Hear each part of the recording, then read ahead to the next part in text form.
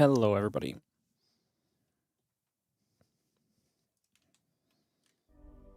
Some videos underway.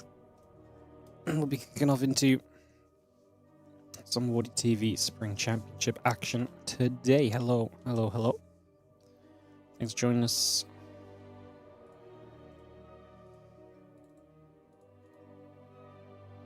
I was going to say webcam should work. There we go. Get there in the end. Cool. Hello, everyone. How are we feeling? How are we doing?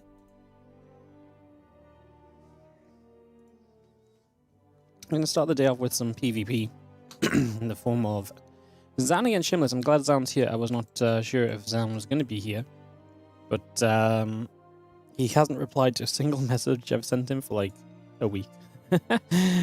Yeah, he's not replied to a message for ages. I really had no idea if he was going to show up, but he's here, so all good.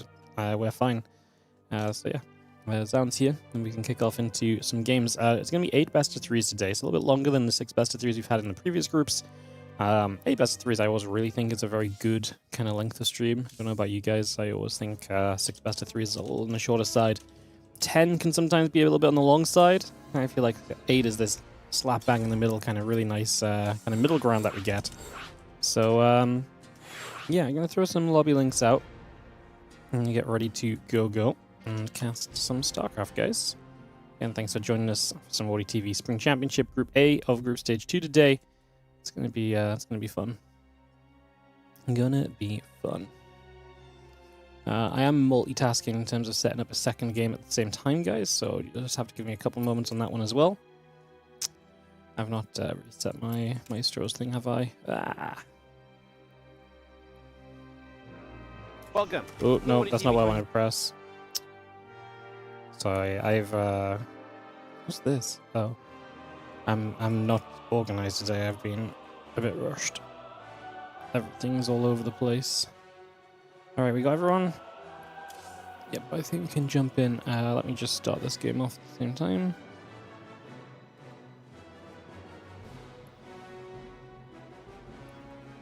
Cool. Let's count down into Tourmaline for some Shameless versus Zan PvP to start the day, and we'll see where we get to as we move on through. Again, hope everyone is doing great. Thank you for joining us. And let's get to some action. In the next couple moments, we are on the loading screen, heading into Tourmaline. Perfecto. Alrighty, guys. Thank you for the patience to start us off. Like I said, very glad Zan is here. I had no idea if he was actually going to show up. Simply for the fact that, like I say, he just didn't reply. I asked him what groups are good for him. No response. Poked him again, no response. I had to make the groups. I was like, hey, this is your group. If it doesn't work, let me know. No response.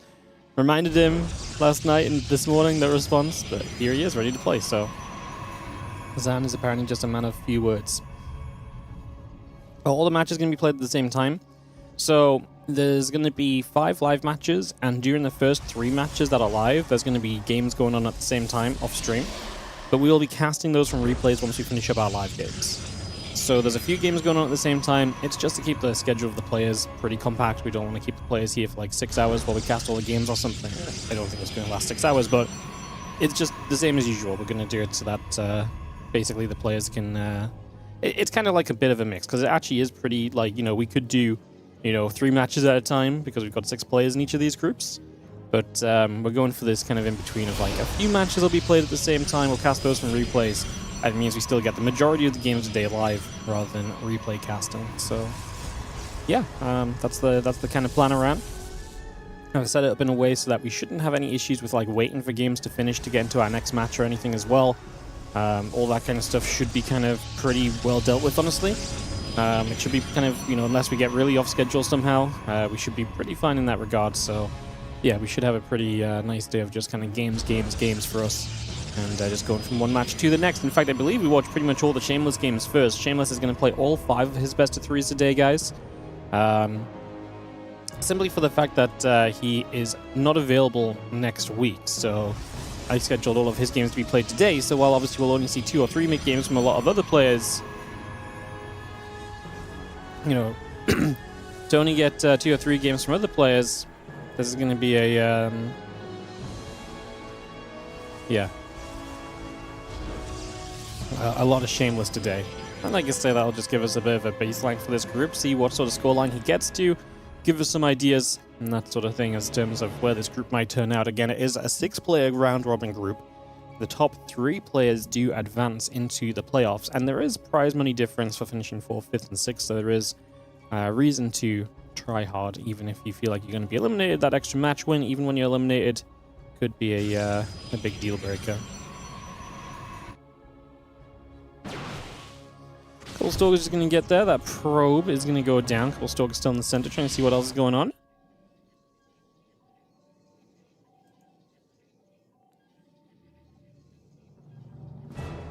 Couple Stalkers still building. Robotics facility coming up. That warp gate is coming about right now. Continue to bring a lot of this into place. The couple Stalkers are going to continue to move around for a little bit. Yeah, just going to see a robot facility. Depths, warp gate, all of this building out. The few Stalkers in the center of the map from Zao. I'm going to continue to head down to the bottom left-hand side. And again, the robot facility coming up from Shameless.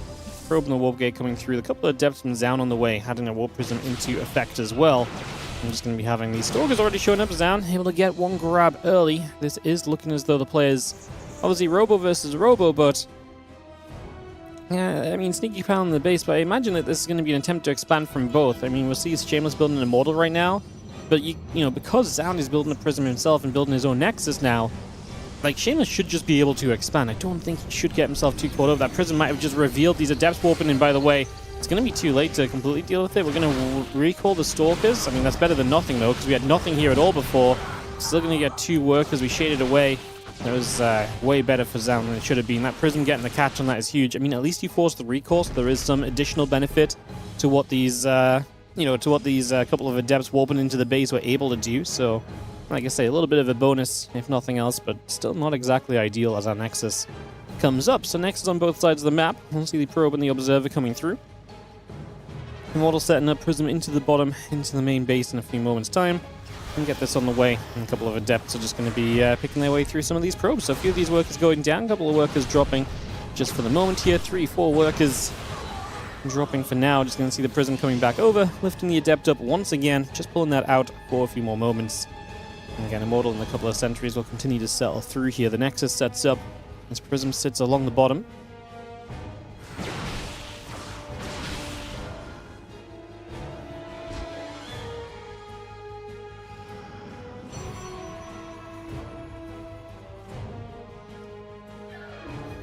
Well, I mean, Shameless is just going to be expanding himself, of course, and he gets his own Prism now, so he can also get onto the map, perhaps.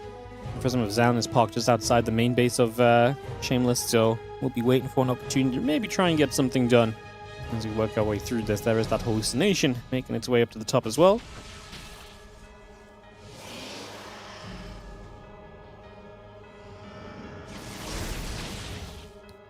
And again, that Immortal just past that halfway mark, the hallucination gets turned away for a few moments.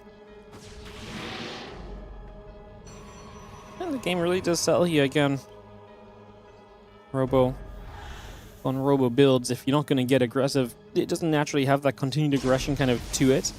Obviously with Immortal drops and so on, but I'm not sure how much the Immortal drops are really able to do, right? If you've got the Stalkers in position to deflect straight away, if these Immortals never get to unload, it's just so dangerous for the Prism moving through. Now this hallucination can kind of pull the Stalkers away a bit, so maybe there is an opening here to dive in with the Prism, but Zound does not have 2 Immortals in his Prism. If he did, actually, that maybe would have been an opening, but he's just looking for like an Adept drop or so. He's actually going to move out, which I think good thing then that Shameless has brought his Prism and Immortals back home, so he'll look to sit defensively. Army supplies a little bit favoring Zound, as Shameless is built into like a Forge, for example. I don't think... Oh no, Zound's got a Forge too. Okay, no, then Shameless really is just doing everything Zound is. Zound is just naturally ahead a little bit, right? He was a bit faster to expand. Well, they did very similar things in the grand scheme of things. We nearly lose the Prism. That's really rough, because if you lose this Prism, there goes so much of your micro capability just super quickly.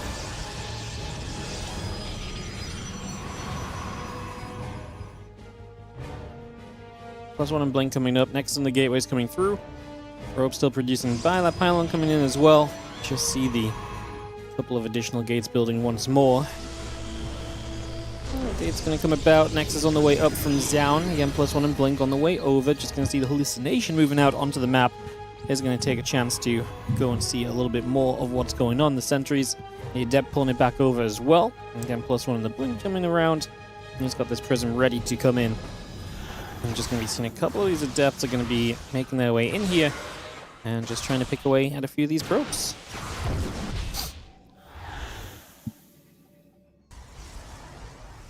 Alright, so, I mean, Blink and +1 still coming up from both players, but this really does feel like that macro kind of PvP that we're getting at the moment, so pretty calm, pretty chilled out, a lot of setting up, a lot of getting ready to see where things get to.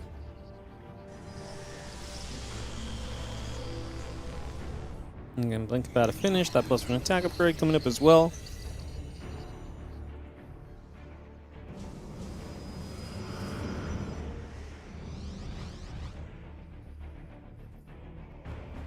Yeah, that Blink finished up obviously increases a lot of the map control available.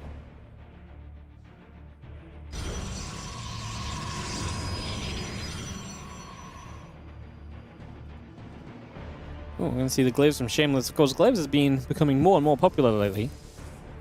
In the PvP, it's become a such a solid kind of way of playing. So many people just understanding the kind of the power of those glaved adepts.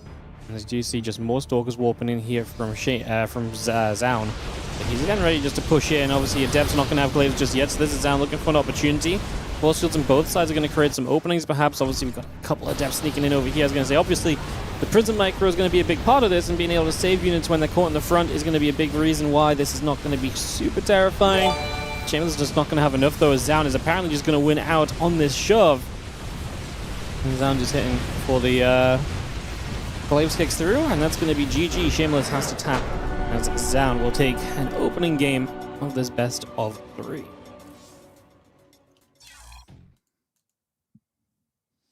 Alright guys, what's up? Anonymous Gifter, gifting out a sub to Saber ZCL. Thank you so much for the generosity.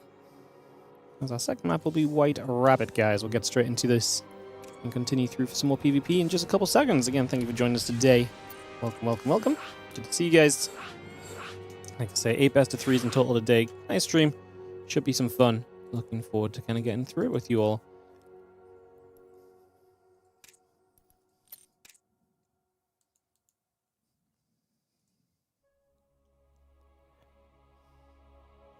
Alrighty.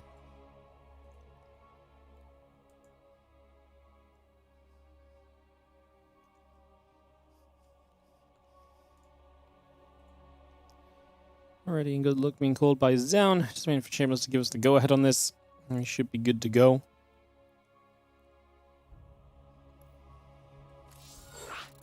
Go, go, GLHF. Alright. Going down into our PvP then.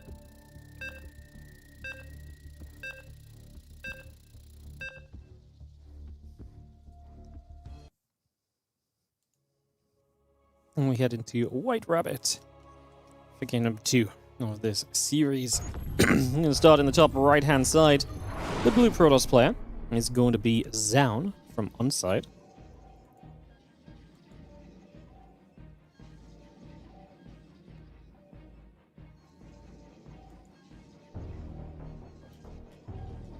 Taking on our red Protoss in the bottom left-hand side, we've got Shameless.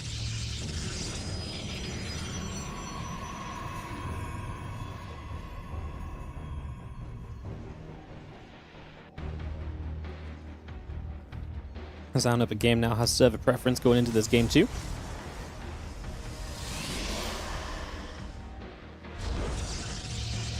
So the world a bit stacked against Shameless right now. Let's see if he can pull it back on track for himself.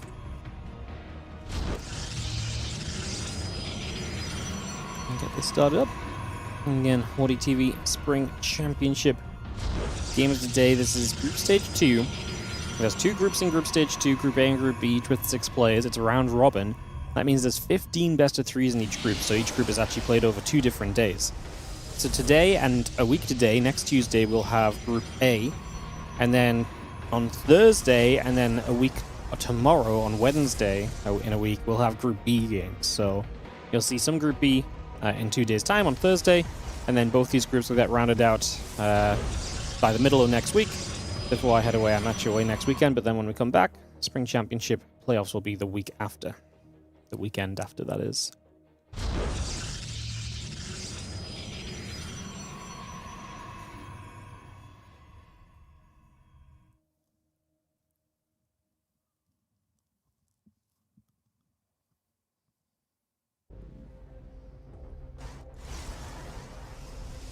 Telepros moving about, cybercores are coming through. Take a few moments.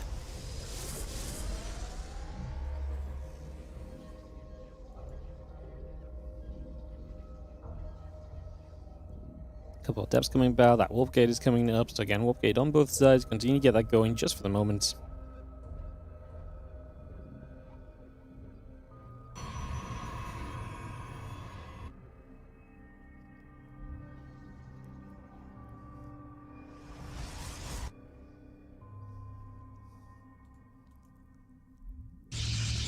The robo facility coming up again. It's going to be a faster expand from Zaun. Now we'll see if this is because it's a faster expand from Zaun, if Shameless will maybe go into a more aggressive robo play. Obviously last time they both went robo, and then they both basically wanted to expand, and obviously it becomes a little bit weird. You got to kind of be a little cautious, but generally speaking we did.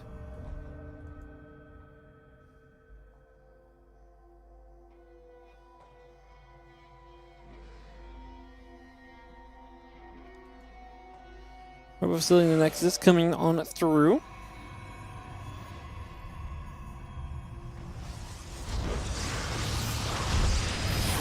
That's going to be seeing a couple of devs going to get there. A couple of workers going down. 3 workers already being picked away at already.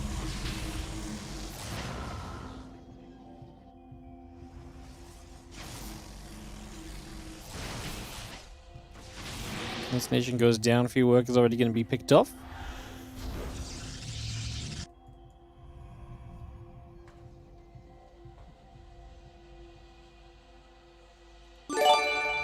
Hey, what's up, Chipper? How you doing? Thank you so much for the 25 months of resub on the Prime. Appreciate you. Thank you for 25 months of it. Appreciate it big time. What's up, Coffee? Good morning to you as well. Thank you for the casting. No worries. Thank you so much for watching.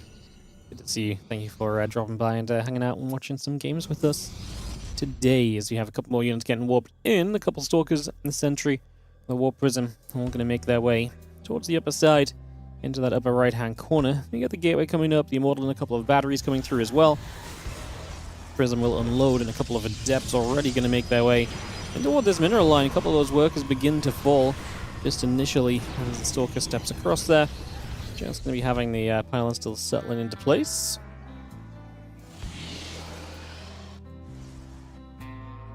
Again, battery coming through. Nexus, Immortal, and the Stalker coming up as well. So just continue to get that all settled. And again, Prism and a couple more probes in production. We just have our Observer flying through. The Sentries, the Stalker, and the Immortal gathering once more.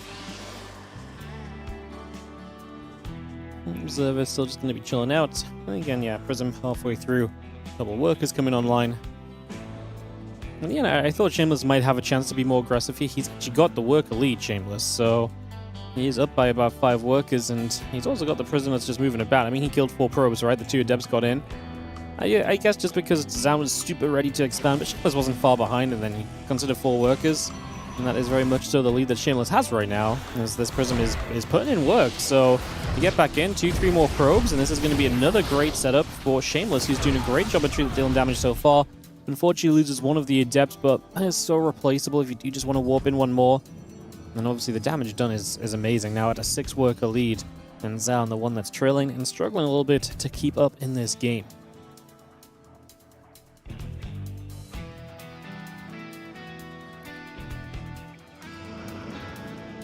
Is this game on the new patch? Nope. No new patch stuff from us. No new patch stuff from us. Don't have... we already have ongoing tournaments, so unfortunately we can't just switch them over to a PTR that obviously may change a lot and stuff, and is obviously very new and unfigured out, so...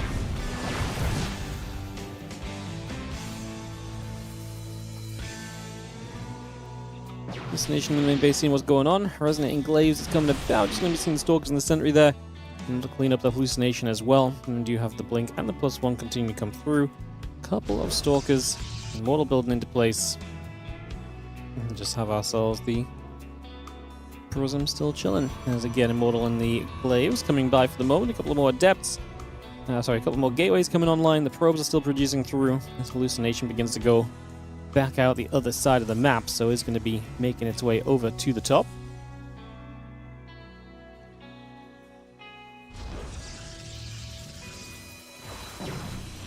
Sentries, the Stalkers, the Immortals just going to step forward. The Adept already going down, so it's going to get picked off immediately. Resonating Glaives coming through as well. Immortal and the extra gateways continue to come about just for now.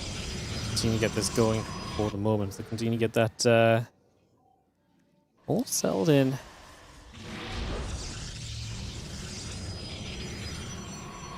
Again, that Resonating Glaive is about to be done from Zaun. This time it's going to be Shameless heading in towards Zealots. I don't love that for Shameless. Obviously, if you're looking to build Zealots and charge, your opponent showing up with a bunch of Glaive Adepts is going to really undo a lot of those Zealots initially.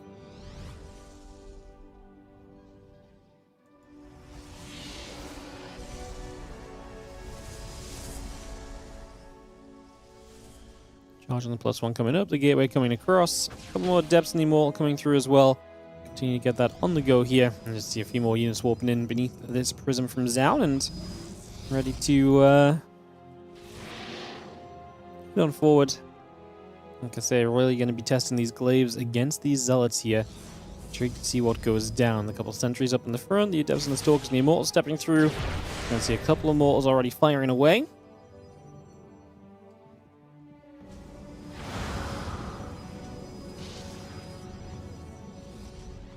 Does the new patch also need new maps? Well, there will be new maps when the patch comes out. I imagine they'll implement the maps from the most recent TLMC when the patch comes out. But yeah, I think honestly, personally, I think map changes would be actually just not map changes in terms of just new maps, but I actually think a design philosophy change in maps would actually be much more successful in pushing a lot of the stuff that the PTR is trying to push than anything else. So, yeah, I don't know if we need new maps per se in terms of new maps, but there will be new maps when the patch comes out. But those maps were not designed with this patch in mind either. So it's going to be an interesting kind of combination of things to see what happens. This is not good for Shameless. He's just losing a ton of workers and he's not really okay. He's going to try and get us around on this army, but he needs to be careful because, well, Zaun needs to be careful. He's move commanding, still move commanding. Zaun only just now realizing what's up. Oh my goodness, he actually got... What's crazy is he didn't even get that wrapped around because the units from the bottom left were so out of position. At the same time, his Adepts are going huge and killing pros, but if he doesn't have an army left at home, a base trade's going to favor Shameless massively. He's 20-30 army supply ahead, and a lot of Zaun's army supply is Adepts, which are A, not at home, can't recall home, obviously, because we just used recall. I don't know why Zaun still has some units out the front here rallying forward. They're getting caught on their own as well. He's going to get some sentries warped in to try and force field this ramp. We can prism some units over, and we can Archon to break down the force field as well. And I do not hate the idea of attacking into this position because I think this is a go moment for Shameless. I think the longer he waits, the worse this gets for him. You can see Zaun just trying to set up the defense in the main. He knows the position he's in. All he has to do is hold, but his position is starting to get broken down. Three Immortals swinging away. Everything into the main now. The units of Zaun are going to start dropping very quickly. Shameless might have just found the catch he needs. Remember, he's got a +1 upgrade where Zaun does not. And that is going to help him to swing through everything that much more quickly. Now the Adepts return home. And again, they did mega damage, but the Adepts alone are not going to win this. And Shameless gets a major catch on that army of Zaun. If Zaun realized what Shameless was trying to do and he drops that recall when Shameless is looking for the surround, then Shameless is just in so much trouble because that army defensively plays from Zaun probably can just hold without the Adepts. And then the Adepts are obviously swinging for a bunch of damage as well and whatever. And so on. So, yeah. Game number 3 coming up, guys. It is going to be on Winter Madness to decide this series. That was a pretty crazy turn of events as Shameless does get us tied up 1-1 in this best of 3.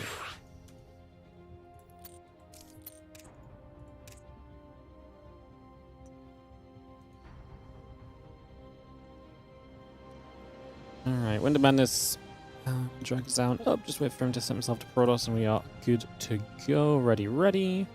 We are indeed good to go. Perfect. Let's do this thing, guys. Jump into some game 3 of the PvP. Zaun Shameless on Winter Madness coming through, like I say, in just a couple of moments. Back to Central as well, so Shameless gets over the West debuff. He actually is one of the players who is very vocal about how negatively West affects him. I mean, everyone prefers to play on Central than West, but Shameless is very vocal about it.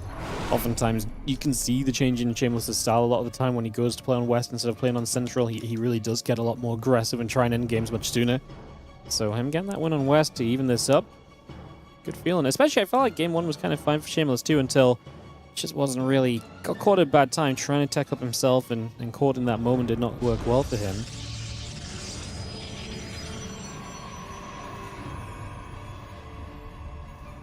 Shameless is in the bottom right. And Zaun is in the upper left.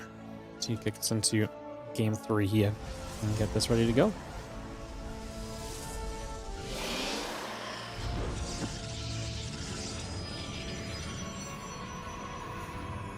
Alright, so fun start of the PvP thus far. Now we're going to see the simulator coming down, the gateway still coming up, probes building as well. Getting set up nicely across the board in all of this. And not much going on. I probed to the low ground from Zaun just initially, trying to see a bit of what's up. Gonna come back up, build his second gateway. And are we gonna go scout? It seems that we are, and Shameless is doing the exact same scout timing, so both players are looking to get that information going for themselves pretty much ASAP here. And obviously just try and confirm it is in fact double gateway. Obviously, you know, we do see a fair amount of one gate expands and so on still in this PvP meta, so it just makes sense to double check and know what you're playing against, and the scout after a second gateway is late enough, that's fine. Mostly because you're kind of hitting that one base saturation anyway, so the probe going across the map is not going to be missed as much while you get your second gas online and everything, so yeah, there's reasons that this timing just works very well. Any sooner, you don't really need to see it any sooner, any later. Yeah, like I say, it's just kind of this nice time to get that probe onto the map as the gates are going to finish. Cybercores will be done to give us our first unit production of the game. So, will we see Stalkers, Sentries, or Adepts in a Stalker Sentry versus Stalker Stalker? So, Shameless without the Sentry, and Zaun will just start gathering the energy a bit sooner here. It's possible Shameless goes double Stalker into double Sentry, while Zaun goes Stalker Sentry, Stalker Sentry. The double Stalker first gives you a little bit more poking power. If you get across the map, typically that first Sentry wants to hallucinate, so you're not necessarily walking into like a force field. Depending on how much energy it has. If you do want to get aggressive with those two Stalkers, what we build in as our second group of units, 2 Stalkers from Zaun, so he's going to go quite Stalker heavy, and Shameless is just going to straight up expand already, which I actually think is great for him. Because Zaun is invested into a Sentry that's mostly here for scouting, and yeah, long term it might be able to be used in a push. But right now, this Hallucination's going to scout, sees the expansion, Zaun's looking to expand too, and Shameless just expanded sooner. He's now going double Sentry himself, and we'll be able to get some more information. So Shameless is a little bit greedier, he's a little bit kind of more risky in terms of what he's doing here, but in this circumstance, it's going to pay off for him a lot, and it's one of those things where it's like, it's a mild edge for Shameless. We're not talking about Zaun being like super far behind and having to take risks at this point to get back into the game.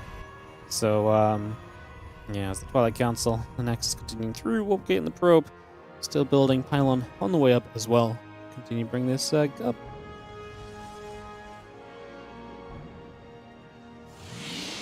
As Lambo vs Zaun, after this, we're following the Liquipedia order, so if you use the bracket command, the Liquipedia match order is what you're going to be seeing. It's, it should be a bunch of Shameless games for us, guys. Yeah, it's going to be Shameless versus SHIN up next for us. The Zaun Lambo one is played at the same time, but we'll be covering that one for replays at the end of the day. Just to keep the players, like I say, play days a little bit more compressed instead of being super drawn out.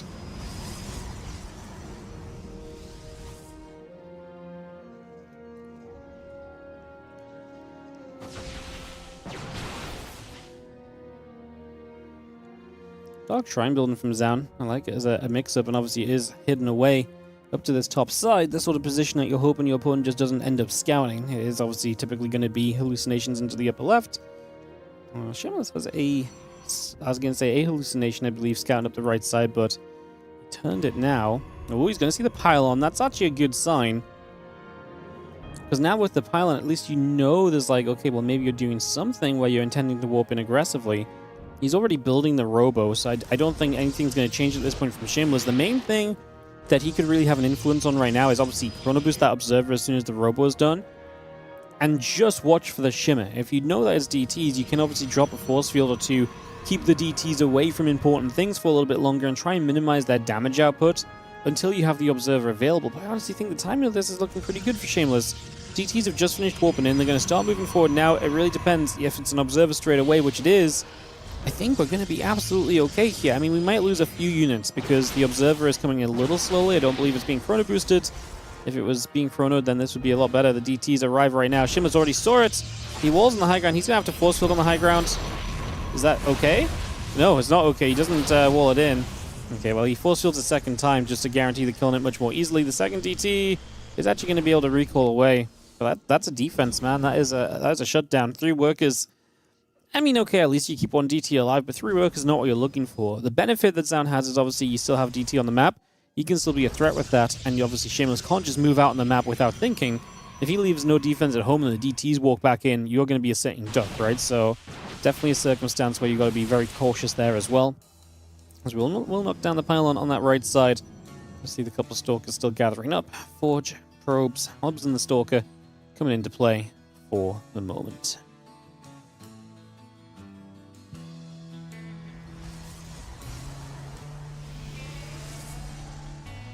Probe building on the Nexus, the Stalkers and the Sentries coming around on the left side.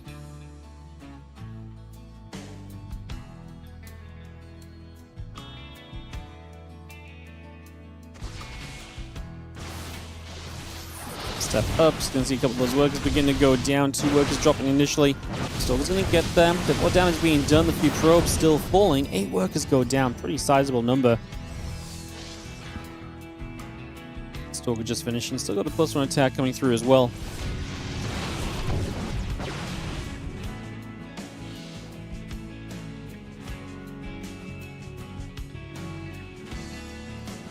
Stalker's lane will gather back over.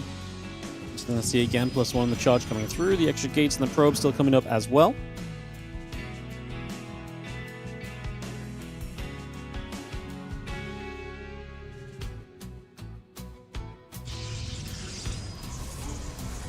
This game just settles. Work count's going to be pretty even. Army supplies are pretty solid. Obviously, both players heading into +1 charge. That's the Temple Archives. That should be an expectation on both sides, really. Given enough time here, because Archons are going to become extremely good against Zealots. They are your splash damage. They are your damage output.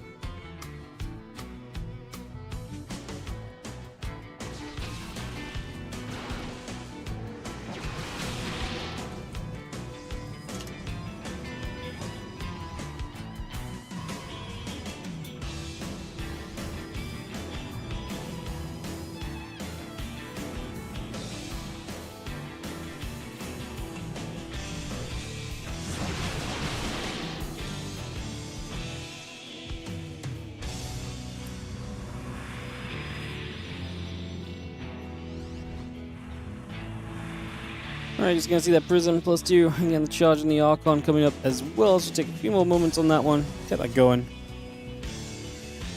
It's gonna be having the couple of Zealots will continue to come by as well. So again, getting that up and running here for a couple seconds. Couple cannons coming through. The next on the way up. Ourselves the +2 attack upgrade coming in on that Forge. Shameless is right behind on the upgrade actually. So Zaun really getting some value there. He's still whooping in some DTs.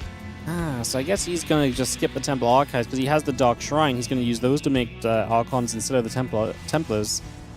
If that makes sense. I always said expecting the Temple Archives on both sides, but you can avoid it. There is always that little bit of an interesting moment though, where it's like, you know, the cost of it all adds up a bit differently.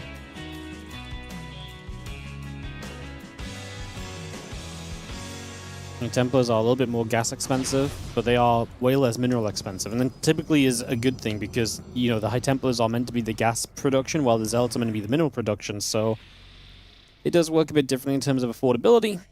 As you see, Shameless is moving forwards. I think he doesn't really know where Zaun's army is. He sees it now. Is he going to engage into this? He's going to set up his Prism for the warp in. Those Stalkers could maybe make a play onto that if they feel confident. They do not. The Zealots are going to show up. They're going to join in. The Prism of Zaun's gone. We're going to drop the recall. I mean, the Stalkers can get away, I think, no matter what. We lose a bunch in that recall as well, and Shameless is looking as though he is going to make it happen here in this Game 3, because that was an amazing fight for him in the end. He didn't really know where Zaun was at, but then he saw that army, he jumped on it, he got the warping off and denies his opponent from reinforcing the position. He just starts to win that out big time. And Zaun is going to be in serious trouble here. Shameless is already pushing. He knows the advantage he has. And while Zaun has a +2 attack upgrade right now, I don't think +2 attack makes up for a 50 army supply difference. In a mirror matchup of all places, I definitely don't think... I mean, Yes, if there ever is a place where upgrades are especially noticeable, mirror matchups oftentimes are it, but I don't think this is it. Zhao knows he can't win a fight, and he knows Shameless is setting up for it. Shameless just waited for +2, so never mind that upgrade disadvantage. Zhao's going to counterattack. He will try and base trade, but off of so much less supply, it's going to be extremely tough. He's hoping that Shameless makes mistakes here, right? He knows he can't win straight up playing defensively, so he's just going to have to try and base trade. That obviously puts a lot of pressure on Shameless. Like I say, you hope he makes mistakes, you hope he messes up, you hope some pathways are left open to you to kind of make an opportunity. I think especially because you've got Dark Templar, there's a little bit of a higher chance of that happening than, you know, there usually would be. Though generally speaking, it's definitely a pretty dismal scenario because Shameless just has that much more. He's got 2 observers out as well, so as long as he babysits those and keeps them very safe, then he should have no issues at all with the DT aspect of this. The probes at Shameless, I think, might have just spotted this Nexus in the bottom left as well, so you know where to send units to, and they are already heading down here, so yeah. He already knows where one of the bases of Zaun is being built. And we find some probes as well. Zaun down to 2. 1 worker left in this game. Where is that last worker? It is over here, so it is going to get to the army. That's big for Zaun. Otherwise, if that was just stuck somewhere, then he can't really rebuild any other structures. He's going to have to rebuild something. He'll build a Nexus in the natural of Shameless. And Shameless will end up losing everything, but like I say, has a 38 army supply lead coming into this position. And I don't know if he's in a rush to go across the map. I mean, he sees the Dark Shrine, which is probably worth him killing, although he's got all the gates already. But it's nice to get rid of this, because then it's just one structure that's going to be between you and closing this game out. He's just going to send a couple units over. I mean, this is where you got to be a bit careful, right? A few Zealots that could have maybe gotten caught there. Zaun's the one who actually does lose a couple of Zealots freely. And again, every little bit of supply is going to add up to be very meaningful at this stage. Another force field drops in. He's going to keep on moving. The Zealots looking to try and catch around the top. And the other units coming around, a few from the bottom, a few from the right-hand side. We continue to move in. The Zealots are going to charge up. The Archon is going to get picked off. The other Zealots keep charging through. Guardian Shield's already active. Nexus coming up on both sides. You just see a few of these Stalks continuing to be picked away at as well. The probes continue to come across just for a moment. Nexus coming up on both sides. And yeah, I think this is, I mean, you can see the attempt to jump onto the base here, but there is another base anyway from Shameless. And he's going to take this series 2-1. What a great start to the day for Shameless here. As we get that up and ready to rumble for the next round from him. Alright, Shameless will play against SHIN here in the next stage. So we'll get that ready in a few moments for you guys. Let these guys start, I think, right? Yeah, I think that's fine.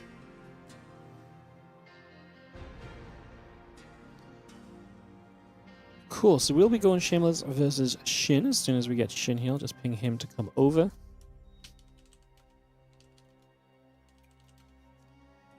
Coolio. Let me just message Lambo.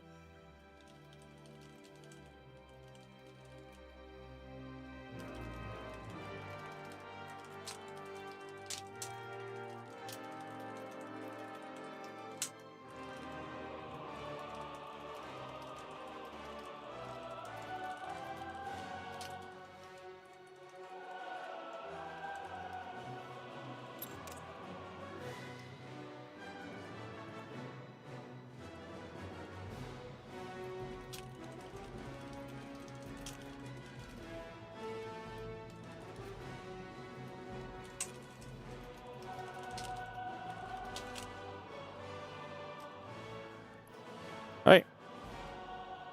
I got this going in a second, guys. Sorry, just communicating with the players a little bit on where we're at and everything. So, yeah.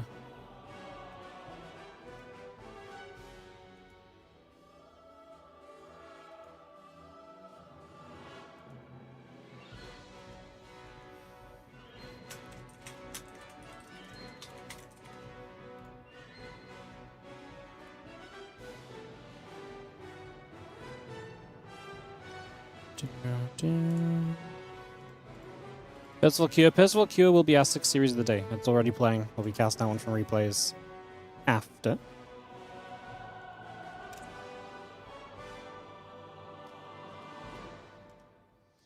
Cool. We'll get into SHIN versus Shameless then, guys. Like I said, we're sticking to that Wikipedia order, so it's going to be Shameless versus SHIN, Shameless versus Percival, Shameless versus Cure, Shameless versus Lambo. And then we go back And we will do Percival versus Cure, Zound versus Lambo, and Shin versus Zound. So a little bit of ZVP towards the end of the day. Some TVT mixed in there. Should be fun. Should be fun. Cool, cool, cool.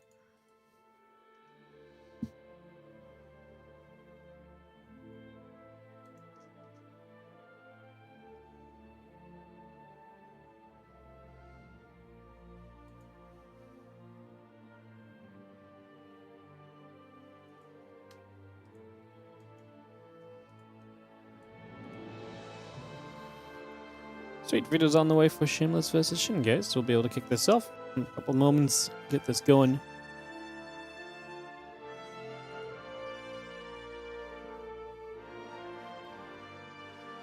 This all underway. And thanks for joining us, of course, and I appreciate your patience just between these games, especially when I just have a lot of typing to do. Like, say we have a little bit of an awkward one where it's a little bit of a admin work at the start of the day. We have a lot of matches going on at the same time, so a little bit of communication and stuff going on, but that's about it.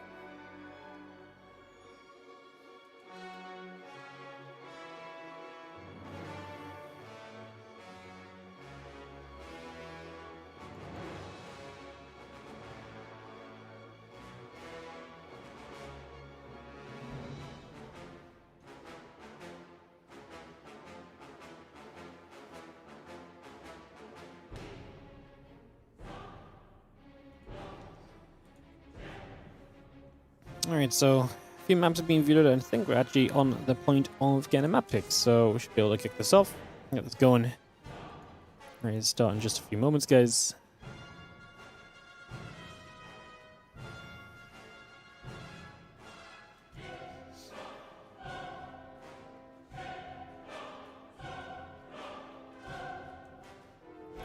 Celestial Enclave for map 1, so that's going to be a funky starting point. Got this set up, see what it's going to look like. What's up, Krolpolsky? How you doing? So lobby link down for this, guys, and we'll be on our way. Just a few moments as Shin and Shameless to get into the lobby for our second match of the day. That was a good PvP to start us off, actually. It was a fun one to begin with.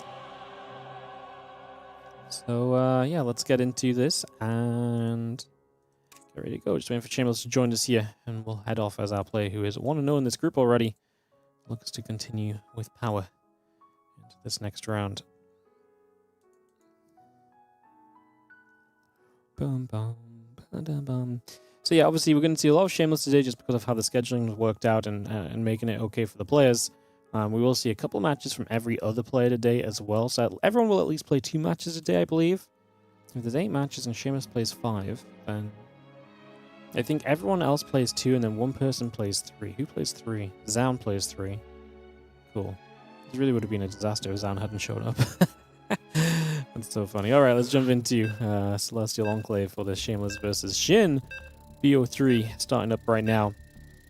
More action here today from the WardiTV Spring Championship. Shin giving us a bunch of Protoss and thumbs up to start the series off. As we get this ready to go in a few moments' time. Get this ready to rumble.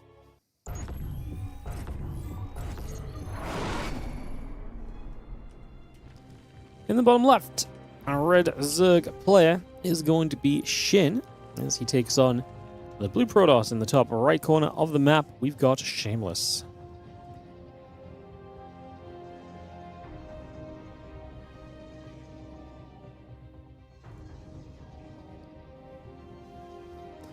What a fine Tuesday afternoon. What a fine Tuesday afternoon. I'm so used to Tuesdays having been Kung Fu Cup days recently, as things got changed up a bunch.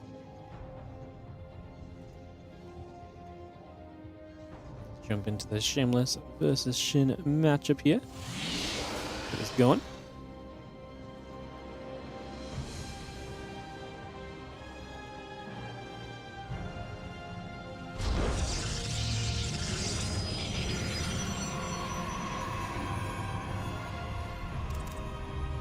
Something super crazy going on, guys. Just need to tap for 1 second.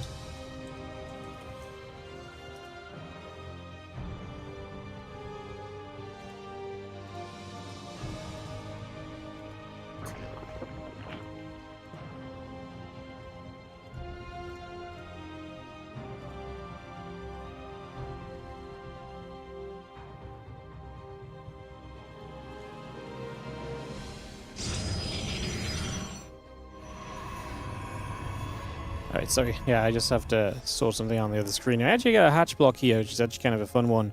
Something a little different. Do you have the hatch block that's on the front? It's not really different, but it's going to be interesting because Shameless is now going to expand onto the in-base expansion, which is going to have less gas and less minerals available to him. So he's going to take that early, so he still has an expand against this. And I guess what makes this different is this is then a hatch block which you're not in a rush as the Protoss player to actually get rid of as much as you usually are. Usually you see the second gateway, or maybe you see the probe pull. In this case, we're just going to build one Zealot. Now we're going to pull a couple more probes to the low ground. I guess just as we kind of hit that kind of one base saturation, and they're going to be oversaturating the main base. Not quite, but close to. I mean, with gas finishing, maybe they'd be useful on the high ground. But yeah, maybe he just feels like he needs a bit of extra damage against this. Obviously, as the hatchery finishes, if you can get a queen out, that's usually very good. Are we going to build a queen across the map? No, we're just going to cancel the hatchery. Cool. So yeah, I mean, you basically force this Protoss to take a less than ideal initial base. And then we're going to be working from there for the foreseeable future. And let's just have our Adept Stargate, a couple of probes all coming through. That drone is going to go on a big patrol around the top of the main. I'm just trying to see what's up for a little bit. Link Speed and Queens will continue to produce by as well.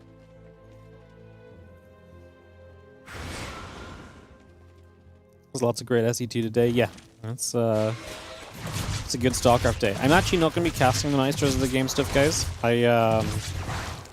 My schedule this week is just a bit... evening streams in general for me are just a little bit rough, just because it doesn't really fit with my usual schedule, and then I just... with everything else that's going on, and I was told about the patch, I didn't really schedule around it properly, so I'm not going to be covering the Maestros of the game live. I am going to get the replays, and we'll probably do a day or two of like the best replays of the group stages and just cover them for, you know, for YouTube and stuff. So if you do miss them, you'll probably be able to catch them on our channel, but yeah, it'll be a... I'm not sure when that's going to be just yet, because like I say, I'm away next week, Thursday through Sunday, so I don't have a lot of days free or available either, unfortunately. So, yeah, we'll see. We will see.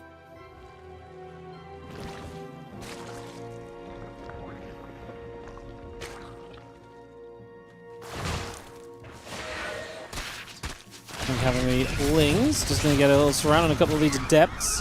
Oracle gonna be hanging about there, Queen just nearby, Oracle Warp Gate still going through, Twilight Council and Nexus being built, Simulator Pylon being brought into play, the additional drones still coming up for a few more moments, bringing a lot of that into place. Right now is the Oracle just going to sit there, again the few Zerglings getting turned back the other direction, Twilight Council and the Gate still coming up.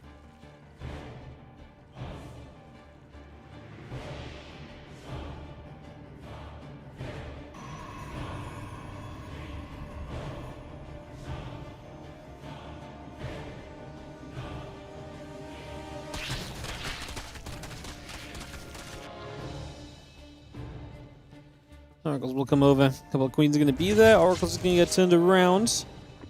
Queens gather up. Group Gym are going to get put into place as well.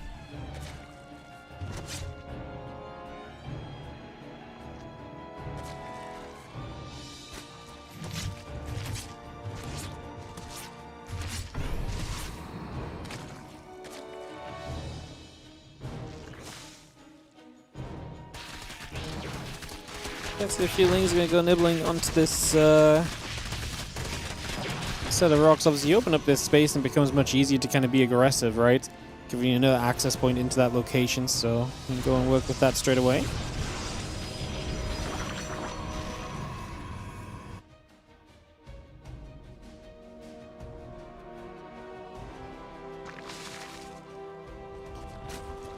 Melee upgrade going to be the choice of SHIN against the Blink Stalkers is generally going to be seen as a positive, so we like where that is going for us just now at least, so we get that started, we get that underway.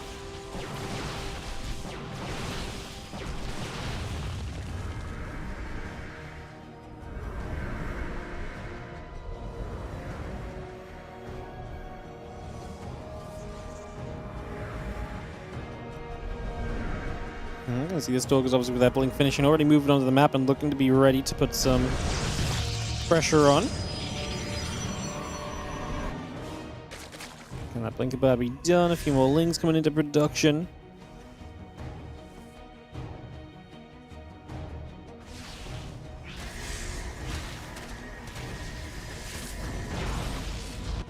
Stalkers just gather. And again, there's the Spire coming up from SHIN. That part, I mean, I guess makes sense in Celestial Enclave. You're talking about a pretty big map, a lot of bases, a lot of kind of space for kind of harassment with those mutas. Let's see how this works. Obviously, right now, you're under a lot of pressure of dealing with these Stalkers. And the Stalkers are going to be very good long-term against the mutas. Have to blink back very quickly here. Don't love that for Shameless. He's going to lose a couple Stalkers. That's actually a good stasis to help. As the links around, it was still very good. The fact that Surround was so good to begin with and forced that entire blink back so quickly gave Shin a lot of potential, even though afterwards it became a little bit maybe not so good.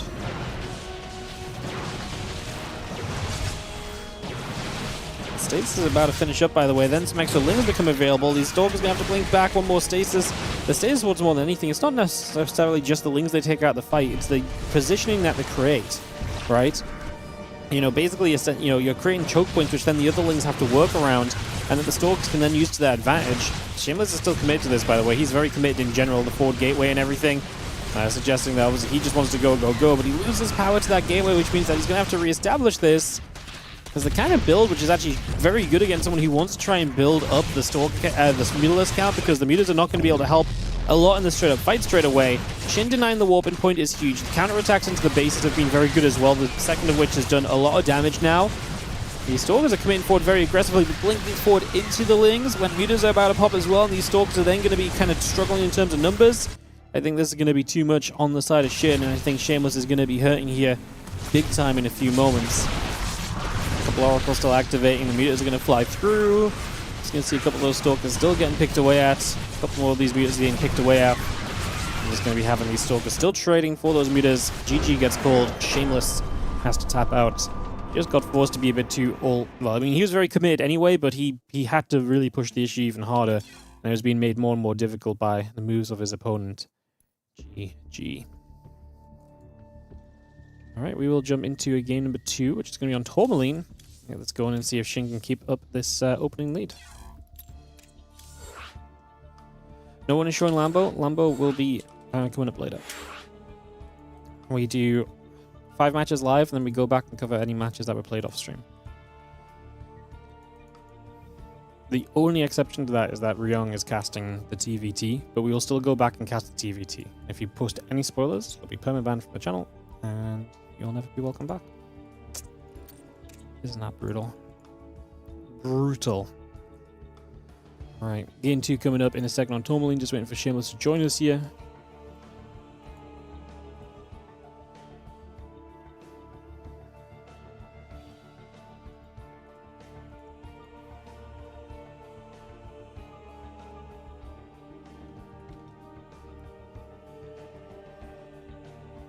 Go GLHFs are called. Let's jump into Tourmaline and get this one on the go.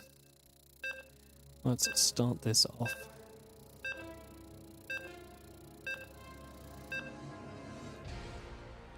Just gonna need a mute for a moment when we get in game, guys. So if I'm just quiet for a second, do not worry. I'll be right back with you. I'll be back in 1 sec.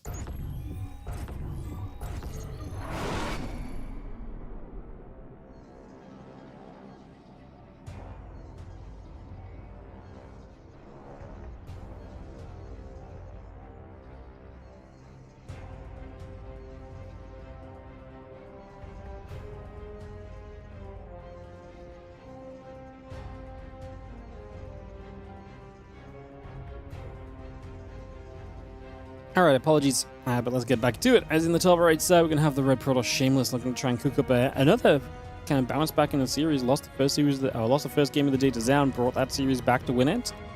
Going to do the same here against Shin with the 1-0 lead right now. Our blue Korean Zerg in the bottom left.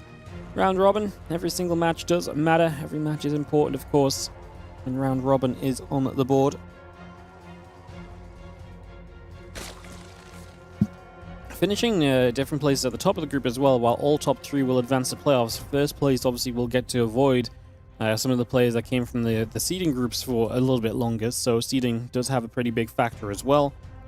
I think first place is maybe the most notable because you're going to avoid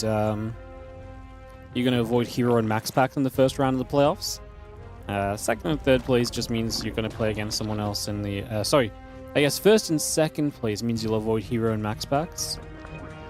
Third place finishes in these groups will play Hero or Max Packs. And first or second, I guess, is more so just a little bit of a seeding advantage between the two Group Stage 2 groups, so Yeah. It'd be fun to see how it all pans out as we just have our pool coming down. And the Nexus and the Cyber Core coming up and into place already. Bringing a lot of that into play for the moment.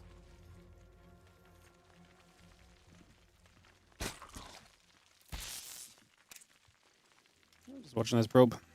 Nibbling. And being a slight annoyance in the early stages.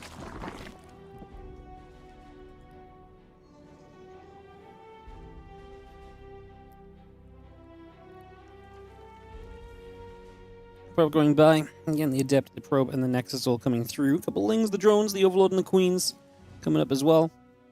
And bringing that about. Again, to see the couple Queens and Drones building through for the moment. Getting that on the way. Lings will move forward. And Probe steps across.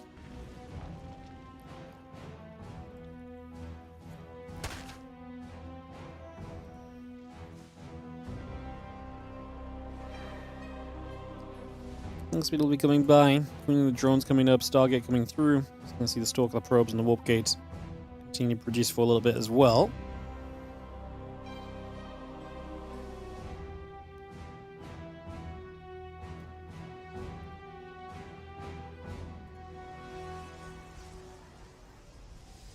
Stargate comes into play again. Links be coming through. The Queen's coming across. It's gonna be seeing the hatchery coming up as well. Warp gate and that Oracle. A couple of probes. Continue to get going here for a little bit longer.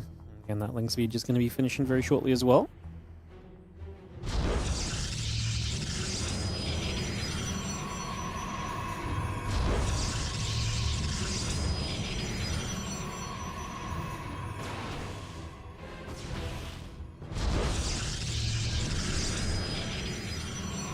I'm going to see another gate in the wall. And the first Oracle is out to provide some high ground vision.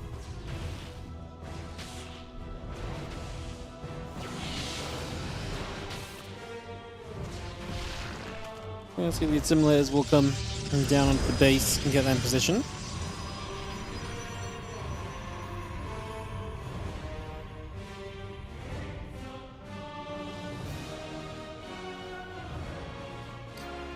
And the Oracle coming over. It's going to see that Twilight Council building through, the Evo Chamber and the drones all producing. We'll just have ourselves a nice peaceful start. Obviously, we'll see where SHIN takes this with the Evo Chamber. Likely going to see that melee upgrade again. And if we play into that melee upgrade, I don't think we're going to play into Aspire on this map like we did in the previous game. I'd imagine more so like a Hydrogen or something could be much more kind of appropriate.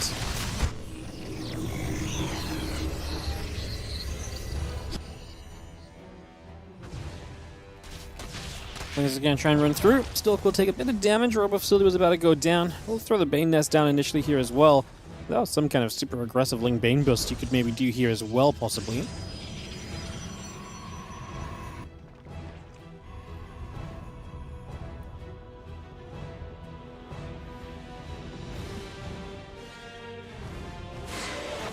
Charge and +1 just coming about. Robo Facility, a couple of gates coming through.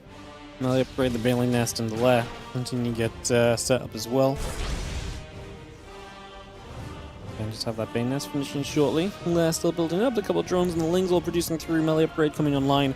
It's currently about halfway done. We got a few additional drones moving out as well.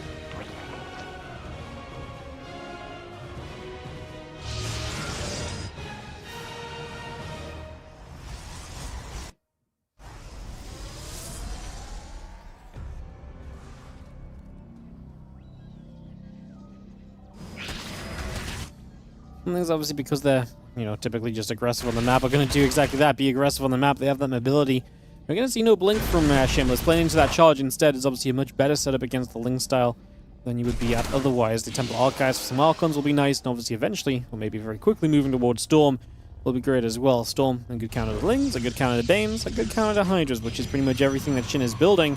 I request the Zerg to basically come out with some very good micro and control in the battles to undo the power of those storms. So let's see what happens.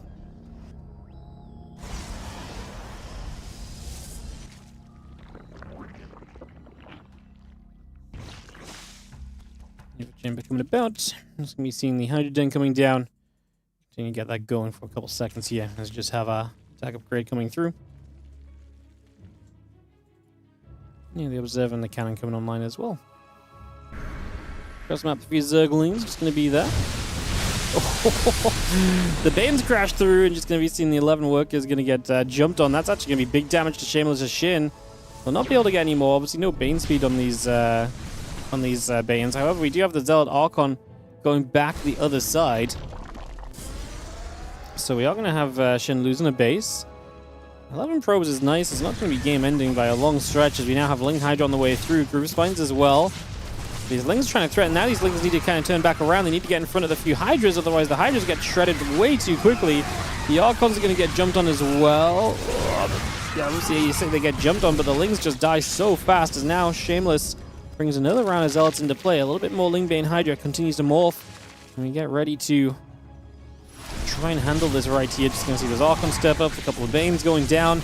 Queen's going to settle into a bit of an added defense, but if we don't have protection for these Hydras and they can't survive against the Zealots, then we're kind of doomed because we need the Hydra damage output to finally clean up these Archons. We are breaking forward, a few new Hydras showing up. We are desperate just to get rid of some of these Archons. We just don't have the supply. And that is going to be good for Shameless to take it to a game 3 of this series. Coming up in just a sec then. Alright, we will get a third map started. Why is that probe so interesting? Sometimes you just accidentally follow a probe and then get distracted. I'm trying to organize the games on the second screen, and I look back and everyone was somehow following a probe. I don't know what happened. Winter White, 10k, Mothership, Ruby, Tidal, Old Republic.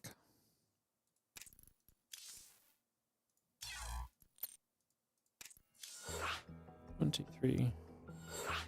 Yeah, Old Republic for map 3, guys. I'll host this up and get this started in a couple moments to bring this through. Getting this going in just a couple of momentos.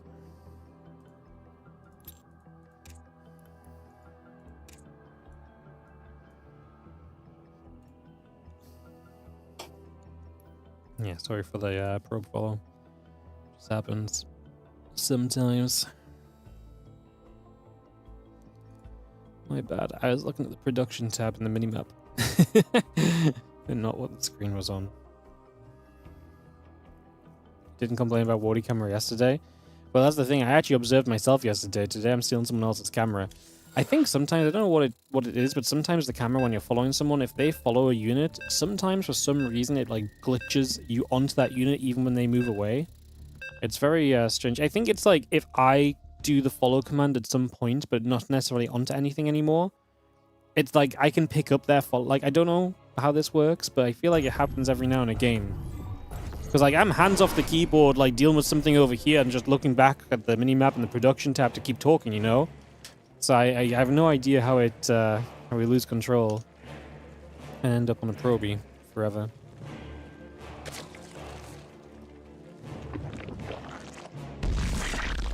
Yeah, I actually think my observing when I'm actually when I'm locked in, paying attention, like every now and then, my observing can be okay. But yeah, it's just depends. Who was it yesterday? Yeah, start of the Monday Cup. Yeah, pretty easy to be locked in. We don't actually get many distractions or admin issues on the Monday Cup nowadays, so it's very easy just to kind of lock in a bit.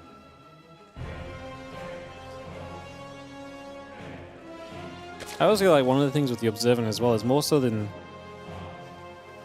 I mean, one of my biggest things I feel about observing is that I feel like I'm always so conscious about trying to, like, if I do observe, trying to, like, make the camera look decent, that I definitely lose attention to, like, the minimap. That's just why when I'm observing a lot of the time, I'm just, like, I'm just not looking at the minimap and the run-by hits or so, and it's just like, oh, shoot, so the big fight happens. But, yeah. Observing's tricky. It ain't easy. In a game where people play astoundingly quick.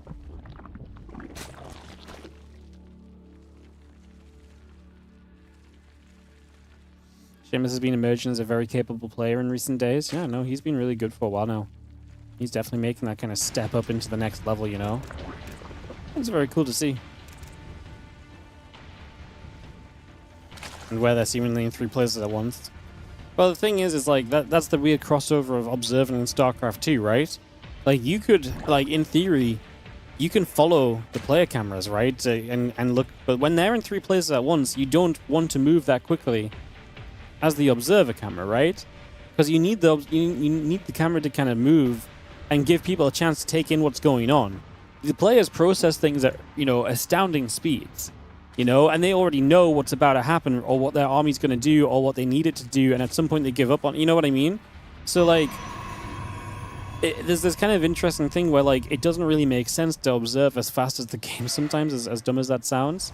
Because if you observe as fast as the game, you know, sometimes you'd be like, here, oh, no, now over here, now the drop back over here, now back over here. So sometimes it's like this weird scenario where it's like, it's better to stick on this and then be like, oh, so over here we did have a few workers that went down. But then people get upset that you're missing everything, and I know that's very different. Sometimes I do miss everything, but yeah, it's complicated in StarCraft for sure. It's complicated. There's like, it's kind of interesting too, because like a lot of time when I'm on someone else's camera, they'll prioritize one thing, and I feel like you should prioritize the other thing, you know? And that's just a complete preference, because it's not like what they're showing is not meaningful to the game. It's just I think the other thing is maybe more meaningful, but like, you know, this will happen a lot when I follow like an indie or an indie, where they're not like missing things. They're just like, oh, this fight over here is starting, but let's make sure we finish up seeing this. And I'm like, actually, no, I think we need to not see this and go see this. It's like, realistically, you picture in picture, right? But like, we don't have to, well, we don't. We could set that up, but it's a lot of work. So, yeah, it's a, it's one of those things where I don't think anyone's ever going to be happy. What's up, Screaming Waffles? Thank you for the 32-month resub on the Prime.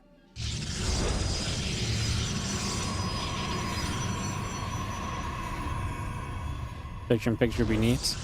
I used to do picture-in-picture. There was a while when I first got my capture card, I did picture-in-picture for a while. You might remember we did it for Cast of Civil War as well. It's just so mentally draining, though. It's just super mentally draining, because you're then, especially if you're doing like a solo broadcast, you're like, you constantly think, more than anything else, you're constantly thinking, ooh, could I picture-in-picture this? And then you set up to follow on the other screen. You press the command, like, it's not actually that difficult to do. You know, you see the run by coming up, you set follow. The draining part is just constantly thinking, ooh, would this be a good picture-in-picture moment? Because there's a lot of moments where you go from it being a good picture-in-picture moment to actually, like, let's just full screen on the other thing because whatever's currently happening, and that entire process for one person is, I don't think it's impossible. Like I say, we've done it before. I think it's impossible and not worthwhile to do when we're streaming daily and stuff.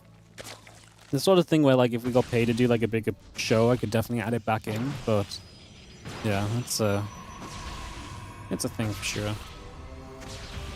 Yeah, what's up, Admiral Spock? Thank you so much for the 8-month resub on the Prime. Much appreciate it. Get an AI to do it? I mean, if we had an AI that could observe StarCraft games in general, I think we'd not even have the observer discussion, right?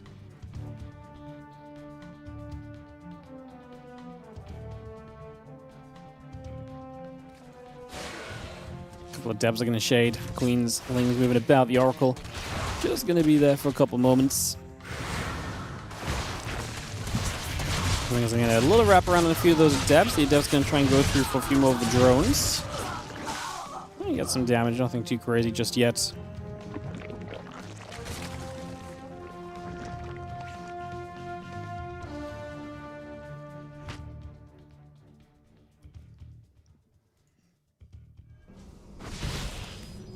Oh, we killed 4 deaths and an Oracle. We lost some drones and Lings. I think it's been okay-ish damage. It's just, it's never worth the damage you're taking versus what is overall taking place, I guess.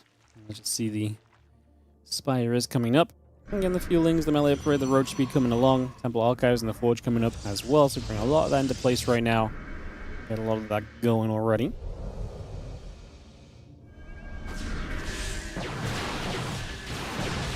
He's still towards his poke. Sorry guys, just got tapped for a second, so the FPS is going to drop here momentarily.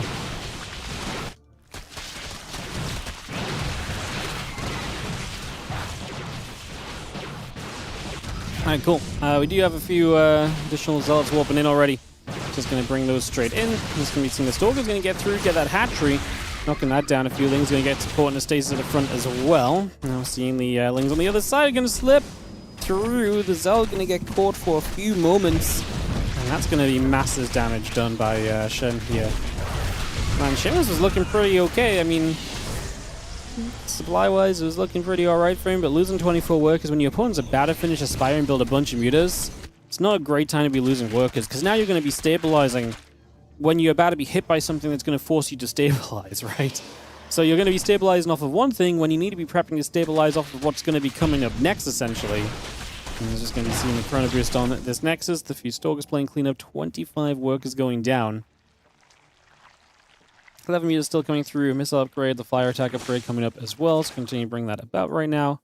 Continue to bring that over for the moment.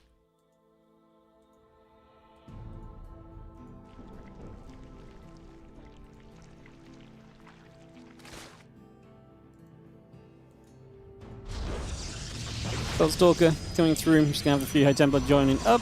And again, the Storm, the +1, and the charge coming about. Again, flyer attack, missile upgrade coming by. Just gonna drop a little revelation on this hatchery in the front as well.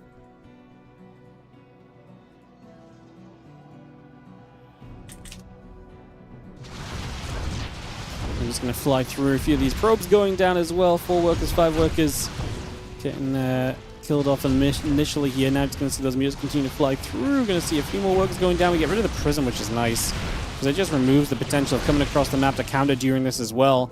We're actually doubling down on the meter production, I'm surprised by, just because it was already like +1 in roach speed coming into play. I thought this was more likely looking to be like a, let's build like these 10 meters, let's be as annoying as possible, but we're mostly looking to follow up into this big, strong kind of roach spam afterwards. But actually just going to keep building mutas here, and I mean, we have melee upgrades, so we can kind of play muta link from this point and just have a few roaches to back us up at stages. As Shameless sits on the a little bit of a reduced economy. Those meters coming back through, the High Templar taking some damage. Yeah, meters still coming up, +2 melee upgrade coming by, the +1 flyer attack is about to be done as well.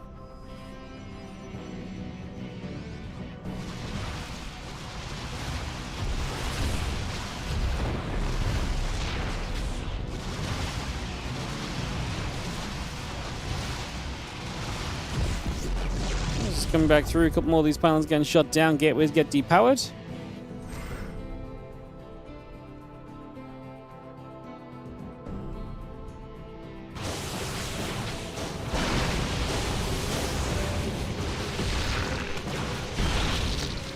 Storm's coming in bad, it's all going to be there. The meters continue to come through. +2 melee upgrades. Golden as well. The meters are trying to get to the front. The Zealots are still going to be fighting here. The Lings are going to pull back once again. Meters just going to reposition. Stalker's going to come blinking down. A couple of those meters getting picked away at already as we dive through the third into the main. It's going to start going after a bunch of these workers. Pylon goes down, depowering the Stargate, which is obviously very nice because we're now trying to build Phoenix to again help the stabilization process against us at the moment. And this is becoming tough for Shameless. I feel like he's taking so much damage. The pylons causing some supply blocks, obviously a big issue. We actually, I was going to say, maybe have enough meters to dive on the few Stalkers in the low ground, but we'll just keep moving. Going to find another base here, another set of minerals that can be denied from mining. Yes, we actually are just killing Stalker after Stalker at the moment. Maybe a few too many Stalkers gathering up overall now, but I actually think the Ling meter probably isn't good enough number, especially with the Lings especially. You know, maybe with just the meters he couldn't, but with the Lings as well, SHIN is going to close out this game, this series 2-1 in his favor. And that is going to be a GG's. Alright, so SHIN gets it done in 3 maps, as we have had a couple of series go to 3 maps so far. Let's see if the next one will do so as well. Shameless is going to battle Percival. I'm going to get that ready to go in a few moments. It's going to be Shameless versus Percival, Shameless versus Cure, and then Shameless versus Lambo coming up for us, guys. So get that all set for you.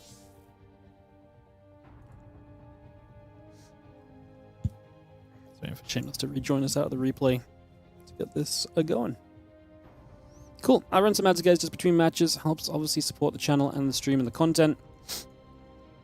And then we'll get the Shameless Percival match ready. Go, go, go.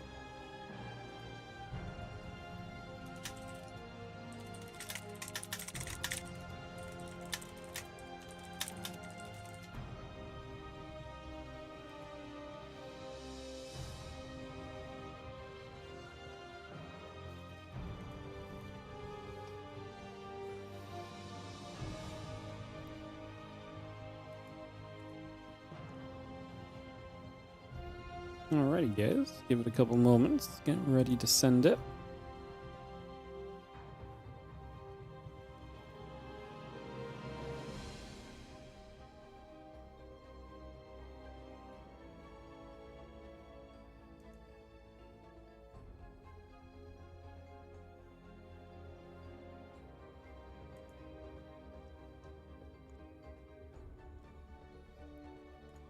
Cool. He does. We'll start. Get this ready to go. Some very even groups. Struggle to determine who you think will progress. Yeah, I actually really like these groups. I think they're very cool, very fun. Lots of good games within them. Yeah, it's gonna be fun going through these group stage 2s. I like the kind of the tournament organizing approach we've taken lately, which is this idea of trying to emphasize more games between players of the similar levels. So obviously, like, we have the seeding groups, which is like the top of the top get to battle each other a bit. Some of them already make playoffs.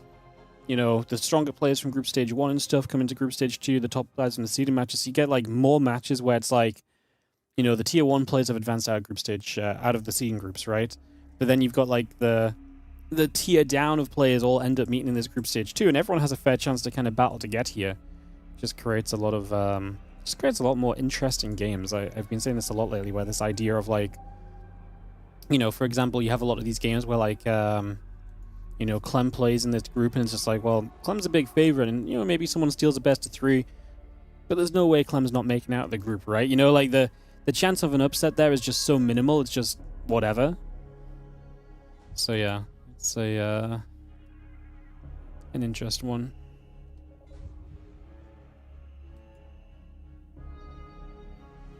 Do players get to watch the stream? Do they get disqualified if they decide to watch the stream for fun? I mean, if they stream cheat, then yeah, they get DQ'd. I mean, I don't think anyone is risking their StarCraft 2 career of many years to stream cheat in a WardiTV tournament, to be honest. We don't run with stream delay because it reduces the quality of the stream in terms of us going back and forth Twitch chat and talking to you guys and YouTube chat as well. Just having the, you know, that back and forth and that discussion that we can have and, you know, talking to you guys. So, yeah, that kind of, the stream delay, we pretty much no tournament uses stream delay anymore because of that, and also because we're working with players that we've worked with for years and years. So the stream cheating aspect is extremely unlikely. And obviously I'd be very sad if someone does turn out to stream cheat, but like, if someone is found stream cheating, if there's evidence against them, it's just going to be an insta-ban, and then they just can't play StarCraft anymore, because if they stream cheat in one event, they're going to get banned from everything, you know? So yeah, it's just not worth it for anybody.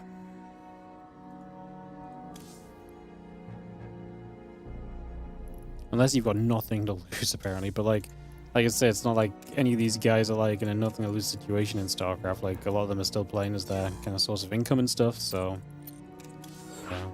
We're going to be starting on West for this series, as it's going to be Old Republic to start us off in Game 1, 10,000 feet for Map 2. Get into this in a second as Shameless joins us here, Percival joins us, we're just missing a couple casters. We'll be good to go into some TVP, guys. There'll be a couple of TVPs in a row. Shameless going to play Percival, then he's going to play Cure, and then he will wrap up his games for this entire group stage by playing Lambo. Like I say, we're doing all of the Shameless games first. Again, just the way that it works out, he needs to play all of his games today. He can't play next week. So we put all of his games, and it just makes sense in terms of scheduling to do his matches one by one, because he's always coming out of the previous game, and then we just need to put him up against someone who's not in a game already. So it's just a very easy scheduling thing for us to do all 5 Shameless games in a row, back to back to back to back to back. And then, like I say, we'll be diving into the other guys at the end of this as well. Alright, let's head into Old Republic as we dive into the opening game of another series here in the top right-hand corner of the map. And the blue Protoss player is going to be Shameless.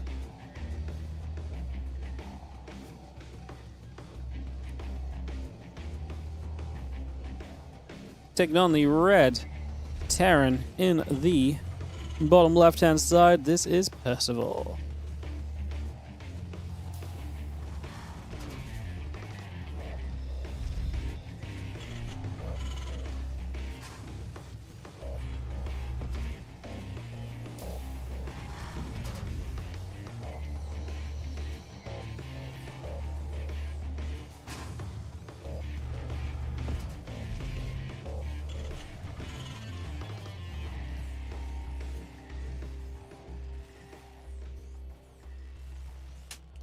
Alright, so we get into a fresh series here, some TVP action. Just as we get set up on this, guys, and there's nothing too crazy going on, I just want to take a quick moment or so to obviously remind you guys this is a WardiTV tournament. It's part of our WardiTV 2026 series. As such, this is the sort of tournament that is funded by your guys' support. So if you are enjoying the stream today, if you're enjoying the competition of the Spring Championship, do consider getting behind it. One of the most important and best ways you can do that is via our Patreon page at patreon.com/WardiTV. 100% of everything you find on the WardiTV Patreon will go directly into StarCraft 2 tournament prize pools, specifically toward the WardiTV 2026 series, such as our Spring Championship, upcoming Summer Championship, the end of year 2026 Championship, etc., etc. Yeah, I could say that Patreon is an absolutely great way to support because of the fact that we will make sure that 100% of anything there goes into it. So if you want to check that out, that's patreon.com/WardiTV. Of course, if you want to support in other ways, that also helps us as well. All of the combined aid that you guys provide helps us to keep running these tournaments day in and day out, week after week in the world of StarCraft, and keeping on giving the players something to play in. So if you're sitting on a Prime sub on Twitch, for example, that goes a long way. It helps us out massively for free. You might just be sitting on there with a free sub available. Obviously, you can sub regularly. There's donation and super chatting options. Obviously, if you're on the YouTube, don't forget to, at the very least, scroll down and give the video a like. It's super easy to bring more attention to the stream just by interacting with it. Liking takes a couple of moments, and we are on that countdown to 50,000 YouTube subscribers as well. So if you're not already subbed on YouTube, do take a moment to go and do that, because we are currently at 48,992, so we're 1,008 away from the big 50K. So help us out with that. We greatly appreciate it. And yeah, thank you so much for listening to some Selling Outs. Let's get to some StarCraft 2, and there's nothing lost here just yet. The Reaper comes in, pushed away as the Stalker gets there to play the defense. There are going to be some units going the other side. A Zealot and a Stalker about to arrive to apply some pressure here. There's going to be a couple Marines out. As the Command Center will be finishing, we'll have to go down to the low ground in the next few moments. And the Zealot and the Stalker just going to sit here, work our way through these couple of depots. The few SCVs are going to pull across.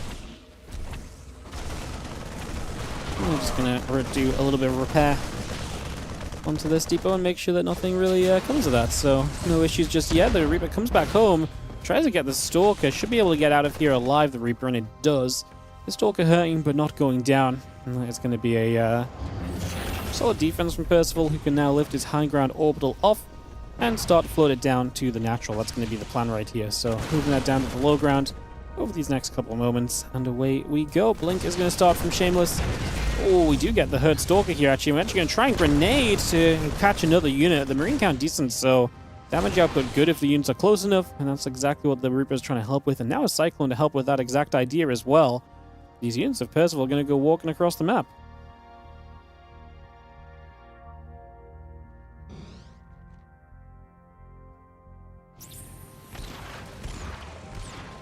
Cyclone locks on. Hallucination taking some damage. Again, the Blink coming about, the Stalker coming through, next on the battery all coming up as well. Let's see, one Stalker, one Sentry going down. These units are going to commit. Cyclone, what can we do? We're going to finish off that Zealot. The battery is going to be done in a moment, but it's not ready yet. We're actually going to target down the pylon. The Cyclone locked onto that Stalker, chased it away, decided not to chase it and go for the kill, though. Now the probe's going to pull in over here. We are going to see that battery finishing. Do we just go finish off the pylon? Yes, we do. Cyclone falls. How much can the Marines do? Still no blinks. The Stalkers just have to move manually, as we are going to see one more Stalker caught. This is disastrous for Shameless. Talk about it all falling apart in the early stages of the game.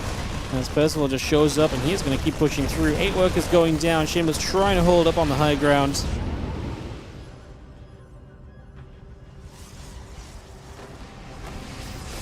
More Marines going to reposition. Marines in the tank just going to fire there. Next is going to take a bit more damage. A few Marines still chunking through for a few more moments.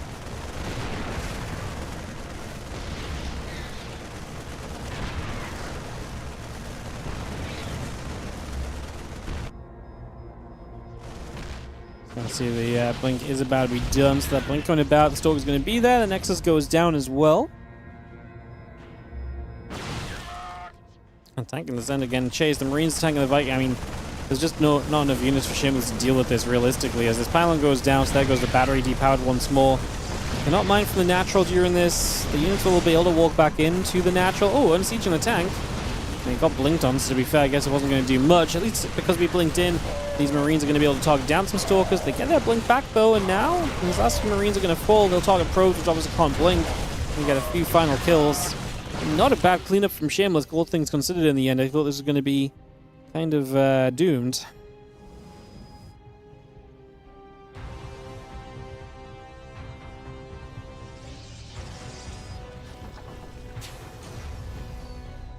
Factory moves over, Marine in the stem coming across. Just going to see another tank sieging up.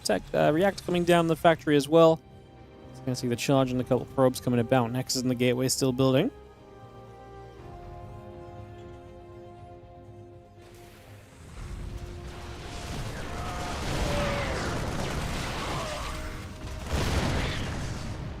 Stalkers gathered. 3 Marines going to move over. Stimpack combat shield and that +1 coming up. Still got the charge and a couple of additional Stalkers coming over as well. The Nexus is about halfway done. The gateway and the robo facility coming up and online. 2 more barracks, a couple of depots, the command center and the rest all coming through. Medivacs, Marines, Marauders building. Just going to knock down those rocks for a few moments as well.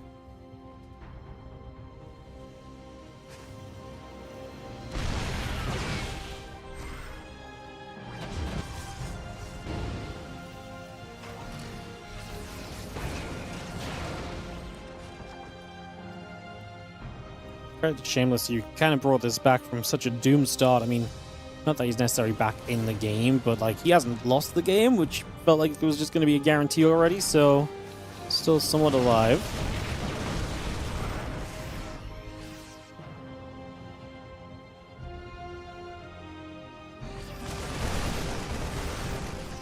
Bio has the stem, just going to chase.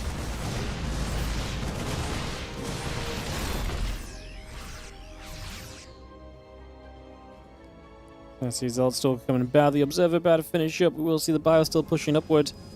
A couple more Zelds getting warped in. That pylon still building. Again, Marine Marauder, Man, and Medivac building through. Bio going to get to the top of this, and we're just going to dive in, stalking the sentry in some big trouble. Guardian Shield activates. The sentry falls already. This Bio still trading. Wouldn't mind shots just going after those Stalkers. This Zelds all going down. I mean, Percival obviously has way too much. A +1 upgrade to no upgrades. Just the start of this game was pretty doomed for Shameless, unfortunately. It's going to be GG. Percival is going to be able to net himself the 1-0 lead. And that's for the first time today. Shameless does not win a map 1 of the series. But now that I mention it, should probes get a blink ability? Yeah, why not? I mean, look, if we're going to be starting on 8 workers and you get the extra 40 seconds to micro your probes, you may as well be able to blink them around. You know? May as well be able to blink them between mineral lines instead of just watching them walk. Join the Patreon? Hell yeah, thank you so much. I really appreciate that. Honestly, joining the Patreon is one of the best things you can do because we need the StarCraft content and tournaments to, you know, to stream and to run content. And the Patreon directly supports those. So I really appreciate it. Thank you so much. I'm glad my Patreon sale got through to somebody today. So just going to move Shameless up. Percival is already in here. I'm going to get ready to go. Chess SCT, man, how you doing? Thank you for the 77-month resub. All the hearts. Appreciate you. Thank you so much for 77 months. Percival and Shameless. Get ready to go. 10,000 feet coming through.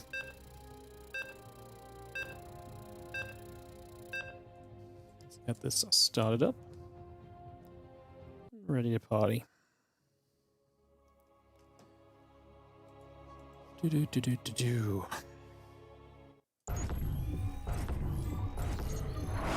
Alright, in the bottom right hand side is going to be our red Terran player. This is Percival, and he is up a game. And as we do now have Shameless's server advantage, we'll see if that is going to help him out at all. I believe Pross in the upper left trying to get back into this best of 3 in game number 2. When against down early today, we'll definitely give Shameless some kind of hope working forward. But obviously, we actually will see just a lot of, we'll see all of Shameless's matches today, so we'll know kind of his final score in this group before too long.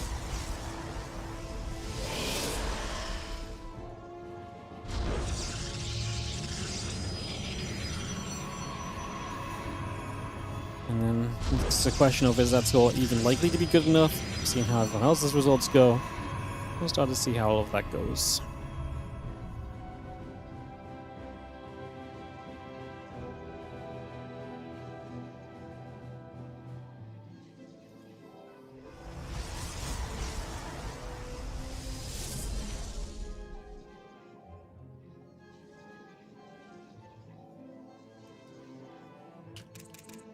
Right, well, you actually have a little engineering bay block going to come down and start this game off. So, Percival going to try and throw Shameless off his game plan.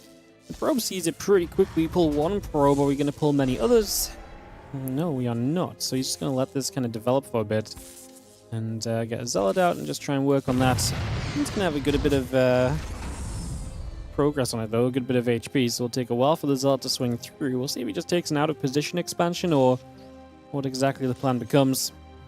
SCV going to be there just to turn that probey about. And again, the engineering base still taking some probe nibbles for a few more moments as well.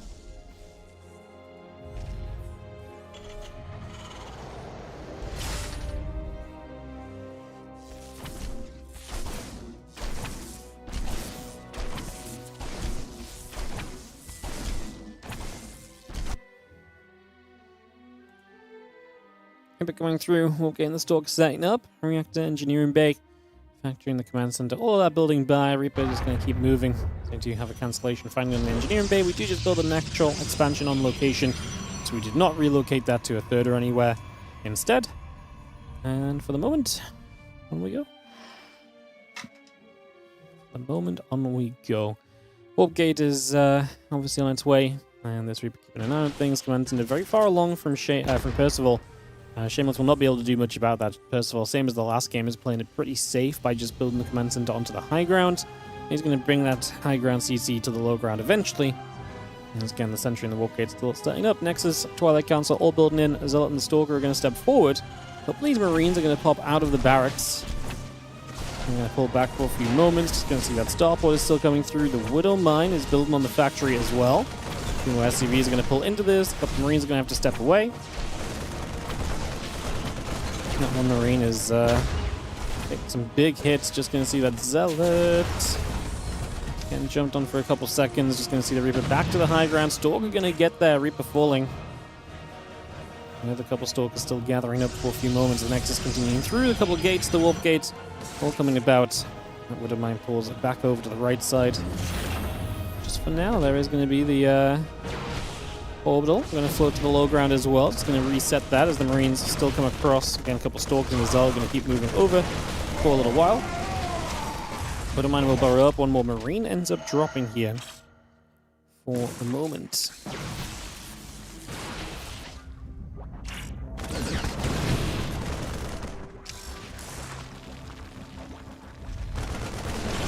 Trying to use the hallucinated probes to set off the mine would have been cool, but it doesn't quite work out in this case. Trying to step forward aggressively again. Sentry will go down, so Shameless unable to protect that sentry. Unfortunately, that is going to be a drop for the moment.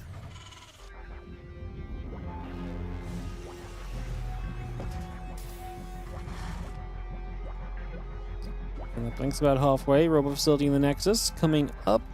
Siege tank, depot, building through as well. Continue to get that on the go just for the moment.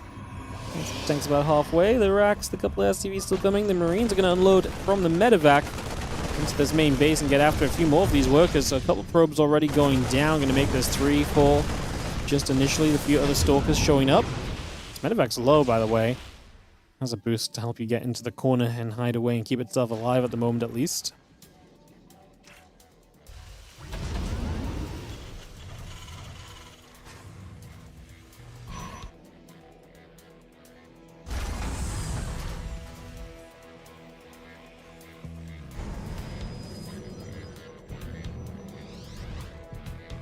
Got the Stimpack building from Percival, so that's going to be one of his next steps. A few more Marines and a tank coming up. Nexus, Observer, a few probes building. Reactor, Engineering Bay, a couple depots coming by. Stalker's going to get rid of a Marine. Take that out. And again, Marine Marauder tank. Stimpack all building through for a little bit at the moment. What's up, Merwin? Thank you so much for the 18-month resub on the Prime. Thank you for supporting the stream. Much appreciated.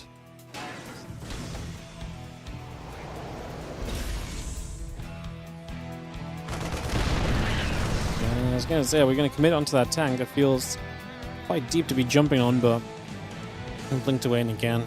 Blinked away in the end. We only took one tank shot, so kind of a fine decision for the moment. No problems just yet.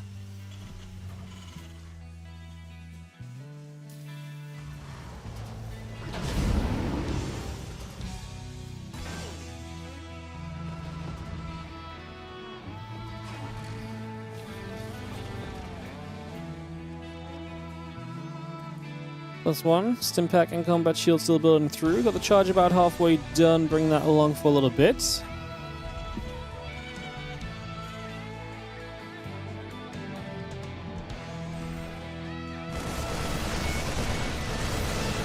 Oh, no.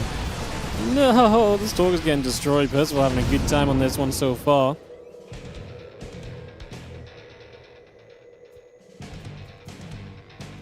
Medivacs are loading up and looking for damage. It's not great. Losing the Stalker count, having to replenish that is always going to be very difficult.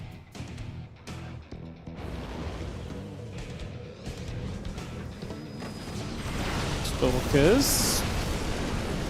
Gonna try and get onto those Medivacs. One just about gets away. Bioarmy still standing strong. Sentry going down. Wow. What a fight for Percival, because he doesn't lose the Medivacs and he actually gets pretty good value there overall. I thought he'd at least lose the Medivacs and lose the units, but the tank's not going to do too much. Would have mines. I was going to say the Stalker should have blink, and we do blink away from the second mine. We do kill one Medivac with a few Marines inside to try to drop back into the main. And for all of this, I felt good for Percival. The supplies actually do not really tell the same story. Resources lost is about even, and Shameless is still in a pretty alright position. Despite being the one to have lost all the workers in this game, he still leads by about 10 workers, and Percival, just getting his third base established, is seemingly not having done enough. I really felt like this was enough to put him into a comfortably leading position, but apparently not the case just yet. Stalker still building, Colossus about halfway done.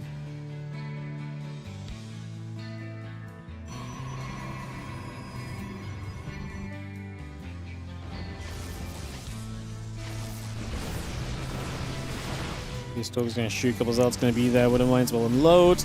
Get burrowed. Kaboom, kaboom. 6 probes and some zealots getting grabbed. You see that bio still going across. A couple of these zealots are still getting chipped away at. It's a bunch of these zealots taking a lot of damage right now. Again, Marine Marauder SCV mine.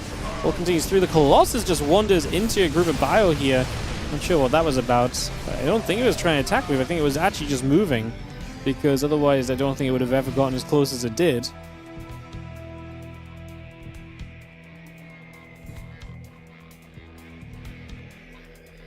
Medivac pulls back. Zealot Stalker Sentry going to come back around. The bio going to stand and fight for a little bit. And we are going to start pulling back away from a couple of these units. Wooden Mine's going to get blasted, and they do pick off those zealots. So a few zealots being cleaned out already, just for the moment as well.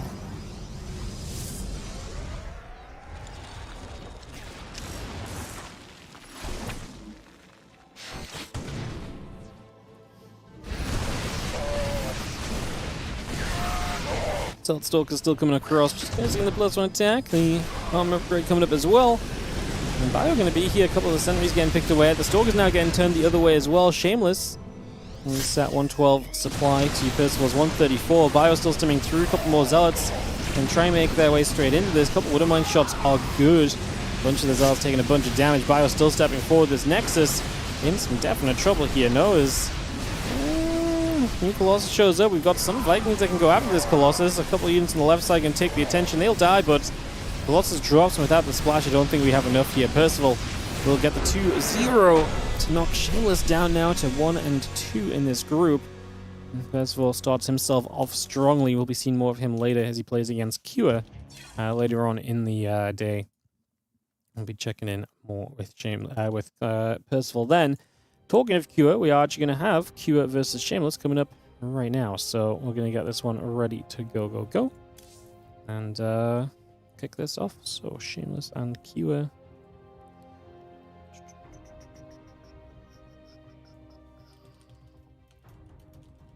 Message Cure that we're ready, and we'll get him online. Get this ready to go.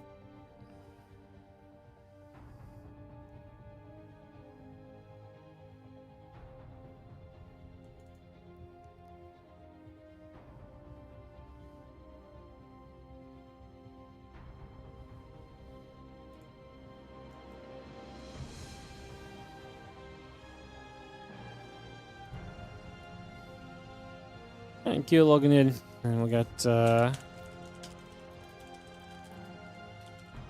it's ready to go in a couple of moments. Just wait for Shameless to come out of his replay. And it will be Shameless vs Q up next, guys, to round out this PvT. And then it'll be Shameless Lambo after that. That'll be the end of the live matches. Then we have obviously a few matches coming up after this as well. We're gonna run ads.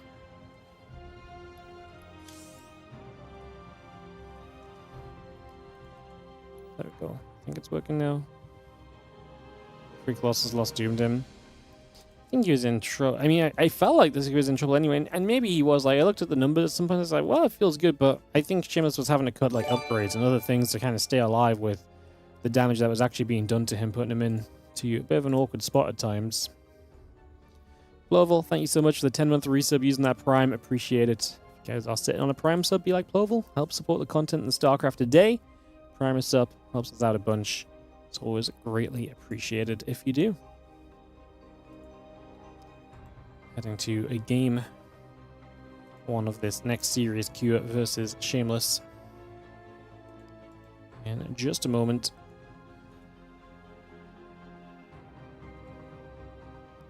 The videos are starting to come through.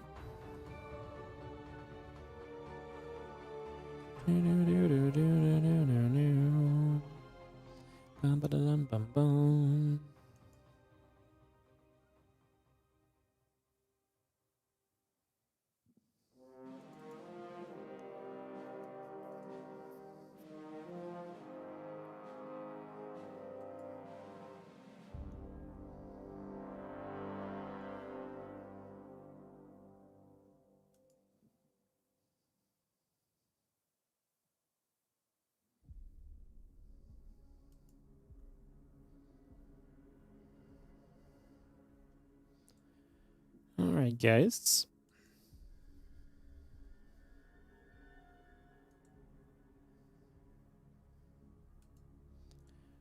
Wait a couple moments.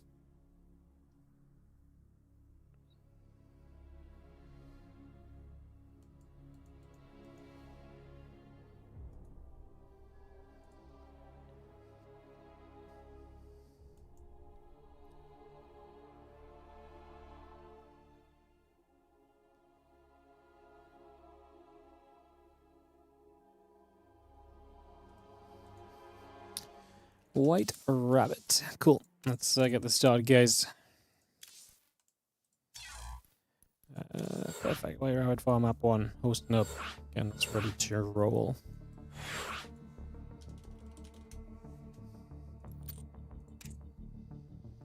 White Rabbit. Winter Madness.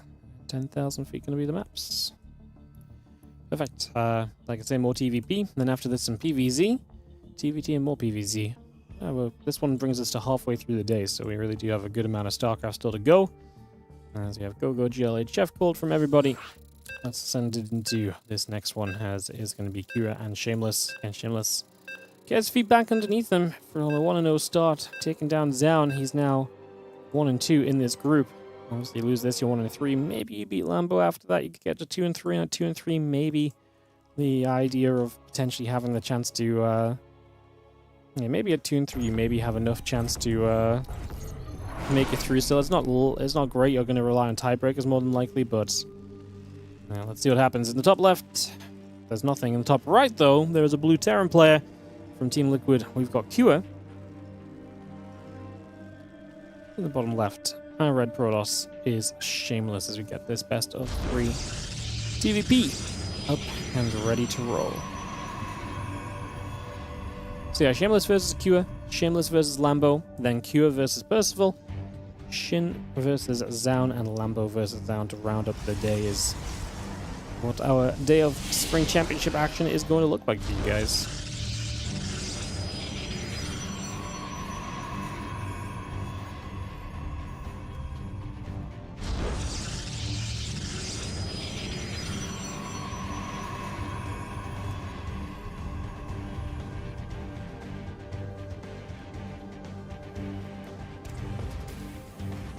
Let's see what Kira looks like against Shameless. Kira Shameless is actually a very fun series when you look at their past histories with each other. These two have had a lot of results that have gone the way of Shameless. I would say actually Shameless beating Q is one of the results that was really starting to bring Shameless to light as kind of just how good he was over the past few months. Look at their history. Kieran most recently 1-0, 1-0 a couple of times. But then before that, Shameless actually won 3 best-of-3s in a row against Kieran. WardiTV Mondays 29, the Rongi Cup in January, and also the WardiTV Winter Cup back in January as well.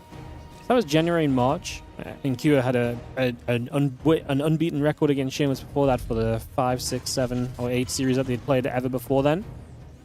So like I say, Shameless has had that kind of winning kind of streak against Kira in the past. Can he bring it in today? The first best-of-3 they've played since March. Kira did get the best of him in both the best-of-1s they've played since then. Maybe the best-of-3 is a bit more favorable to Shameless, though.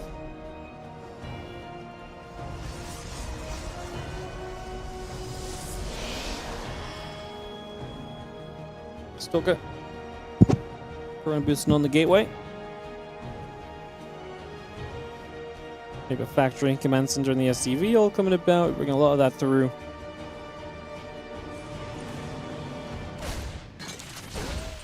Reaper's gonna shoot. Actually, are gonna be able to get rid of a probe. The Stalker hitting the Reaper, and the Reaper just about gets out of there. Again, the Warp Gate coming up, a couple of batteries still coming through for a few moments.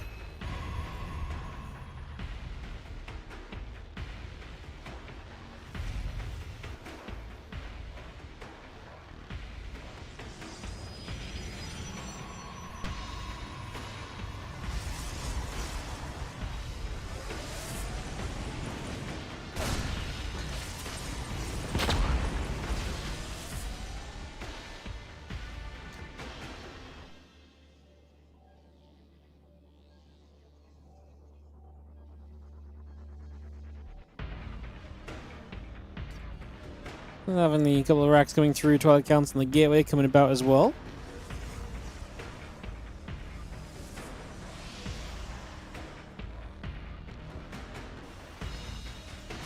Tackle about to finish on that factory. Cyclone coming up. Second and third barracks both producing. Now we're going to get a Cyclone going. Secure with some aggressive potential there, but also right now, Rebellion breaks into this main base, and the pros have to pull against this, so Kira just dives in, going to get after a few of these workers already. Did he really only get the one? Wow, I thought he at least had 2 kills there, but apparently only 1, so good defense in the end from Shameless. That's kind of crazy. I thought he was going to at least lose a little extra.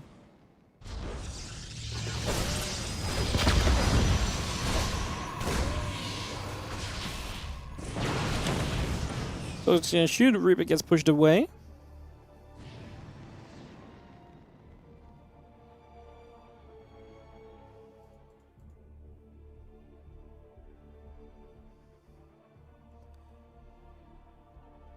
Impact combat shield coming through. Marines and the siege tank coming into place. The blink and the probes and the gate, so on coming through.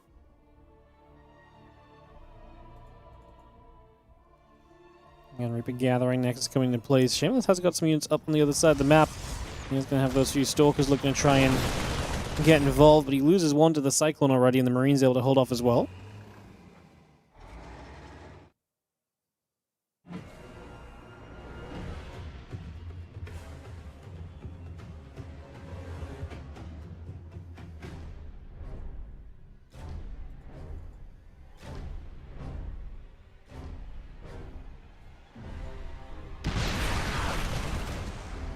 The Cyclone going to be there. Tank is going to be firing. Spend some work in. Just going to see the Reaper going to fight that probe. The grenade goes down. Stalker going to finish. Going to hit that Reaper again.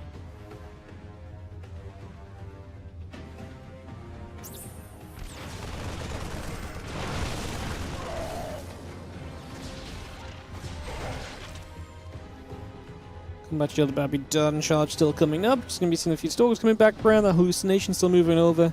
Gates, probes, the charge all coming around. Just going to see the Cyclone trying to lock on, but the high ground vision will break it.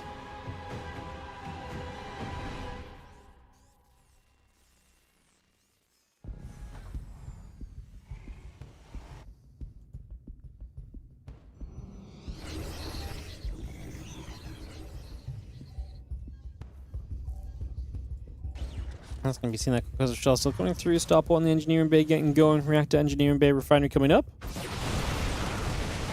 We've seen the bio going to be there. Those few stalkers get turned back the other way.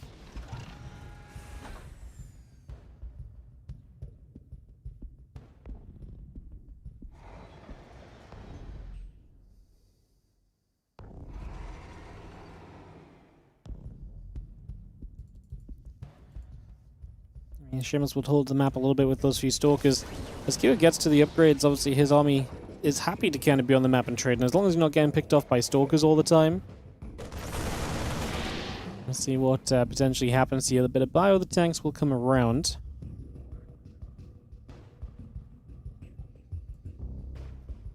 Kira's obviously not over eager to get aggressive. He doesn't have medivacs yet. Once those medivacs are out, it becomes a lot more comfortable in terms of being able to step onto the map and to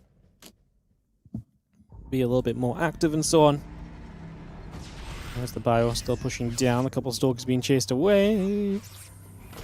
Bio Force going to fire. A few Stalkers taking some hits. Just going to be seeing this army getting chased for a little while.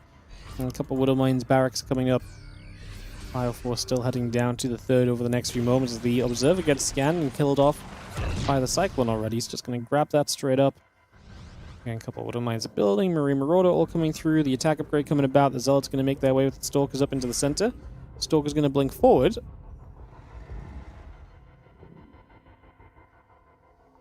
Shameless already readying up his fourth base.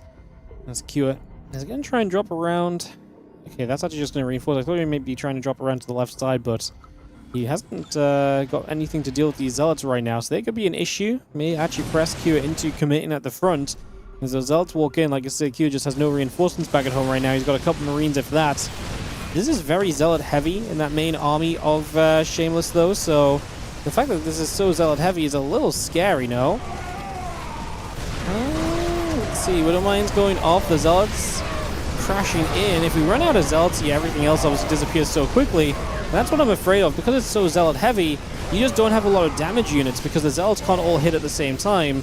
In the end, this is enough for Shameless to kind of force Cure away. Cure will look at coming back through, but this should just be a Zealot warping away from being pushed away again. And as we actually blink forward, Cure will step back, taking a couple Zealots, taking a Stalker or so down as he goes with this. And now another medevac coming, or a couple medevacs coming, the Widow Mines as well, also just going to be joining in there.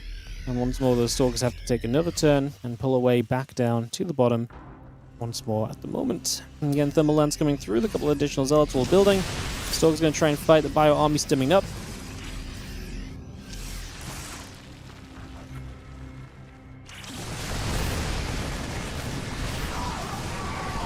These Zealots getting cleaned out, Bio still just stimming through. Mine's going to unburrow, the rest of this army still coming down. Shameless. I'm scared for Shameless that he's never really found his way to future tech. The first Colossus has only just arrived, right? So pull away to the right side. The Zealots going down, a couple Widow Mines. And picked up on the high ground, but we're going to kill the fourth base, which is a pretty huge deal. A few probes to go along with that is always going to be nice as well. Zealots are going to charge into this. If we have enough bio, we can just swarm this Colossus, perhaps. I think we do. We see Cure is not running away. He's got reinforcements coming in. The Colossus will go down. Shameless will be losing out. GG is called, and Cure looking a bit too strong in game one of this best of three. As Cure is going to take himself into the lead of this matchup with his own server preference coming up. I think he's going to be feeling like that's going to be very good for him getting into game two in a couple of moments. Second map will be Winter Madness.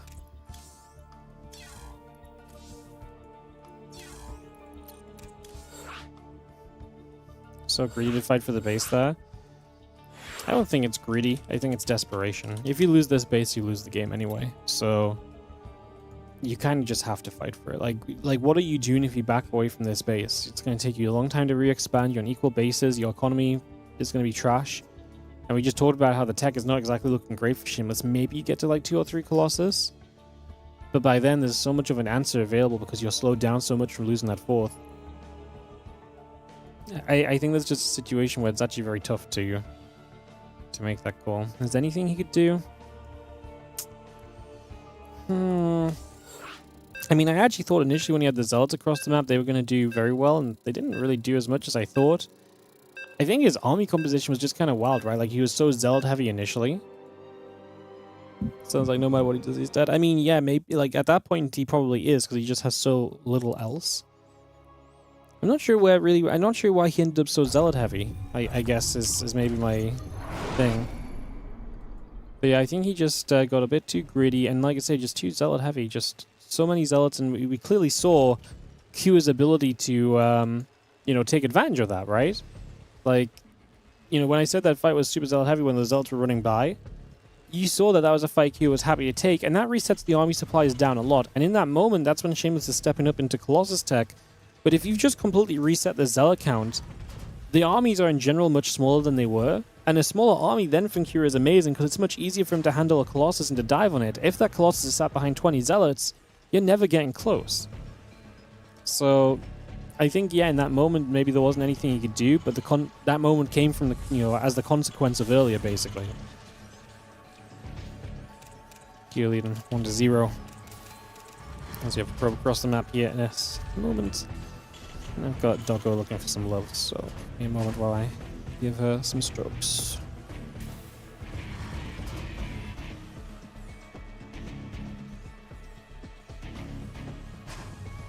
See if Shameless can bring this back a game.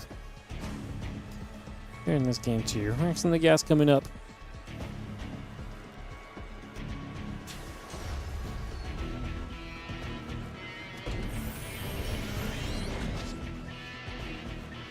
Gateway finishing from Shameless. Early game.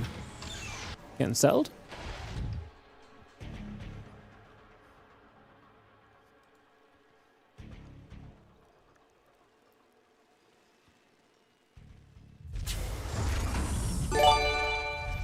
There's no shame in a Kia win. Thank you for the 93 months level. Appreciate you. Thank you for the support. Thank you.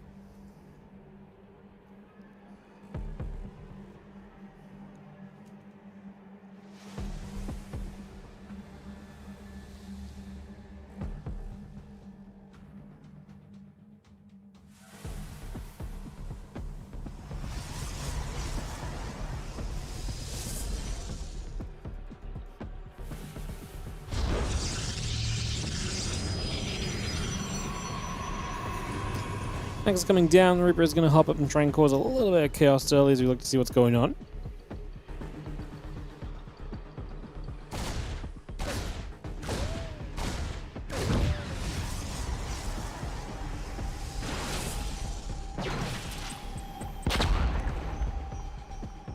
Reaper comes diving around, essentially coming through on the side for a moment or so.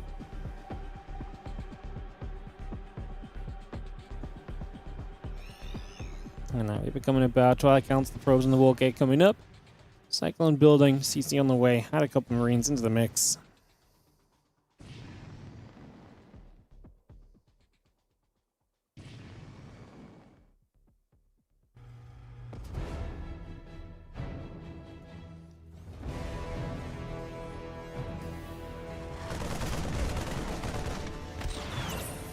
Cyclone locks on, hallucination is going to be grabbed, going to get that taken down already, so there's going to be a catch. So we take that out, and again just kind of a couple of Marines coming through, SCV, Command Center and Starport building up as well, so a lot of that on the way in, just for now, and keep this going.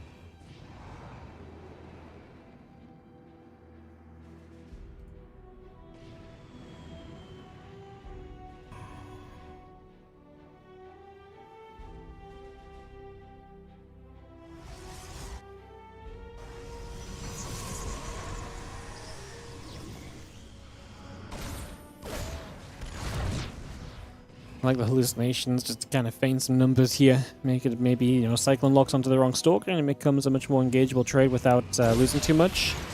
Doesn't work so well when the hallucinations are stuck in the back. Yeah, Kyo's going to back away. He delayed the third base maybe a moment or two. I don't think he's necessarily aiming to do much right there. Just if you can get something, you may as well do it. And yeah, Viking tank, a couple of Marines. We'll keep building. The units are going to unload. And this group of units stepping forward for a little bit.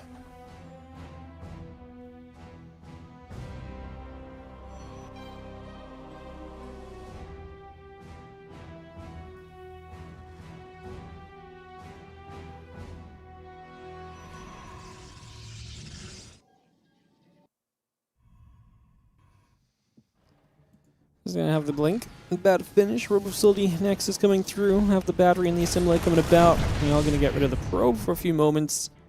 And the Marine tank Viking still producing through. A couple depots, SCVs all on the way in. Q are pushing down to the bottom right hand side.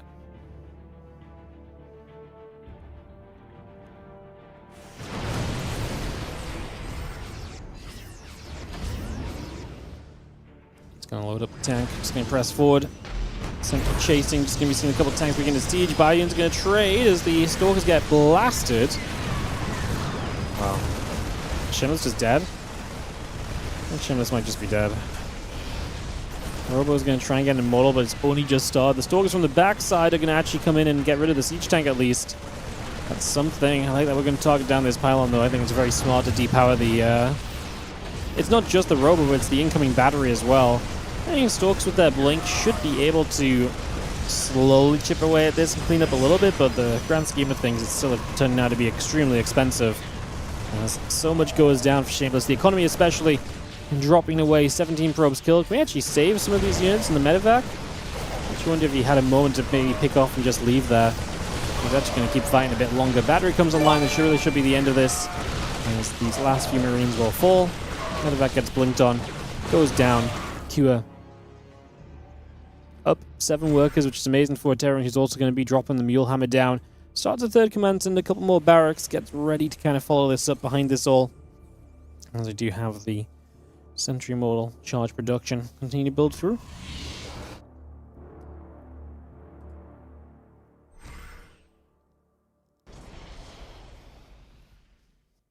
Hey, what's up, Paul? Thank you for the 31-month resub on the Prime. What's up, Ducklings? Welcome to the stream if you just got rated in. Appreciate it and hope you guys are doing good.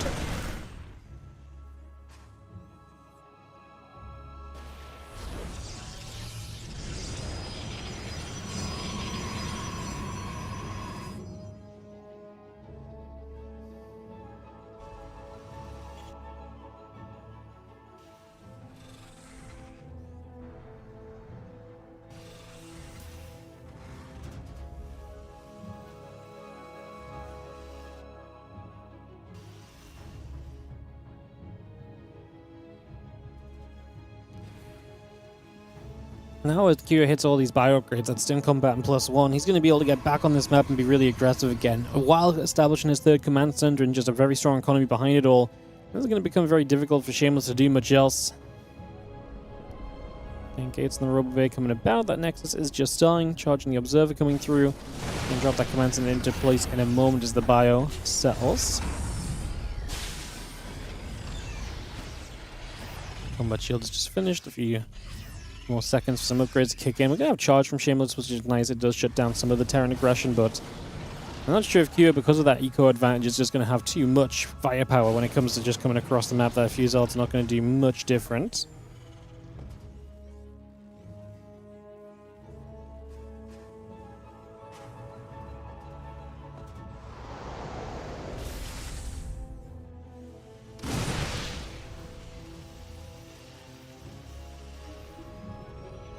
Fire gathering up. A couple of tanks going to gather. Shameless going to pause. Maybe some lag, maybe something else. Hopefully get this sorted in a second or two.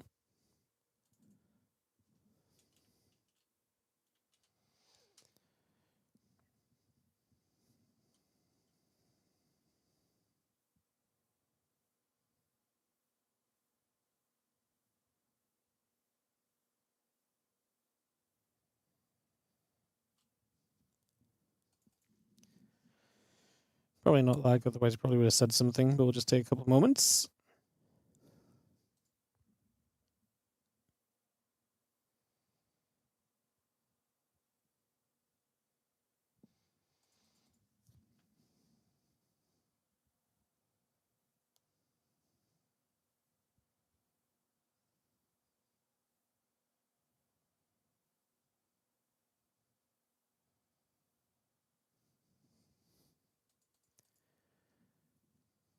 Just waiting.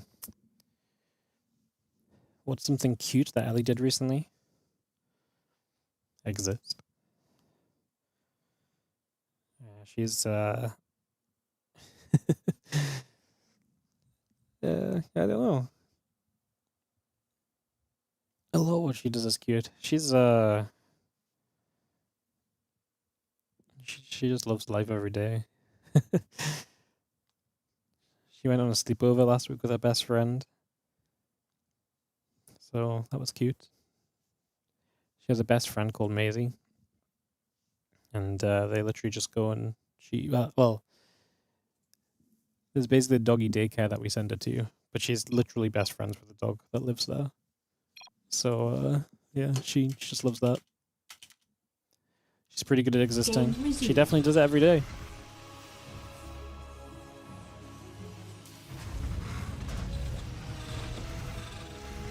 Is it just me, or do RTS or MOBA games feel slightly too zoomed in when playing, and all observing casting of the games requires zooming out? That balancing feature, no? You want to be zoomed in enough to be able to control your units accurately and well, but then obviously typically, like, you know, as a viewer it's nice to see more, so zooming out makes more sense, because you're also not needing to be as accurate clicking the units and stuff, so... yeah. Will I be watching Maestros of the game too? No. Just some WardiTV Spring Championship today.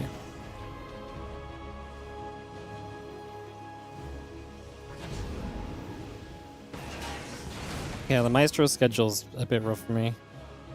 Especially now that I've had to double up and do my own events these on a lot of the days of it, because they changed the Maestro's days. It's the time just doesn't really work out with the way I've organized my week. You thought it was about restriction vision and was accuracy? Yeah, I mean, there's bits to that as well, right? Where it's like, if you can just see the entire, you know, the more you can see on your screen, the more powerful it is. But obviously, like, at the end of the day too, right, it's like, you know, one group of units can only see so far anyway, so like, there's got to be this balance. There's something we talked about when Stormgate was developing, where like, the in-game view of Stormgate just felt wrong.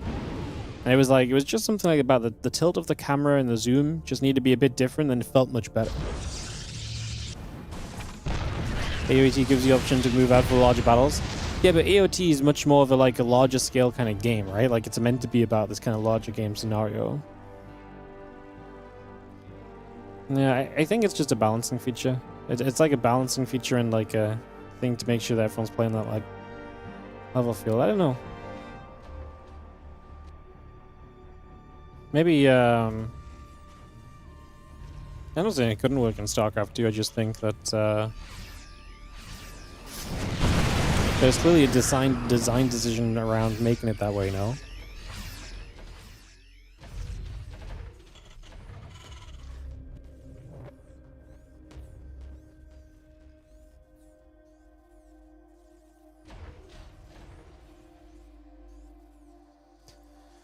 Well, disruptors, 2-2 upgrades, all coming about. Take a few moments here to just have a Ghost and the CCs, the Starport coming around. A lot of setup for the moment. Again, just gonna have the Dark Shrine, the gates continue to come around for a little bit.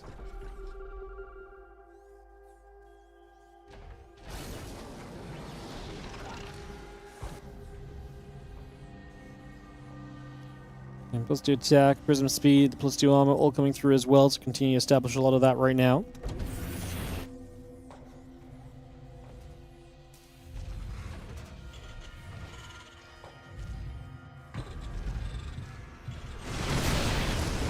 Big push from Shameless. This is kind of wild, no? Like, this game, I got a bit distracted by the pause and reading chat and stuff, but this game kind of was super good for Kua early, and then he pulled back, sat back. Shameless is doing that Protoss thing now where you just expand everywhere all at once. We're going to see Kua trying to get forward. This is a 5th base attempt from Kua. If you can get this forward 5th base down, that would be great for him. Shameless going to zone well with the disruptors. He does land a connection with it. 7 SCVs going down, like you say. Kua just trying to establish this 5th base. If you can get that in position and hold it, that would be amazing. And Shameless, like I say, is starting to establish a ton of economy behind it. Kua just, like I say, he sat back when he definitely, I think, had more chances to be aggressive and to get more done. Kind of intrigued by these few Hellbats that are mixed in here as well. Like, what have we got Hellbats for? I've got absolutely no idea. Sorry, I really got distracted by chat for a moment or two, and then clicking back into this game, we are absolutely in such a wild spot. What is going on? Huh.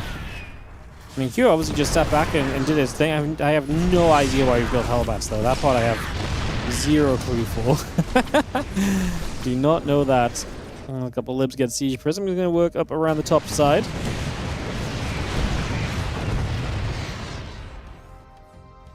Prism takes a lot of damage, just going to be sieging into the main base. Disruptor Shot still trying to zone for a little while.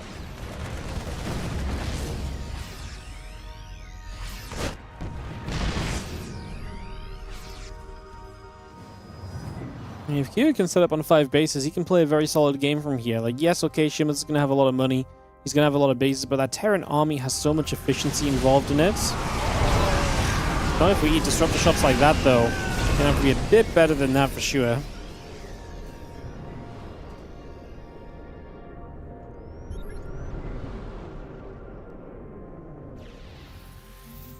Well, that's a good for Zealots. They're just so bad at everything else, though. I mean, clearly that's the idea, maybe, to just get efficient trades against the Zealots as they run in. I mean, the less time you spend hitting Zealots, the more time you have to hit everything else, but Hellbats are just slow and clunky. I don't like how they really interact with the rest of this kind of bioforce. Obviously, they eat away at your Marines as well. They're very mineral heavy. Rescue attack still coming through. A couple Disruptor Shots will try and land. They clip a Marauder in the end.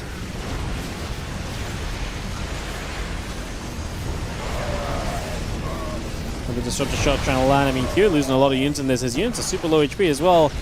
Shameless is getting some serious work done. He lost a few workers too. There's a drop in the top right that will get a little bit more done. Gets the pylon to cancel a warp in. We might be able to fight these Stalkers and keep killing probes. The rest of the army is showing up, however. Wow, what a good move from Kira. Great timing to evacuate. Did so at the exact right point in time.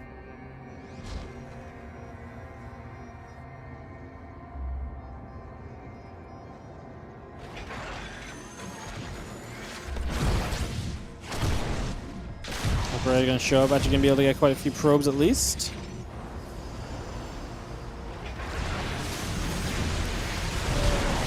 A couple of Disruptors get zoned away. Another Disruptor Shot trying to come about. This Bioforce and the Ghost get back to the left-hand side. The other Liberator is moving across as well.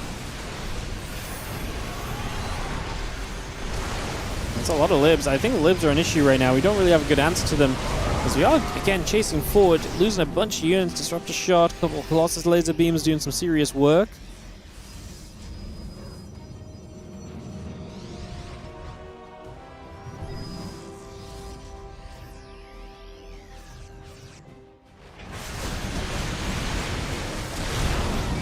Sieging up once again, just going to zone that area, keep that pinned back for a couple more moments, and well, we are 16 minutes into this game. Shameless still holds a lot of bases here so far.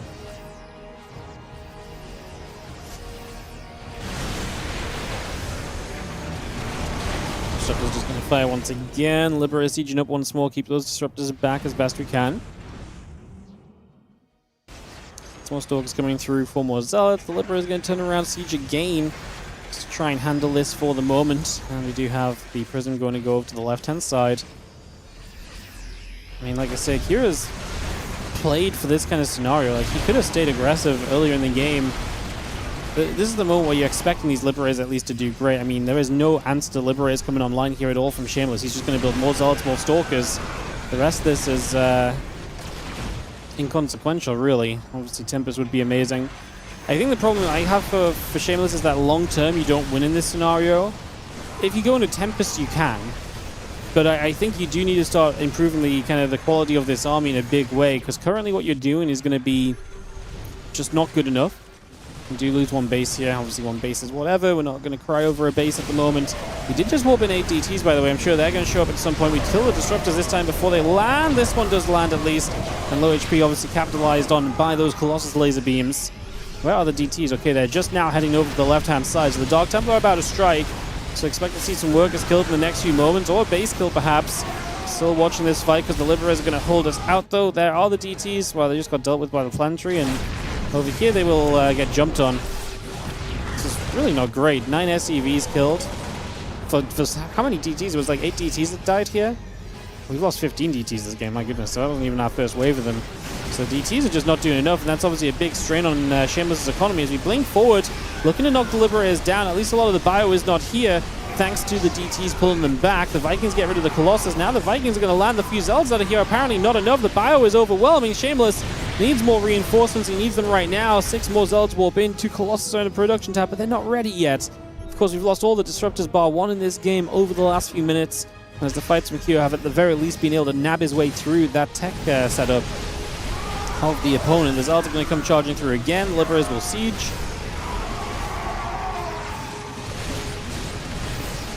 I'm just going to get rid of this upper right base of Q with a really successful couple of moments. Also defending the Prism without needing to look back at home. The missile turret gets the job done. So no Prism warping into the main base or anything crazy like that. That could have obviously pulled Q back and really drawn him apart a bit in this game. So the Liberators get blinked on. They do have a position they can fall back to. And as the rest of the bio comes down, the Zealot and the DT setting up around the left side. And Zealot's going to stay busy onto the command center for the moment. Oh, that's a lag spike. That's me? What? It's a random moment for my ping to spike up. Absolutely no idea what that's about. Looks as though it's... Nope. I'm just gonna get out. I'm just not worth staying in when when I'm the one lagging.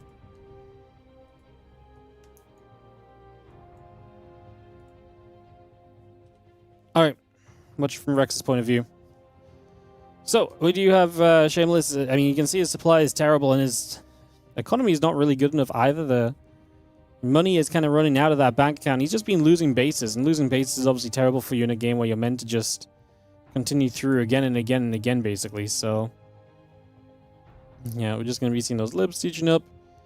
I'm just going to have ourselves... This base is maybe not going to be held onto, but it's done a lot. I mean, the STVs repairing the planetary and keeping that firing is going to be huge. Meanwhile, we're losing multiple bases on the other side of the map, and Kua can absolutely take his time to get reset here as well. So I think this through and through is looking A-okay. That is going to be Kua. Just closes out this game, gets the 2-0. GG's. That's so random. What a random bit of lag.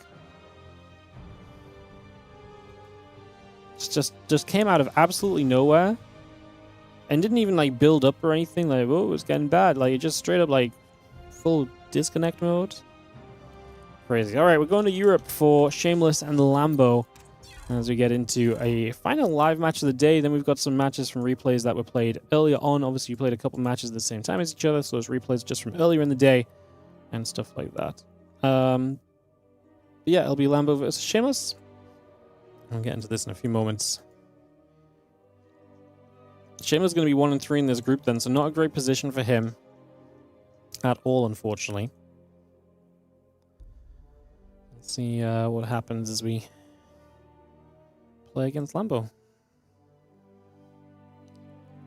I think I'm going to go to a quick break screen here, guys. In fact, let me go to a break screen. I'm going to get them set to veto, and I'll be right back with you guys for Shameless Lambo in just a few. Yuppie.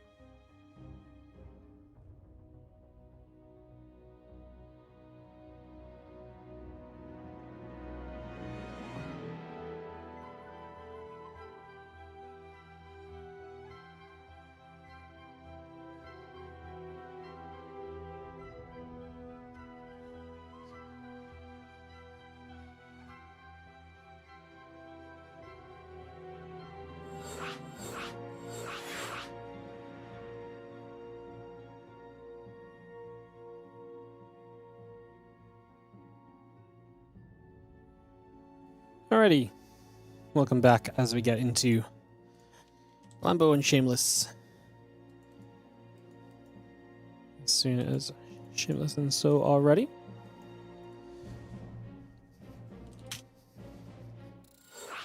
GLA Chef gets called. Let's kick this off into play.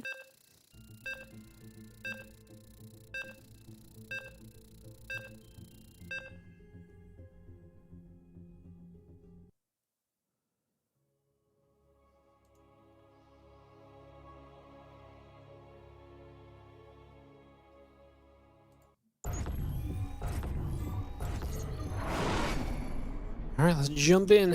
As we have in the bottom left-hand side, the blue Zerg player is going to be Lambo. As we get into this ZVP best of 3 to round out Shameless's games in this group stage 2. He's 1-3. At least a win here from Shameless could potentially maybe give Shameless the chance to kind of bounce back in this group. Maybe could tiebreaker his way into the playoffs. We shall see how it goes as we get this one underway. Again, obviously Lambo on the bottom side first. We're going to see of him. We'll see some more of him. He'll be playing Zaun a bit later on as his second match of the day, and he'll be playing 3 matches next week. We'll continue this group on a week from today on Tuesday, so very exciting on all of that. Let's get underway. Drone on the way, gate coming through. Get settled for a few moments.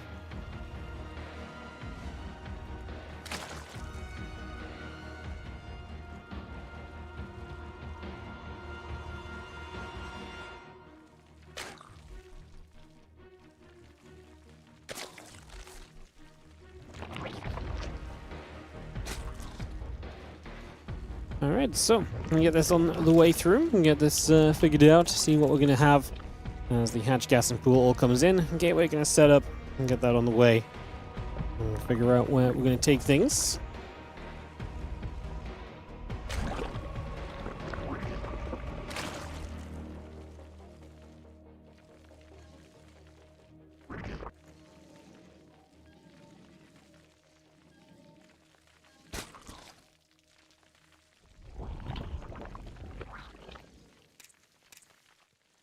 Follow this probe early. It's pretty much the excitement of the PvZ of the game.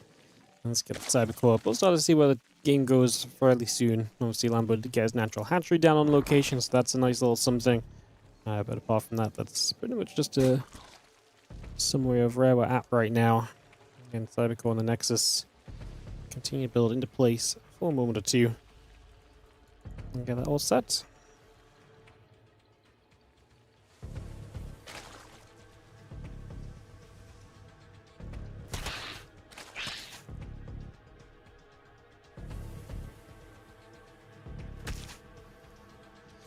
Is going to come across. That probe going to get chased. We do have the Stargate coming through, so no surprises really from Shameless. And the link speed coming in, obviously plenty of chances off the Stargate to maybe then start to switch things up a little bit.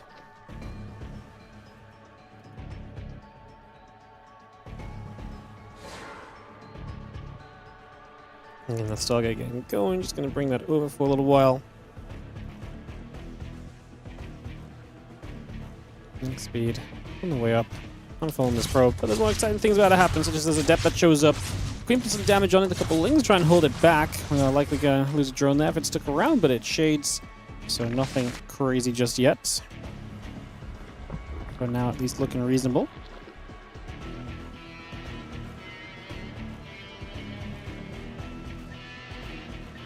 That Rotron's about halfway done. Lings, Overlords, the link speed all continue to produce through. Again, the Oracle and the Warp Gate setting up as well.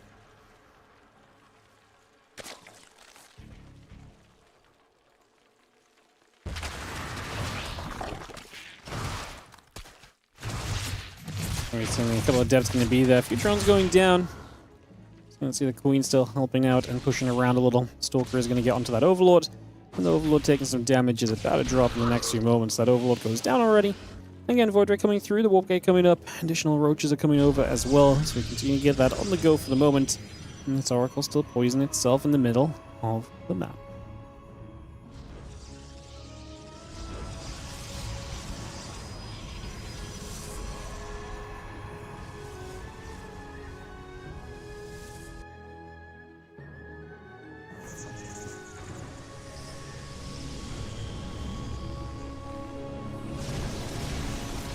Quadrill coming around, just going to be seeing the Zerglings.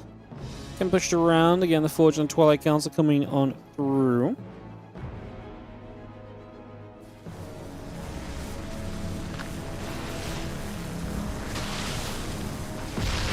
Let's see the Roaches. Will be taking some shots as obviously Lambo again pretty aggressive here. The Voider is going to help you out a lot defensively, and Lambo I think is already ready to back away from this. Drones are coming up for him, but this did not do anywhere near what he would have wanted to, I would imagine.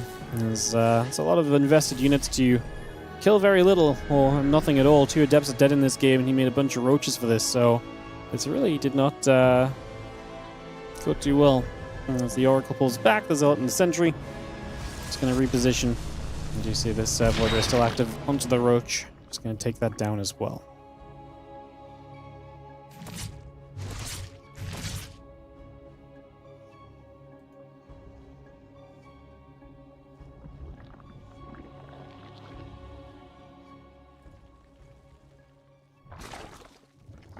eSports sets up. Again, melee upgrade, Queen, the drone still coming through.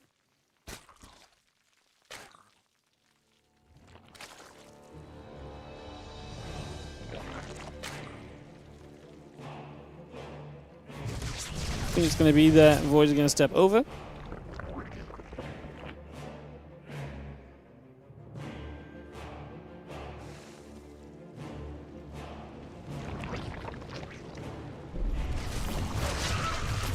I was going to say a couple queens are going to be there. Oracle getting turned around. Charge still coming up. +1 upgrade coming through. All these zealots are getting going. That temple archive is about to be done as well. We'll just be having again charge, +1 attack, all of that coming by. Missile upgrade coming up as well. Let's see a few lings running across the other side. Just going to jump onto his zealot here.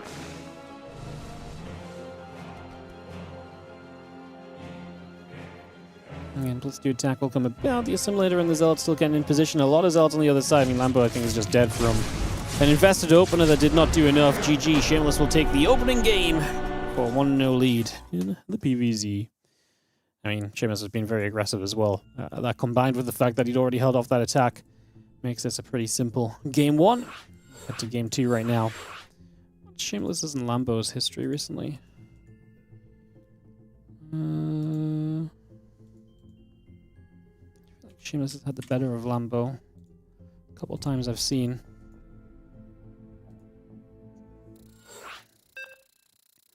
Lambo beat him most recently in WardiTV Mondays 70. Really, is that the most recent time they played? And they've only played once this year.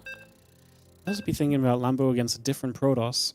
Lambo is 5-1 all time against Shameless, but he did lose in WardiTV Mondays 52. Wow. Wow. 3 of their 6 meetings were in WardiTV Mondays. Number 32, 52, and 70.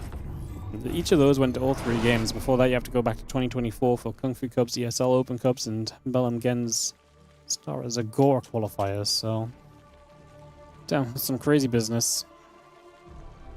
It's kind of weird that these two don't play that often, no? Like, they both play... Don't get me wrong, Lambo is not like a big online cup grinder. He plays in more of them now than he used to. I'm surprised he doesn't meet Shameless more, because Shameless plays in a lot of the online stuff.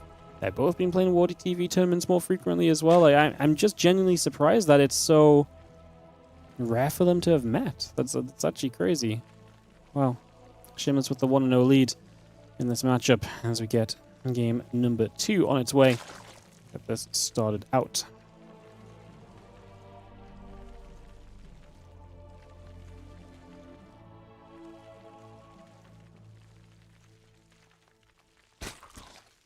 Gold drones going through, hatch building up. I think a couple moments here as we just have... I imagine Lambo will not be as aggressive. He might be though. I mean, Lambo's been big enjoyer of the aggression lately as well.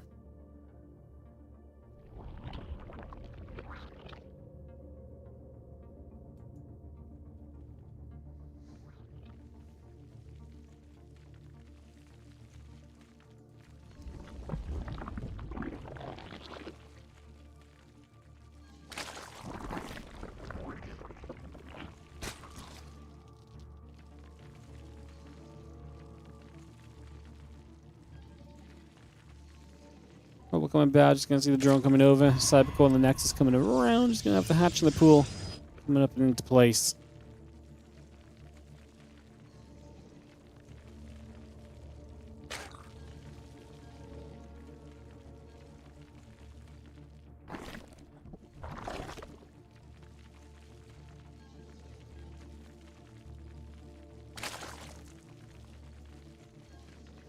Just still the probe nibbling.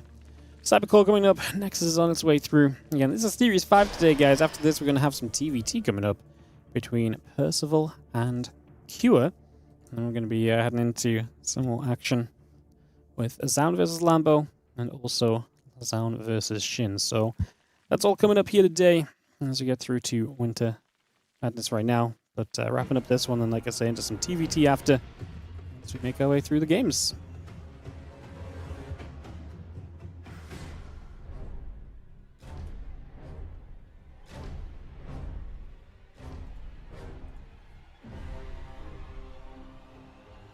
We'll just shade. Link speed's about halfway done.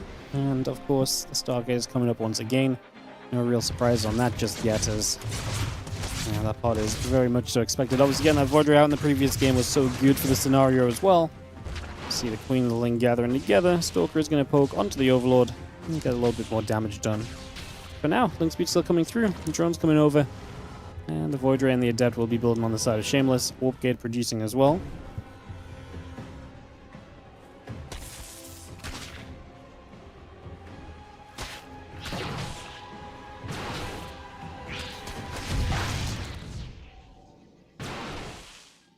So we're just going to fight. Link gets taken the other way. I'm just going to see the Void Ray first here from Shameless.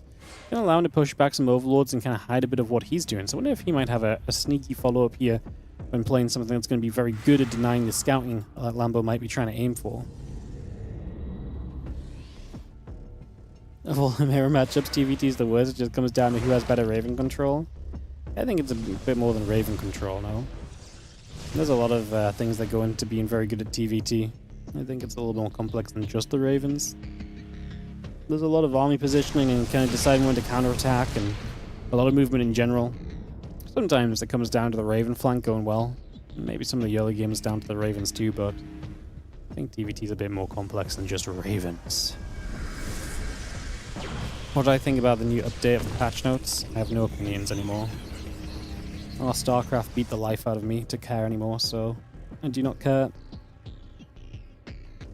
That's my honest opinion at this stage. See what happens. This game's either gonna suck or not suck. We'll see. Forge, Twilight Council, gonna build up. Nexus is gonna be done. A couple of Adepts will be done as well. The Void Ray is just gonna come around. We got the Queen just gonna be there. Going to push that Void Ray back through the top. And again, Nexus is about to finish. Twilight Council, Forge, and the Gateway is all coming around as well.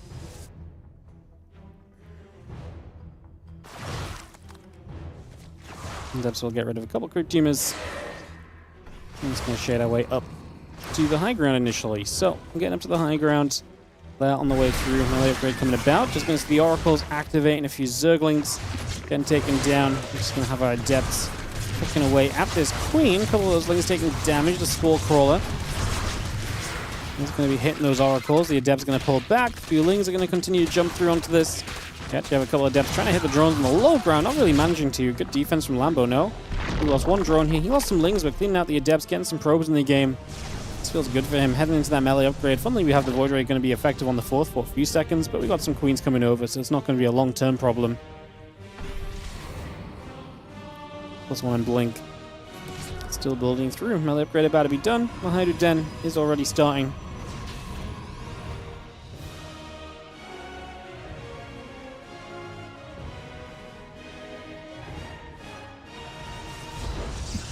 Lambo heading into this melee upgrade. Bane speed, Hydra setup. Going to be the plan.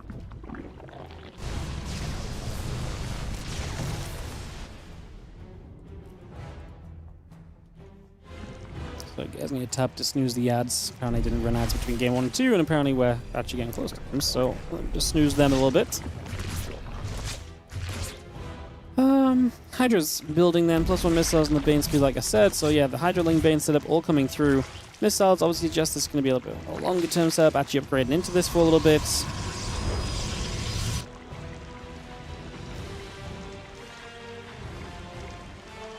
Bane speed coming through, the Musco augments coming about, the missile upgrade coming online, a few additional Hydras coming over as well, so just bringing a lot of that through. The Void Ray's going to be there, and Zerglings Already taking some shots, getting pushed back the other way for a few moments as well at the moment.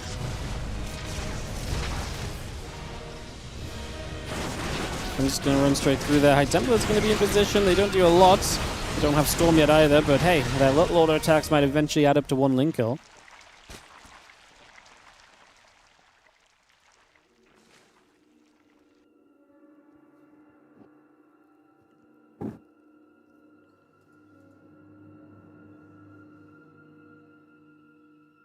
I'm just going to be here and get ready to shove. It's going to be that first Void Ray. Shouldn't really be able to do too much in the long term of this. We do not have the Banes morphed in or anything yet, so this is just Ling Hydra right now. Lambo on 83 workers. Storm is ready, and the first Storm lands. It's kind of why you want the Banes, because you want the Banes to bait Storms out before the Hydras come through, right? You need to use the Storm on the Banes. If you're using the Storm on the Banes, at least the Hydras behind have a good chance of maybe not being stormed as heavily and getting through. Ling Hydra coming across. Going to see the Stasis Sword catching a few Zerglings once again. A couple of cannons at the front beginning to go down. The Void Ray Stalkers and everything else still joining back together. And you can see the Banes are going to roll around this left-hand side. One more Storm onto those Hydras. A bit more damage being done. The Banes are still rolling through. Can actually crash into these Zealots. So while the Storm lands, they do actually have some value, those Banelings still. It's always nice, right? You drop a Storm, they're about to die, but they blow up onto something. So like I say, the value is there. So the Stasis catching another Storm coming down. The Lings back away once more. Just going to see one more Storm coming down between the bases here for a couple of seconds. Plus 2 attack charge soon here from Shameless, but it's just not ready yet as Lambo looks to try and level this series out. One game apiece. Storm onto the Hydras now. You have some Banes that can hit this mineral line. Apparently not. A couple of the Banes on the high ground still sitting inactive. Now they're going to roll into the left side mineral line. I thought maybe the right side mineral line would have been great to get some Banes in because there's just probes and units kind of caught up together. There's a couple of Zealots on the other side might cause Lambo to kind of counterattack and deal with things a little bit. There goes the Void Ray. These few Stalkers trying to fight off the Hydras. Not going well. I'm surprised to only see 12 workers killed. I really thought it would be more. These last few Hydras need to be careful. They don't have reinforcements just yet, so they actually need to be cautious because you'd like to keep these alive. It's going to be much more easily done if you have a couple units in front of them. This wasn't too bad in the end. Shabane's going to come morphing straight through and get ready for another push. Lings and the Hydras on the left side playing clean up. A few more Banes in the center coming around. 2 Banes on the right side going to morph. Ling Hydra going to be there. We actually get rid of a High Templar. A nice Storm is going to cancel up a bunch of those morphing Banelings. We get ready to keep pushing through. We're now going to be seeing our Banes crashing into a couple of Zealots as well. So just diving into this. Ling Hydra still pushing forward. The Hydra's going to try and get in behind the Stalkers and the Archons. A few more Banelings coming about. Just going to be having the Archons here just going to be getting caught up for a few moments. A couple of these Banes still rolling forward, and they are going to dive in toward a few Stalkers and the Archon. The Zealots are still trying to do their thing, but that's going to be GG. Lambo is going to take game number 2, as this aggression just got to be a little much. We couldn't quite get back on top of it as Shameless, and we tie things 1-1, heading to a game 3 of this series, guys. I will just run ads, because otherwise they are definitely going to run during the game. So we'll just get those out the way now. Our third map going to be Old Republic, so deciding game here between Lambo and Shameless. We had a lot of game 3s already, definitely showing us this idea that these groups are going to be quite competitive and quite a challenge to get through.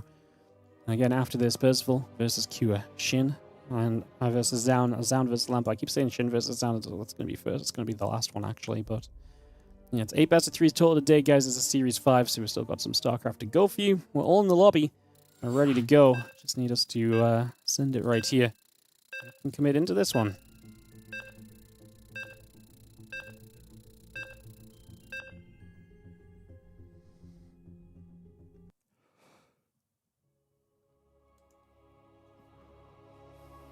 Excuse me. On the yawn.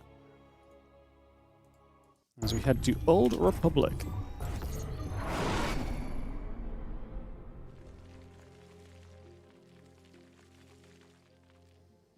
Bottom left, it is going to be our blue Zerg player. And this is going to be Lambo.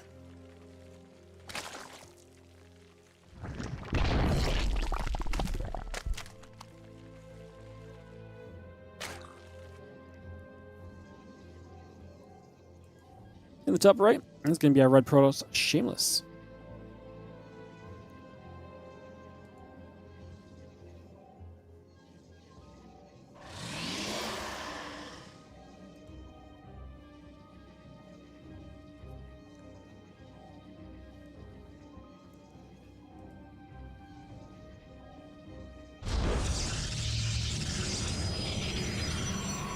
Yeah, usually if I'm not sure which one you're talking about, Mustak, but usually if you build an Evo chamber, it's to create like a block on the ground so that units can't chase as easily. If you build a spore, then obviously like you can walk around a spore that's building with the unit. But if you build an Evo chamber, it usually blocks the pathway of the unit. If it's like an adept chasing drones and you build an Evo, if your drones are on the other side of the Evo to the adept has to take a long route to then get to the other drones. So it just makes it a bit of an easier defense.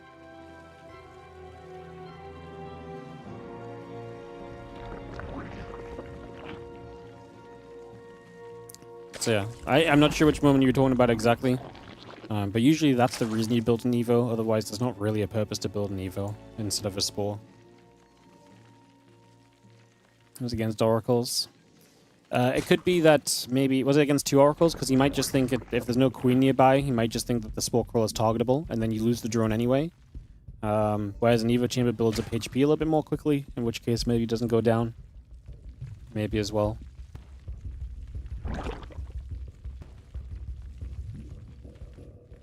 Yeah, so it might have been that.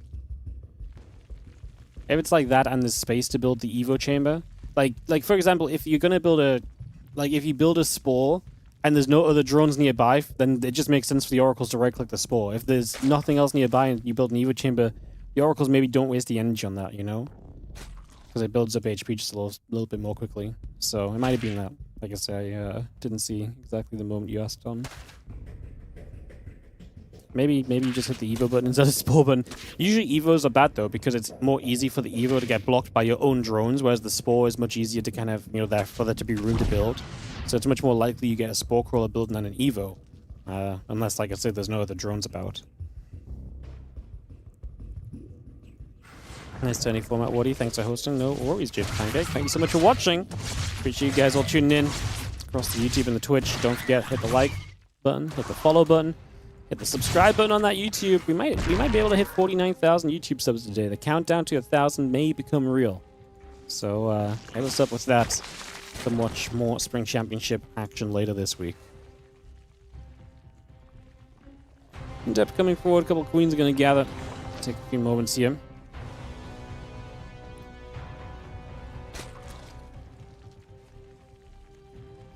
I think speedlings and drones all building up.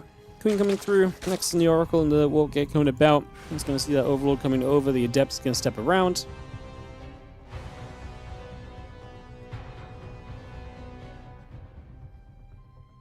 And a few extra drones still building that hatchery, Spore, Queen, etc. Continue coming through for the moment. Bring that into place. Those things going to get to the top, going to jump onto the Nexus initially. Some damage out, now the Oracle coming across the map at the same time as well, also coming over. Wings are just going to jump onto the Adept, Pylon, in some trouble, and away we go for now.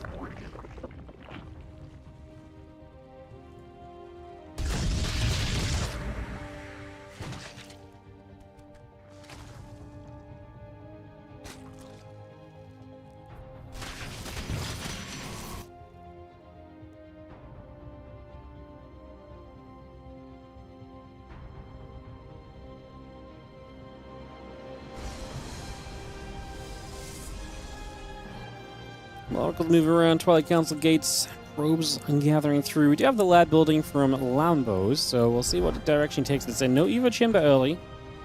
I'm wondering what if he goes into like a Spire. We see 3 gates from Shameless, so he definitely has potential to mix this up and be quite aggro on the follow-up, as these Lings are still committing. Look as though they want to get that Adept.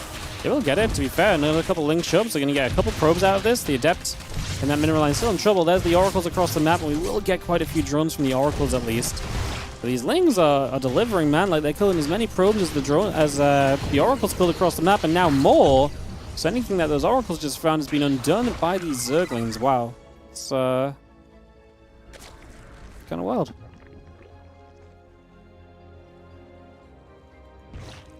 Night is coming up. Okay, so that's what the Lairs for. I was looking at the Lairs, like, it's either a Hydroden, Aspire. Nihilus was not really on my radar, but I guess it should have been 1 gas. And not setting up any gases as the lair comes up is pretty much going to be your telltale of this, right? Because then there's, there's not enough gas to really go into like Hydras or Mutas or whatever.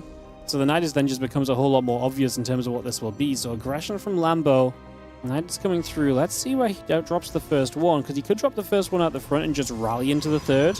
There's no stack defense on this third base yet. I mean, killing off batteries and so right here could be huge. It's gonna, okay, I don't mind this. Nidus into the main base because the third base is under some serious pressure. The Adepts are gonna shade into the Lings. The Oracles show up. They're gonna activate energy overcharge, or energy recharge, sorry. But this Nidus in the main base has gone unseen, so we're gonna pop out of the main Nidus in a second. And there's gonna be, what, a couple of Stalkers here. The drones pop out. Lambo needs to decide what he wants to do with those drones. So if those drones popping out, we're going to spine crawl it up. Yes, I was going to say maybe some spores as well, just against the Oracles, but we have the Queens for that as well. Stalkers are showing up. Do we have Lings that can pop out of there? Okay, what's interesting is you can actually bring the Lings into the main base now because they can jump into the low ground Nidus and come out of the main if they want to, although they're just going to swarm the third. He is going to bring some out into the main base because he wants to make sure he's got enough to defend against those Stalkers and not let them do too much. Because if these Stalkers do too much, your sack defense in the main base doesn't come online, and you want to get those spines up and running. That's going to be one of your real power points here. Third Nexus goes down already. That Blink, I think, will finish. There's only powered by one pylon, but I just don't think we can get towards that pylon in time. So the Stalkers will get to a much higher level of efficiency as the spine crawls start to spread out. And we push into the main. The Lings are going to be in the natural, and that's great. The Oracle going to get another energy recharge. Needed it. As the probes turn around to try and fight, the spines again doing their thing. Probes pull away. The Lings are fighting. Lambo has a lot more to be done right now still. Has more Queens and Lings coming up. Like I say, the efficiency of the Blink Stalkers will add up at some point here. 16 probes going down. A couple of spines still pressing further forward. Having already killed the third is a big deal because if you then kill the main base, your opponent becomes a one-base Protoss. That's not exactly great. So it puts a lot of reliance on actually defending this main. How many gates do we have left as well? 3 gates powered currently. There's 2 gates unpowered in the main base. As the Lings still trying to defend the low ground, and again, we just see the Stalkers doing what they can, jumping onto a couple of these spines. That's why the Lings here would have been really nice to still have. I think Lambo is not doing enough in the end. I think Shameless is finding a defense against this. Another energy recharge onto an Oracle, and the Stalkers make their way through the spines in the main. Lambo's started a melee upgrade, and he starts a few drones. You know what? I could believe that this is still playable for Lambo. Where are we at? 5 Queens. He still has injects back at home. A lot of Lings. He starts up a Hydra Den just now, I believe, too. I mean, the thing is that Shameless is a long way off tech. He has no third base, and he can't retake the third either until he gets the creep tumors removed. So it's not like you're just going to immediately re-expand to the third base like right now. He builds a couple of the gateways. Is that creep still in the main? It's all receiving, right? I don't think there's a creep tumor left there. Okay. That's good, because obviously if there's a creep tumor left on this high ground... Oh, there was. Okay. I just couldn't see it. So there was a creep tumor left. I was going to say that means you've got to drop a revelation on the creep up there before you can use the Oracle energy elsewhere.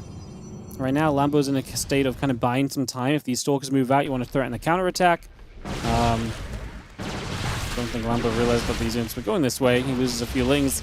Like I say, Lambo wants to try and buy some time, because melee upgrade, for example, finishing is huge. Hydras popping out would be massive. Lambo has a ton of minerals to spend as well. He needs some injects to finish up.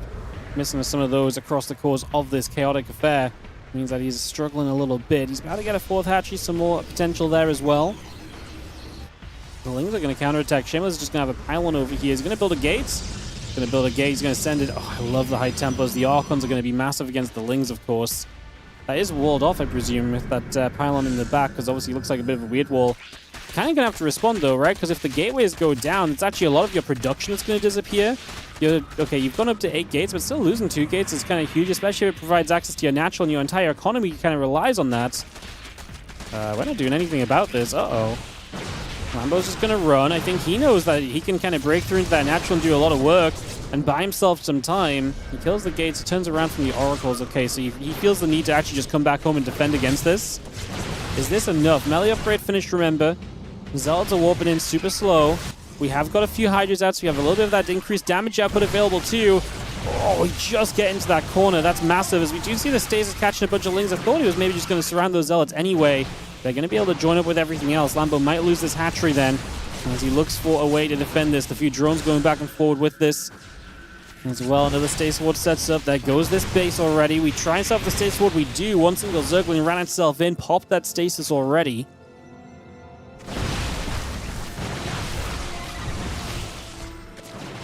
The problem is I just don't know if Lambo's mining enough to do enough here overall.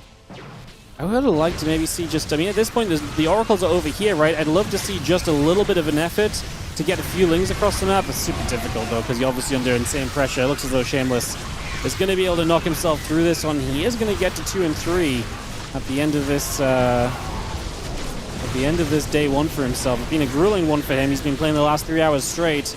But he's going to end up 2-3, taking Lambo down. I don't know if Shameless is going to be in a good enough position to advance, guys. I mean, even if it comes down to like a tiebreaker scenario, Shameless is essentially going to be in this position where he lost 2 series 0-2.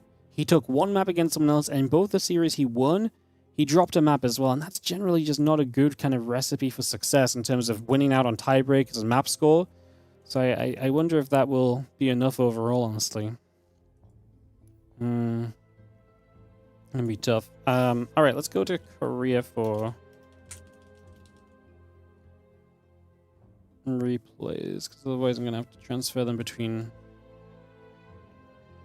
computers. So let's go to Korea, because that's gonna make it a bit easier for me. So let's do that. We're gonna host up onto Winter Madness for Cure versus Percival, game 1. Perfect. Throw some ads up. It's going to be some TVT. Could go along. Throw some ads in. And get ready to go into more StarCraft, guys. It's going to be some TVT, Percival versus Cure. Then we're going to have Zaun versus Lambo. Then Shin versus Zaun coming up.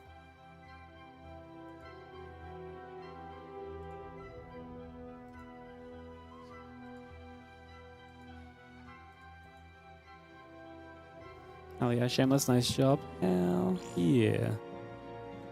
Oh, actually, nice to bring one back in the end. Get another on the board. Like I say, it keeps him in contention at group 1 and 4, and he's out. So, yeah.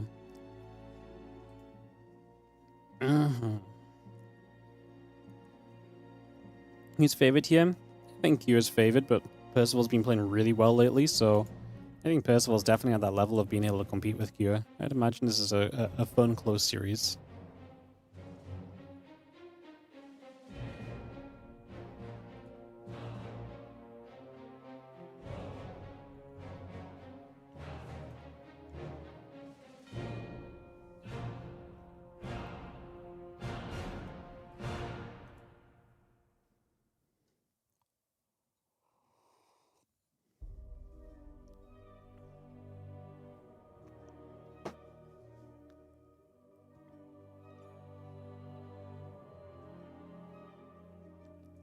All right, where are we on the ads? Minute 30. We'll give it 30 seconds and we can go. Go, guys.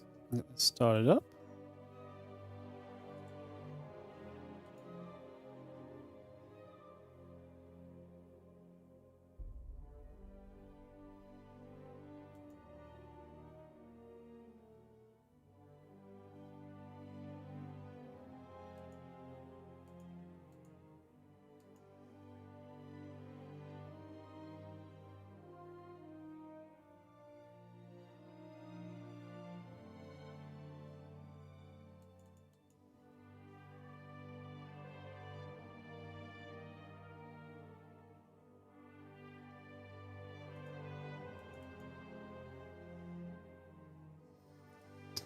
Sweet. Let's do this then, guys. Let's send it into Percival versus Cure and see what happens.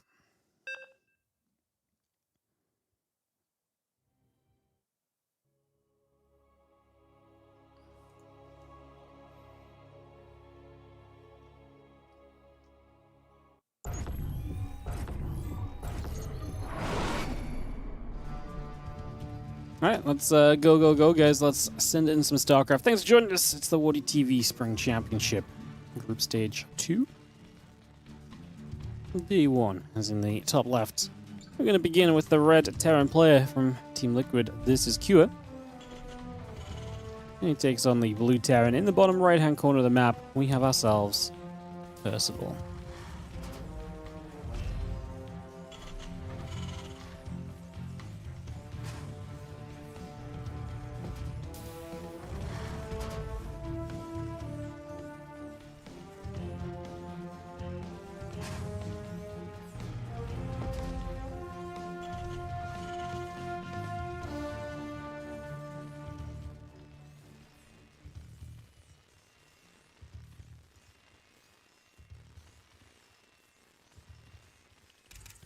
Alright, well, Rex comes down, and as we start off, a couple of gases coming through as well.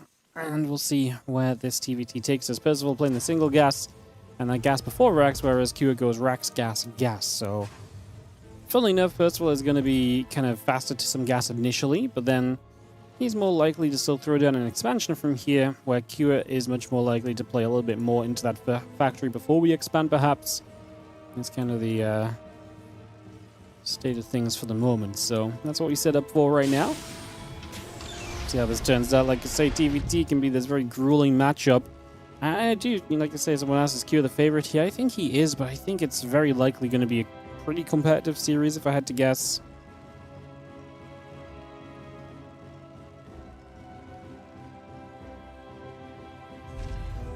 Percival really just has been very good lately. It's interesting because obviously TVT has a lot of volatility in the early game, and sometimes you just see that early game volatility kind of get the better of a player, even if they're, even. But I'd be surprised if this best of 3 didn't have at least one longer game, right, where they both kind of get through the early game into the mid game. They're a good match for each other. We see some of that big typical back and forth TVT action. I'd really expect a bit of this over the course of this best of 3. As you do see the Reaper of Kua heading down to the bottom to see what's going on.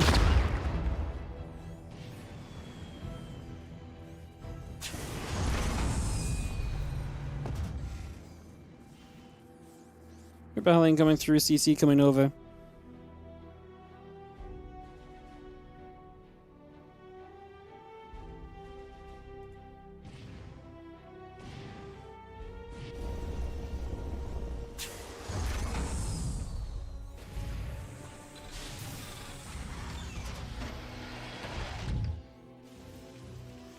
Let's go see the couple Hellions coming down, that Reaper coming through.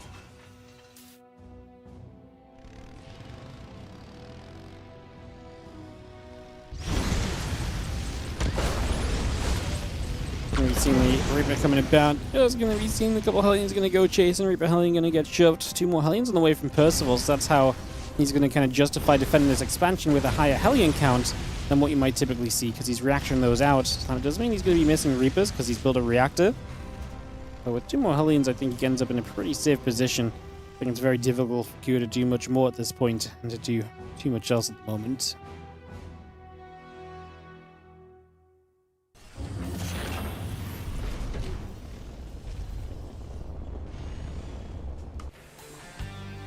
Raven's coming through, the Hellions and the Interference Matrix coming up as well. We take a few more moments there. I'm just going to be seeing the refinery and the depots all coming about. Raven still producing. And the Cyclone popping through from the factory, heading down to the low ground. Units gathering up for the moment.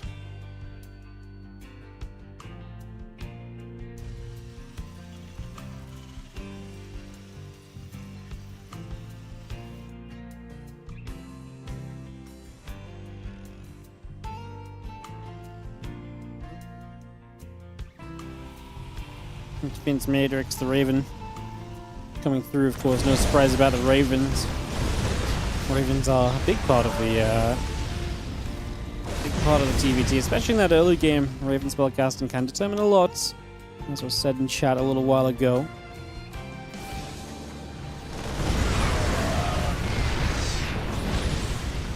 We've seen a few Hellions gather together, so we take a couple seconds. Going to be seeing the Ravens coming through.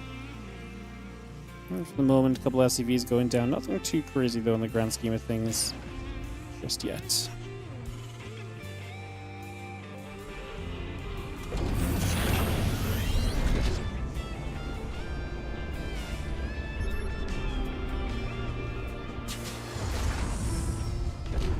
Swap on over to the reactor, the barracks to the tech lab, so we can start getting to the next phase of this from Percival. He's got the 3 Ravens, and Vikings would lead the likely circumstance here. Is he going to play? He's got 2 more gases coming up. 3rd CC on location. I'm wondering if we see some mech here as well. You see the stim already starting from Kua. You put the barracks on a tech lab. Are we actually going to utilize that? I mean, the barracks on tech lab probably is the best sign that we're going to see some bio, and there is stim starting. Just for a moment, I was like, well, maybe it could be mech. That barracks had moved not to the tech lab. Maybe it really would have just been all the signs of mech. I know it is just going to be...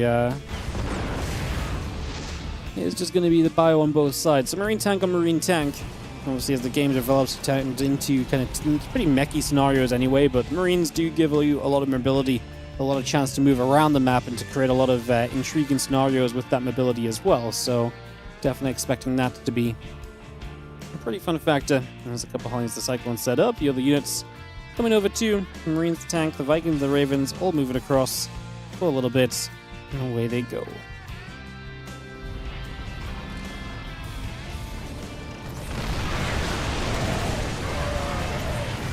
This is going to be a wild fight. The auto turrets come down en masse. Q gets a lot of defensive turrets around. Cyclone gets the lock on and kills a tank there as well.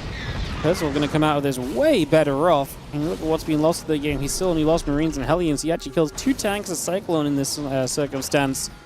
It's the tech units that are the most important. He actually finishes off another tank there as well.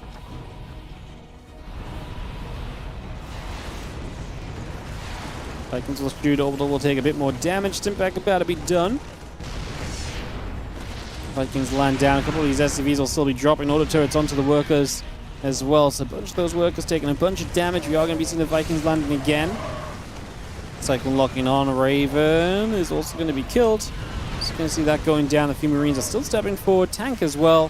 The SCVs are going to come through. The Vikings in the main base have been doing some work. Percival just trying to get the most out of this. Love the auto turret just to help us try and get a little bit more. Maybe we could have brought the Vikings up in the sky in a way a bit sooner, but honestly, still hard to hate it. As we get on through. 1 more upgrades. Combat shield coming by for now.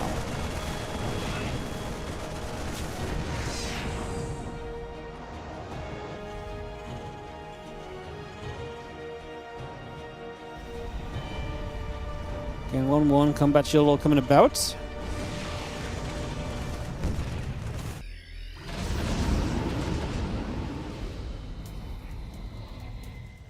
Medevac's load back up. We're not going to be seeing the armories on the way through. Just getting ready for the 2-2 upgrades.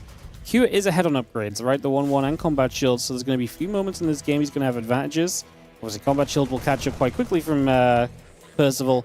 The 1-1 develops into 2-2. And if you can develop that lead from 1-1 to 2-2, then maybe there's going to, like I say, further down the line, open a few more opportunities, like I say, further down the line for kind of, more fights that you have that upgrade lead in. TVT is an interesting one because the 2-2 gets interesting though, because obviously in TVT there are moments where it's like you have the upgrade lead, but your opponent can really hunker down and defend so much more than a lot of the other mirror matchups. So yeah, it's one of those things where it might be something Q can do. He's going to start 2-2 now. He's a bit late to starting it because the armory had to finish up initially anyway. Yeah, some things to think on here. Going to be seeing the Ravens still in that top corner. I was going to say, I'm a little worried about them. Surely at some point they just get shot down as we're going to try and break out. Just going to drop some auto turrets as we go. I mean, that's the issue with kind of keeping them around. It was really nice to have them still alive. But watching them all go down like this is very, very sad. A very unfortunate scenario. We now lose out on a bunch of those, so not ideal. 2-2 upgrades, the 1-1 coming up as well. Getting a lot of that ready. CC, Armory, a couple of Vikings coming about. The Medevac's going to unload over to the left for a little bit as well.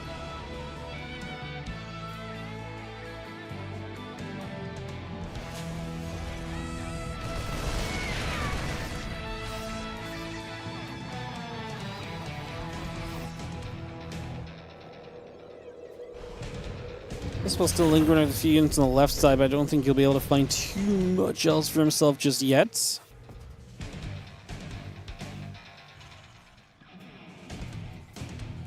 He's halfway done from Cure, so that upgrade lead really is going to kick in once again for him. Like I say, we'll see if he can do anything with that. Especially as the supplies even up a little bit at the moment.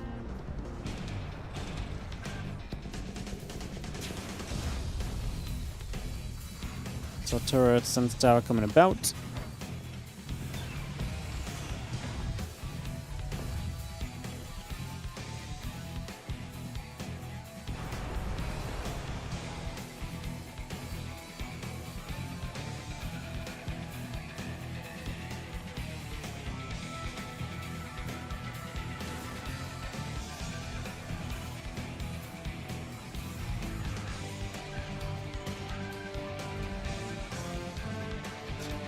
Marines the tank coming about. Army's starting to move around into the center, trying to see what we can do.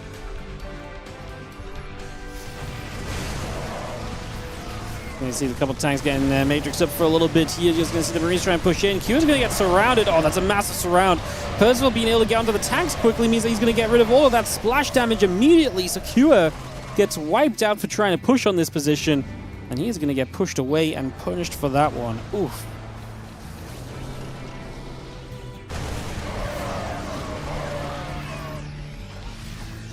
Marines the tanks.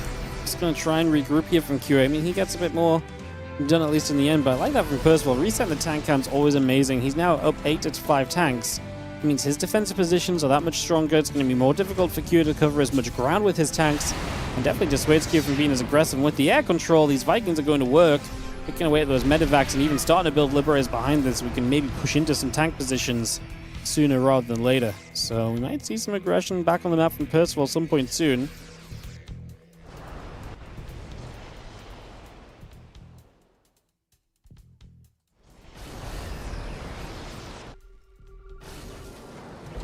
Center.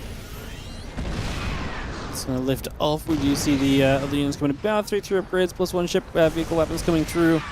Marines going to come across. Just got a couple of Ravens. Marines and the Libs all coming about right there.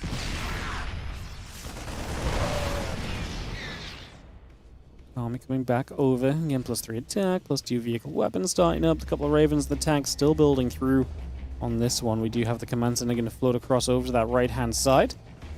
Going to try and drop in position. A couple of Marines are going to fire back as best they can.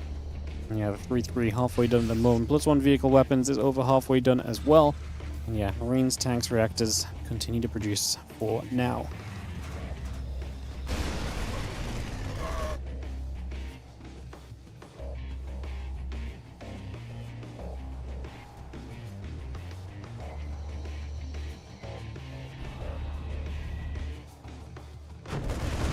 I like Q is still being aggressive. I mean, but he actually does have a supply lead in this game still. And he is going to have a 3-3 timing over his opponent as well. So things we've been mentioning kind of throughout so far are definitely still very apparent here. I do not love this. He's going to be caught by the Vikings. Oh no, that is a horrible drop in. Because obviously whatever is left here from Q is just not going to do much of anything. The units that got out were so minimal. A couple of Libs play clean up. There's one tank that's just running around trying to find a way to stay out of trouble. As we actually have the tank on the left side here from Percival going to go down. But hey, at the end of the day, he's still got more tanks to keep holding that position out for here on Winter Madness. 3-3 about to finish up then from Q. You can see a few Marines stepping forward. That tank goes down, taking that out immediately. Going to find a sensor tower in the front as well. Marines, tanks, and the medevacs continue to come back through. I'm just going to see the tanks sieging. Planetary Fortress hanging out on that right side. Vikings, Ravens coming back across. Again, plus 3 attack will finish shortly. A couple of Ravens still coming up. A couple of tanks, a couple of Libs. All building through. I'm just going to see another command center out the front for a little bit. The Vikings going to get there. That Liberator goes down.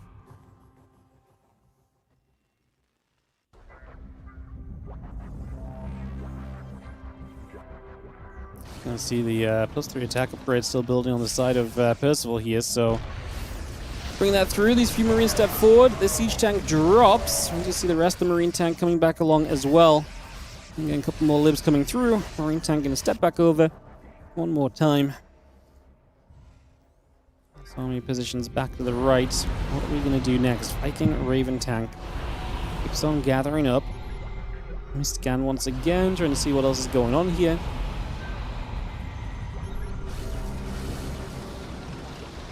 Liberator just going to siege. Good interference. Matrix going to land on the tank in the background. A couple of auto turrets going down as well. Going to get rid of a couple siege tanks.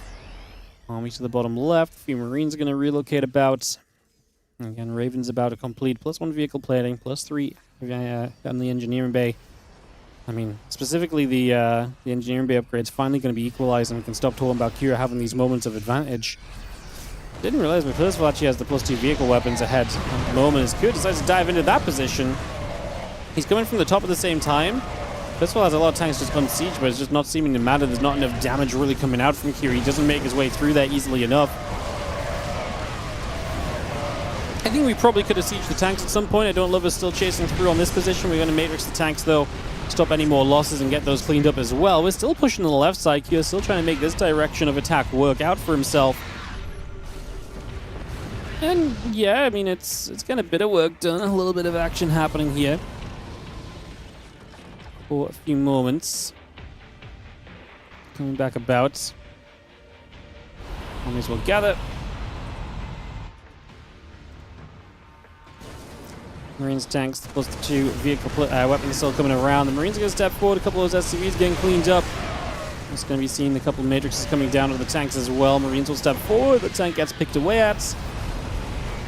First of all, up at the 191 supply. Now 195 to the 193. They're still pretty much maxed out. But Percival has a bank account. Just spent a bunch of he just spent a... Okay, try that again, because the second time didn't go any better than the first. He's just spent a bunch of minerals. As triple command center comes up. So he's spending that money, but only to invest into growing that bank account larger in the future. Take 3, yeah. We just don't talk about take 1 and take 2.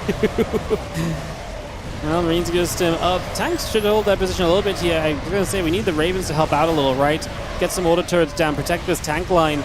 We are going to be able to see our way through the end of this, and we are going to be able to chase forward as well. We're going to Matrix. Okay, that makes sense. We're going to Matrix and land the Vikings. That's okay.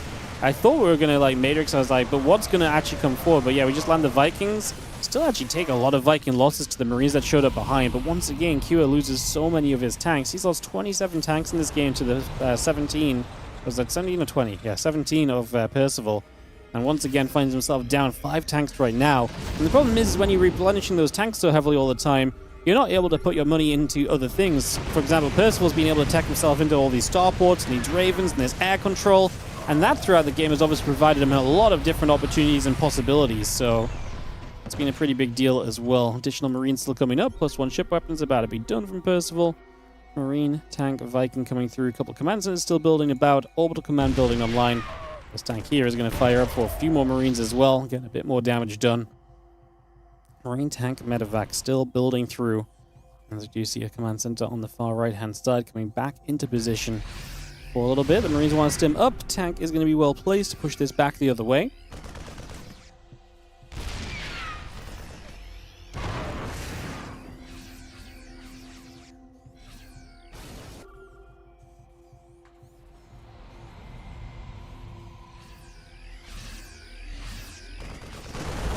Pushing forward, going to be able to deny 1 CC at least.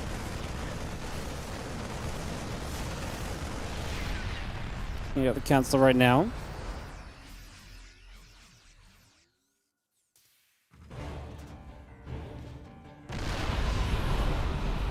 You see Percival holding, I think, the better army in the map control because of it. However, Curia is still looking to dot around the map and look for counters. Currently in the bottom left, and maybe looking to move forward from that.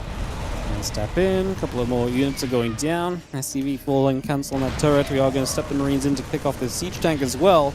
Bolt's going to take that out right here. The Marines are still stepping up. A couple of these missile turrets will fall. Other Marines showing up here. The tank is going to be in some trouble. It's going to go down as well. Command center falling. Planetary Fortress holding out. Again, 12 more SCVs having dropped already. At this point in time, another couple of tanks will be sieging. And we just have those tanks sieging once again, so we still keep pushing our way forward. Planetary Fortress continues to take a lot of damage right here. Marines are pulling about. Planetary on the upper right going to be gathering around as well. And the CVs just step through. Again, Marines and the tanks going to be firing up. We just see that Planetary Fortress going to take a few more shots as well. Again, Ravens coming over. Marines and tanks coming through. Plus 3 vehicle weapons continue to come up. Just see this Planetary still taking some extra shots. The tank's now firing onto the Planetary on the upper right-hand side. The Vikings coming through. Just going to see a couple of medevacs getting picked away. The Ravens going to be taking some shots as well. The Marines will also push forward there as the Vikings pull back over to the right.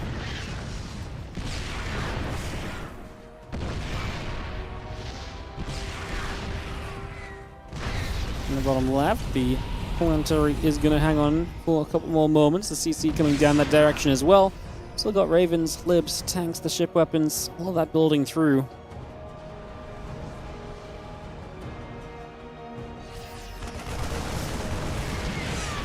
Losing SCV is probably good for Percival. I mean, he still needs to mine, though. Like, I guess a few, right? Because how many orbitals are we on? 6? So yeah, you probably don't need as many SCVs. He doesn't want to lose loads of SCVs because he is really just relying on mules for mining. It's not like he's got like a mega bank account. You need some constant income. So I think 59 is fine. Maybe if you drop to 50, it'd be okay. But more than that, I'd be a little bit concerned about where the income is at. The thing about TVT is like a large army is nice, but being able to replenish feels a lot more important in TVT because it's very unlikely that the extra 10 of supply is going to make the difference of you, or 10 army supply is going to make the difference of you pushing into a position or not, just because of how defensive TVT is anyway, right? It's much more about the replenishing after a fight, going again, repositioning, going elsewhere. So in that regard, I think you don't want to, like I say, drop to a super low work count unless you have really no bases to be mining from, but that's just obviously not true here at all.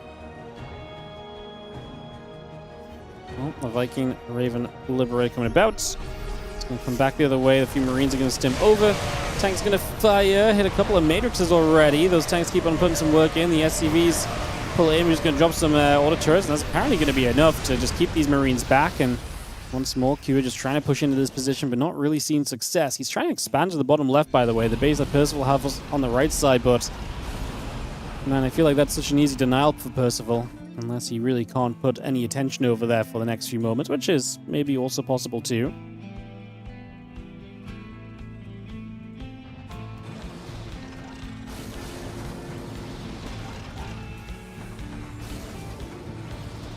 Additional Ravens coming up from Kua, knowing the importance of that right now.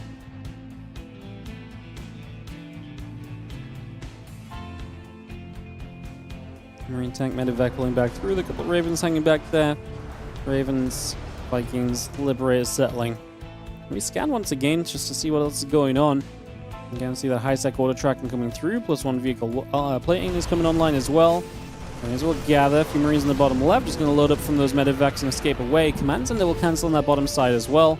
Just backing away from this one. As you do see Viking Raven gathering back on the right. Another scan coming down. A few Marines are going to stim through. Just looking to see what else they can get for themselves. Missile turret's going to get to work. Raven's going to take some damage straight away.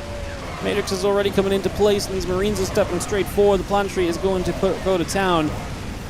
As we are going to see a few more of those SCVs still dropping. The Liberators are heading across the map. I mean, we're actually going to get rid of a base here as well from Kua. Oh, as Kua. So he's going to succeed in that position. A couple more Liberators sieged up, so there's the SCVs going huge. He will lose the top right.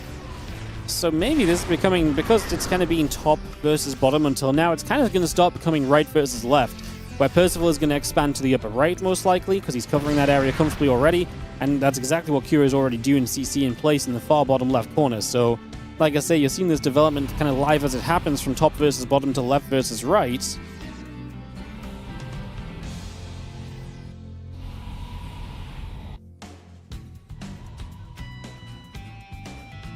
Excluding the 8 worker count, how does a larger resource play out in TVT? Doesn't it make it more turtle-ish? It makes every matchup more turtle-ish.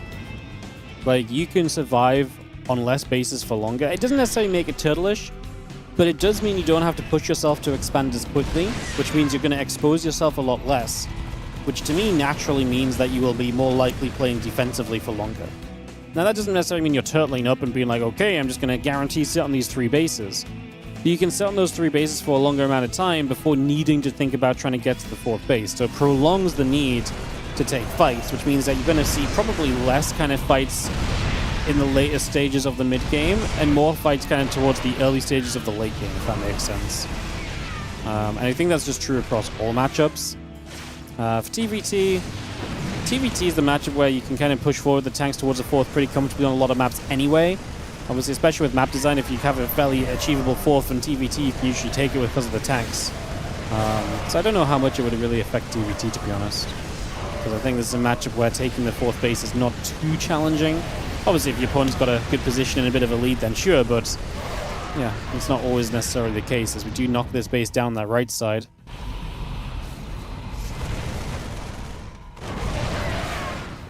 More shots, we are going to probably be able to get rid of the bottom left base, so the idea of playing the top of the map versus the bottom of the map is very quickly rounding out on this one. So, yeah, we are... oh, sorry, left and right is kind of ran out. We're now going top and bottom again. And we are playing... it felt the kind of relocation, obviously, kind of essentially going base for base there, as these two continue to match each other in these late stages. I tell you what, Kira has nothing in the bank, Percival has a little bit. This is one of those moments right now where... This is one of the moments right now where I really feel as though one big fight can really wrap this up in any which way. Like I say, Percival has a little bit more rebuildability. The army supplies are very similar. Kira's pushing super aggressively.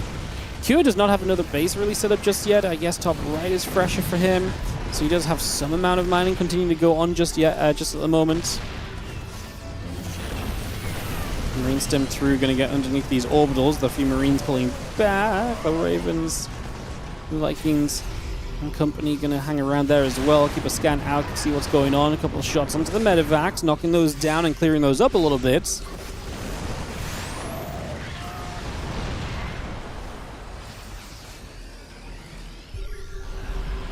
Control so valuable for Percival. He's obviously playing with 40 less Marines, which is why you're seeing this kind of pushing power of Kua look good, but then come to a standstill, because once he gets into the setup of Percival, it's really hard to push in with those Marines and do much else with them.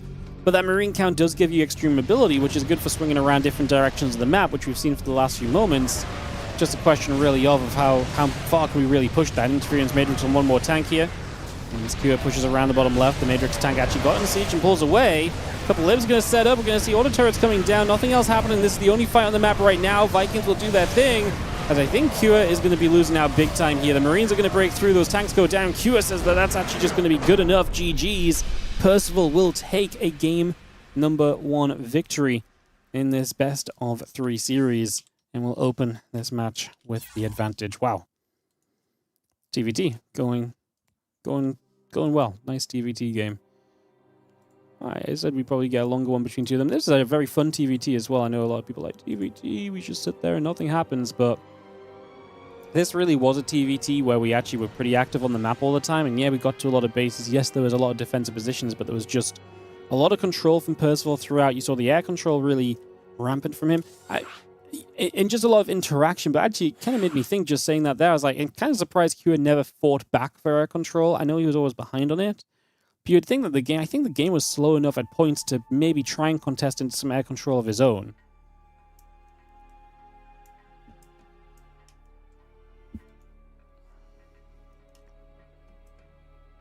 +20 mins of absolute cinema. Yeah, TVTs like this, I don't know how you don't like. I know some people are just very anti-mirror matchup, but like TVT like this, where there's so much, you know, movement and activity and like base for base action and so on, I always think it's very, very fun. I always think it's very, very fun. Again, like I say, I understand why a lot of TVT is less liked perhaps, but yeah. Okay, I think what we'll do, I was saying this before, that we're definitely going to stick to the order, but I think what we'll do is after this TVT, we'll go Zaun versus Shin, because I'm just realizing, oh no, never mind, I don't have the replays for Zaun Lambo anyway, I'm just going to have to download them anyway. Oh, never mind, we'll just stick to the order, we'll do Zaun Lambo after this series still. Sorry guys. I was thinking maybe we do Zaun Shin so we don't have to swap servers, but then I'm like, Zaun Lambo played without me in the game, so I have to load the replays onto a server anyway, so I can just load them onto the same server, so never mind me, just yapping. We'll head to game 2 of this TVT and see if Kua can fight back a game as Percival takes the 1-0 lead. Man, obviously Percival and Kua both coming through shameless 2-0 in great positions in this group. Would be an amazing place if obviously Percival was able to take a series off Kua. He'd really be setting himself up for success and a great place to play forward from as we dive into game number 2 of this best of 3. In the bottom right hand corner, the red Terran player from Team Liquid is Kua.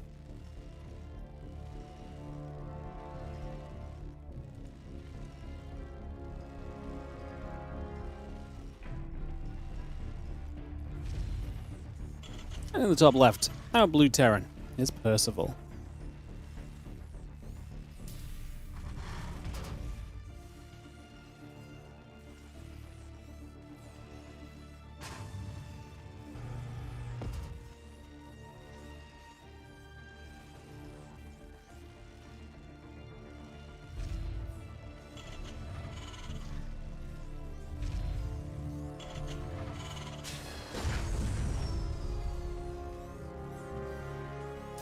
Alright guys, so into game number 2, Kua Percival here. Here comes the Kua all in, you think so? We shall see.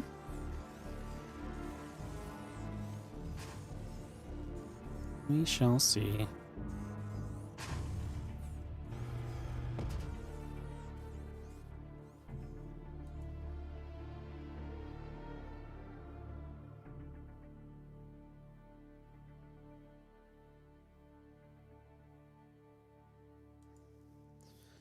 Reaper orbital on the way on both sides of the map. And that part is going to look pretty standard for the moment.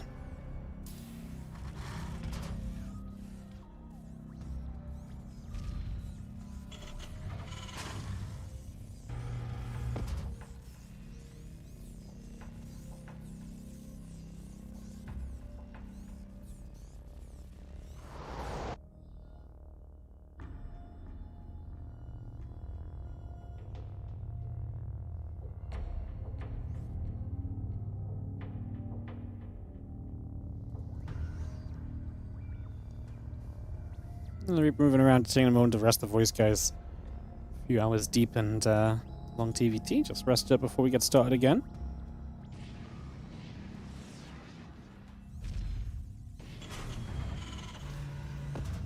Correct, coming through on the barracks.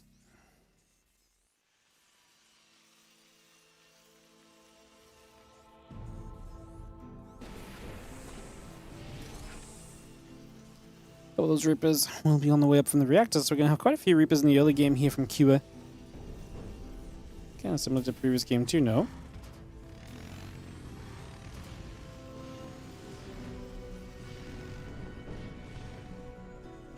He was quite aggressive early. What was that?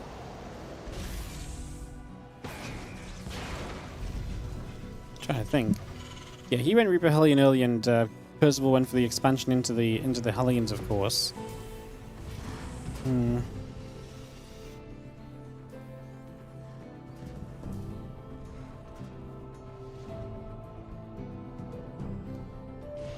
Hellion just pulls back around.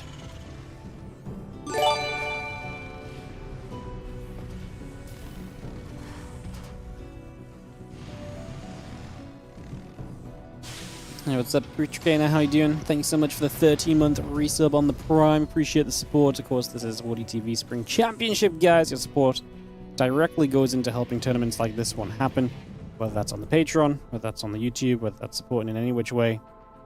Appreciate you all supporting. Much appreciated. Thank you very much for helping us out. Raven the Cyclone coming through. A couple of Marines are coming about. Take a few moments here. Raven Cyclone. A couple of SCVs in the refinery all coming about. Depot is building through for a little bit. And yeah, just got units gathering around. A Marine stepping over as well.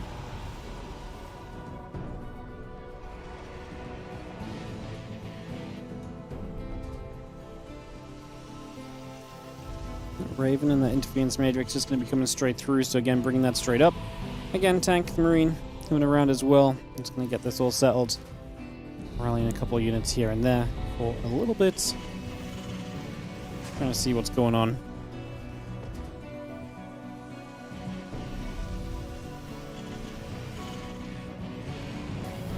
Now, Tank is stepping forward again. Raven and the Matrix coming about on both sides.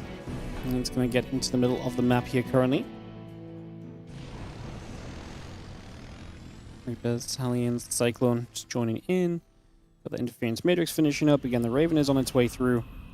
Let's have ourselves the couple units we'll continue to gather about for a couple moments.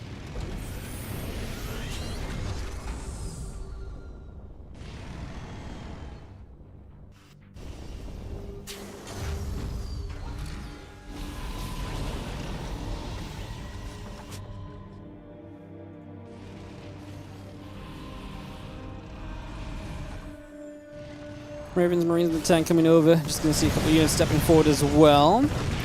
Water turret coming down. Going to help to push things away for a few moments. Again, the Stimpack buildings. You see a couple of SCVs coming about also here for a little bit. More Vikings continue to build through as we just have our units stepping up.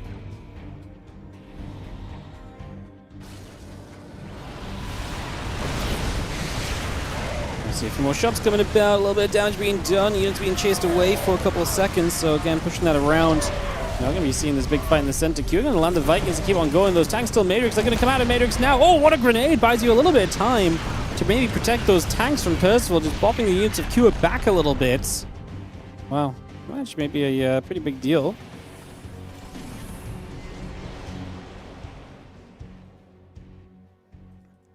Reset. Stim still coming through. A couple of Vikings, the tank, the Marine coming up. SUVs are building. Orbital Commando on its way.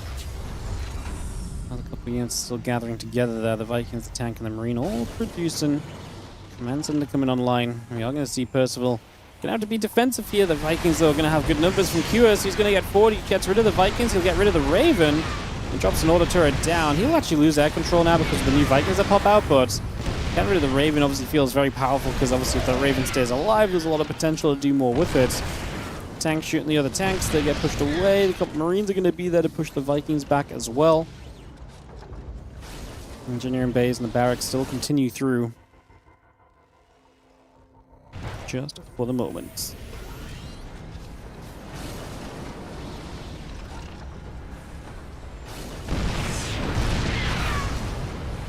Tanks will siege. A couple of Vikings are going to come across. The Vikings are going to be there. A few more Vikings taking shots again.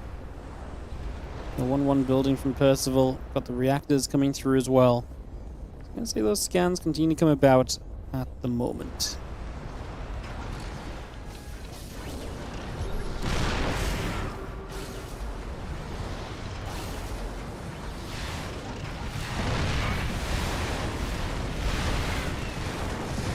QS still has a little bit of the edge, and obviously just with the air control, it's going to be so hard for Percival to really break out of this. The air control is so powerful in this scenario. 3 Vikings to the 2 that are about to spawn. And at least hit the orb a little bit, but the problem is that Starport is now going to lose its reactors, so now you're going to stay behind, and now you're really going to have to find some magic to kind of make these trades better for you here as Percival. He's not even that far behind on army, it's just a substantial amount because of the positional power of this, and obviously the composition being that Viking advantage as well. Let's go on the double starport. Yes, this is a double starport shove from him. It's kind of why, obviously, it's so hard to overcome it as well, especially now that your starport goes down. And Q, knowing that this liberated advantage is now going to, starport advantage or air advantage is now going to go to libs. It's why Q is so far behind on Stim, because it's committing to the double starport to push on through, right? But, yeah, I mean, the problem is Percival's had 0 chance to utilize Stim. It's an upgrade which in this game has been completely worthless, right? Like, it's just not giving him anything. So, yeah, very tough. The Vikings landing now, just going to find some value, gets a reactor, or a tech lab, I think it was actually on the factory. Just being annoying. Putting this into such a difficult place overall. Vikings stay active, that reactor does go down. Vikings hop back up into the skies. A few Marines are going to be nearby. Marines, the armory still coming about. 1-1 upgrades are coming through. Scan comes down again. Vikings just will recover to each other.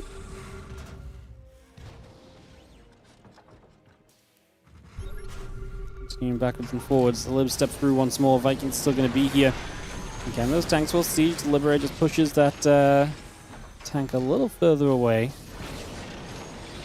Still got the 1-1, still got our combat shield. Liberator now going to siege on top of these tanks, but actually doesn't have the vision to shoot at them.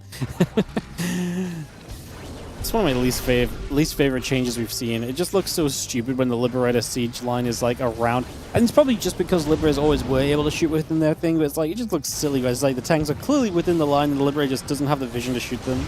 Obviously, you have the same thing where like tanks can't see as much as their range and stuff, so it's not like a foreign concept, it's just... I don't know why, I think it's just because we're so used to seeing Liberator circles mean everything gets shot in, so it's just so wild to see them not actually shooting. Kira runs in, he's now on a 50 supply lead, this game is not getting any better. Could mass repairing help with the Vikings for Percival?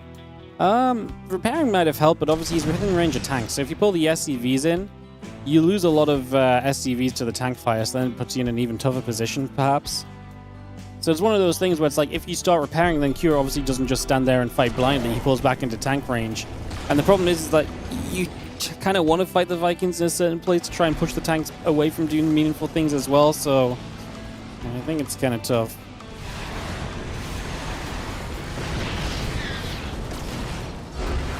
GG's. Queue up. Ties our series 1-1. We're going to get to a game 3 between Kira and Percival here. We will go the full distance.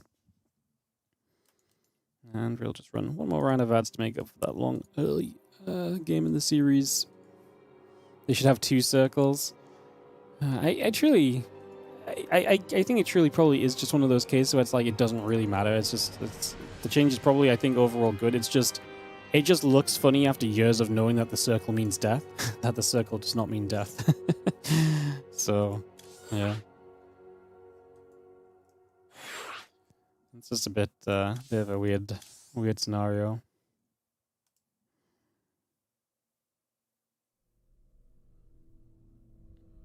Was his only chance. I think him engaging in the middle of the map early was rough. Trying to buy time didn't really go well. He needed to keep enough Marines alive. If he's getting stim, he needs enough Marines alive to try and make a break, I think, in the end of the day, but we never really got close to that. The double starport pushes are really difficult to hold, to be fair. Pull SCVs and break the position earlier. Yeah, something like this I think is much more likely to succeed, but I think because they had the fight a bit further out on the map, I just don't think we ever really got that chance, to be honest.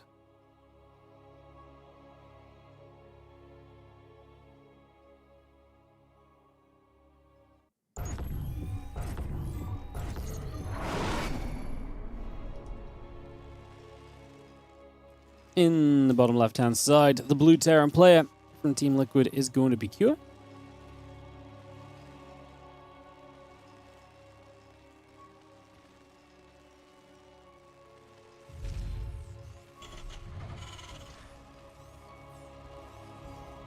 Up against the red Terran, in the top right corner, we have Percival.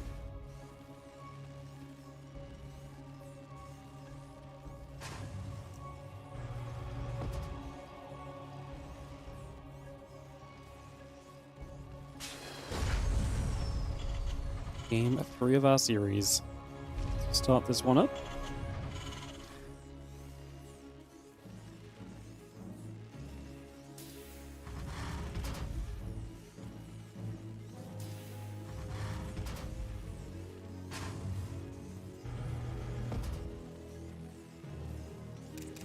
Tourmaline to decide this series.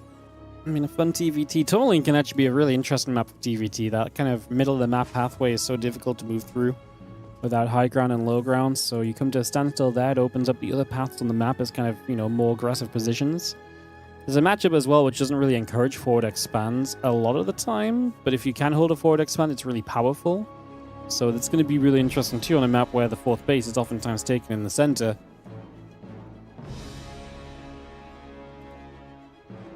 See what happens here. Again, after this, guys, we've got a couple PVZs coming up for you guys. Again, it'll be SHIN and Zown and Lambo and Zown. And some ZVPs to round out day 1 of the second group stage. Again, tomorrow's Kung Fu Cup, and then Thursday will be more Group Stage 2 action with Group B.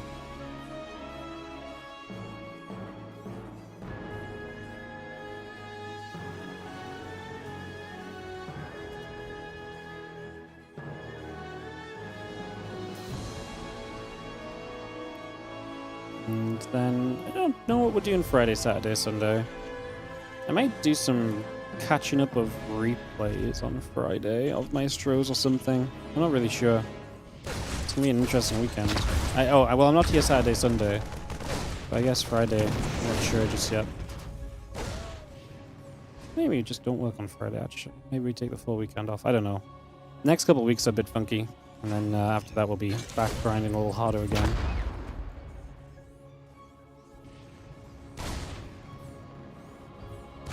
Obviously, there's just a bunch of other events going on, like there's Youth Thermals 2v2 and so on and so forth, so there's a lot of different things happening. Might be a bit of a quieter month for us. This first half, at least.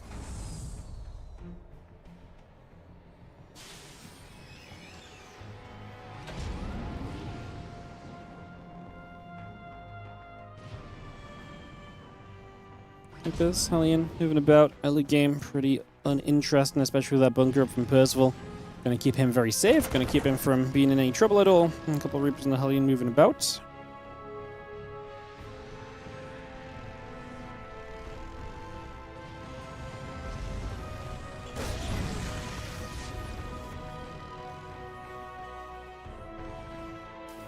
Starport finishes from Cure. And you just see the Cyclone, a couple of Marines of Percival building through. Tech Lab coming up from him. And yeah, early game TVT going to be a lot of establishing right now for the moment.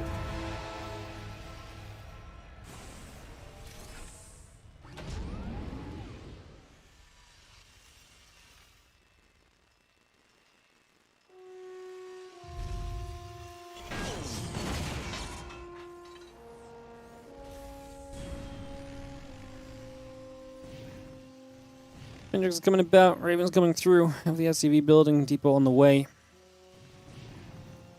Settle for a little bit here, Cyclone going to move out the front of the natural. Again, Raven's coming up on both sides, the Matrix is coming by.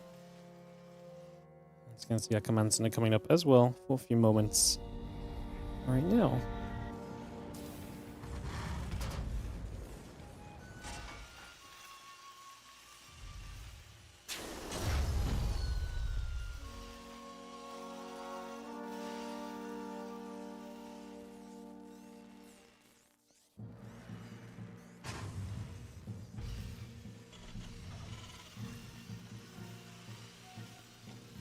And Raven's going about, tanks coming through, the Matrixes are coming up, command centers will be building.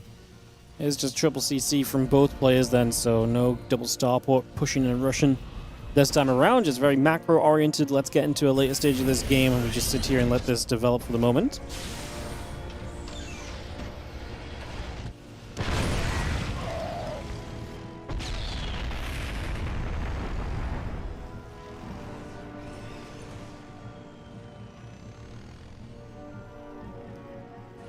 Vikings and tank going to gather, just going to see a couple units going back and forth. We lose a Reaper. It's early skirmishes I don't think are going to lead to much, especially not, you know, Q pushing in. Percival has a second tank sieging, so yeah, I don't think Q is going to find much here. I don't think Percival's going to find much either, apart from just a defense for now. And should be pretty content with this at the moment, as the Cyclone and the other units regather for the moment.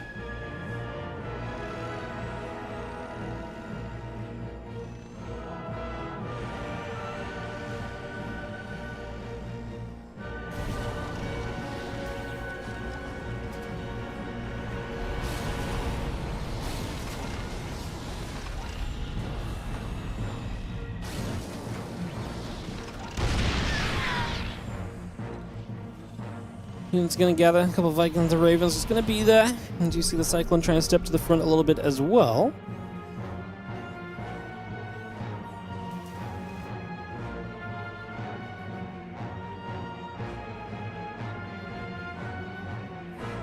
Army of Percival pulling back to that upper right side. Again, we've got the Stim Pack 1-1 upgrades coming through from Cure.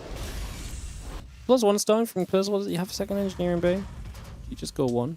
Oh, he has the second. There we go. Armor upgrade does start as well. Do I love or hate TVT? I think TVT is a great matchup. I think TVT shows a lot of the great stuff that StarCraft 2 has to offer.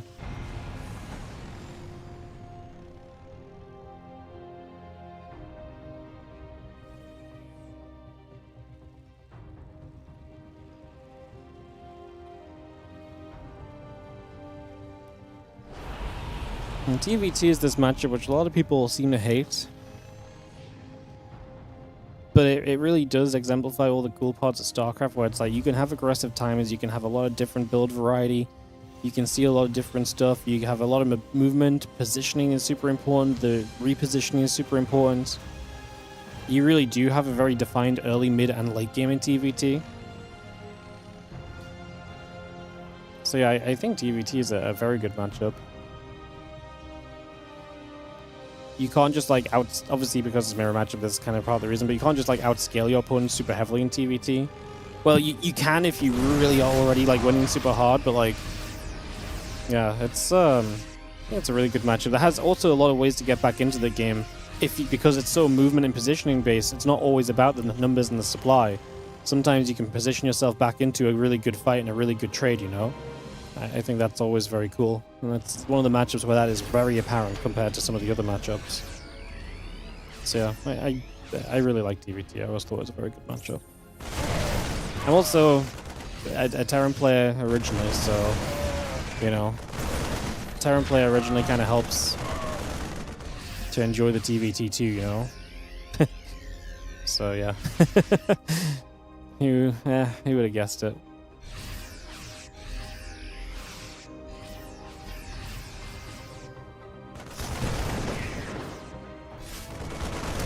Prince is going to grab a depot over on the side, and if you have Percival, there's a real bit of aggression in this game outside of the early units. Trying to check this trade, but that's not good for Percival. He doesn't have the numbers. He had the medevacs, but he didn't have the Marines.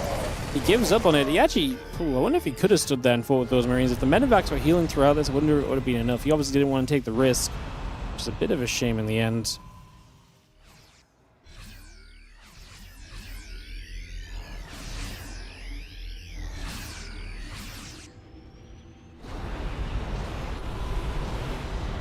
Tanks, Vikings, the Ravens coming through. The few Marines stepping forward. Command center going to drop down.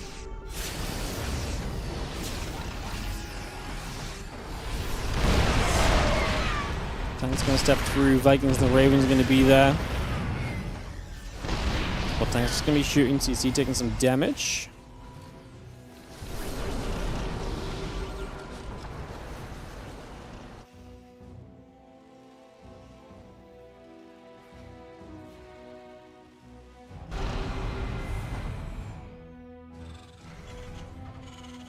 Two building up, that +1 vehicle weapons coming through, a couple of Vikings and the tanks all coming around. The planetary fortress is going to get building as well. A few Marines can take a stim in. Marines and company going to try and get down here. The tank is going to be there. And get this set up. 2-2 upgrades coming about. The 2-2 and the +1 vehicle weapons from Percival coming in as well. A couple of Vikings, the tanks, the Marines continue to build by. 2 more starports coming up on both sides of the map. The extra Vikings are going to come by once again. Getting that up and running for the moment.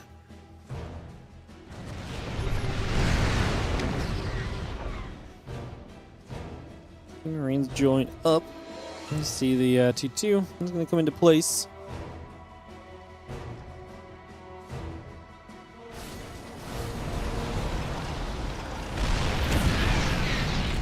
Vikings live, gather up. A couple tanks just going to stay sieging for a few moments. Again, 3-3 upgrades coming around.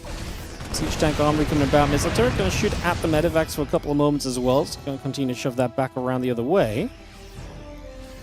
3-3 building from Percival. +2 vehicle weapons coming through. Those missile turrets are still producing. Percival pulling back a second. Drops the matrixes. And his tanks on siege. He will kill at least one of them. The Marines need to back off from this fight. Oh, the medevacs backed off. The Marines finally got there, man. I thought those tanks were going to siege and actually get a massive splattering of Marines. It wasn't actually that bad in the end.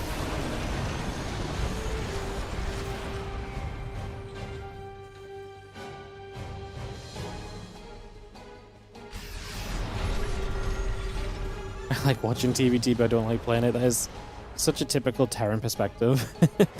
The appreciation of the matchup, but also the absolute hate of actually having to navigate the matchup. It is difficult. I think mirror matches are always hard, but like TVT is such a... It feels like you can lose at any moment. Yeah, TVT is rough.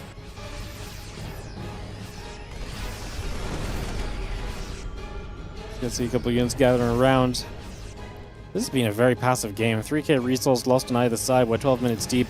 There's been some Marine trades, but that's really been about it. There's been a little bit of movement, but this has been one of the less interesting TVTs, right? We've actually had a couple TVTs which have been really intriguing up to the 10-minute marker. This is one of these TVTs where it has been a much more sit back and relax and sort of see where it goes sort of scenario. There's been some trades, like I say, but it's not been super meaningful. There's been a lot of setting up and obviously extra bases coming down. The sensor towers are building up. I think both players kind of know the scenario of what kind of happens on a map like this.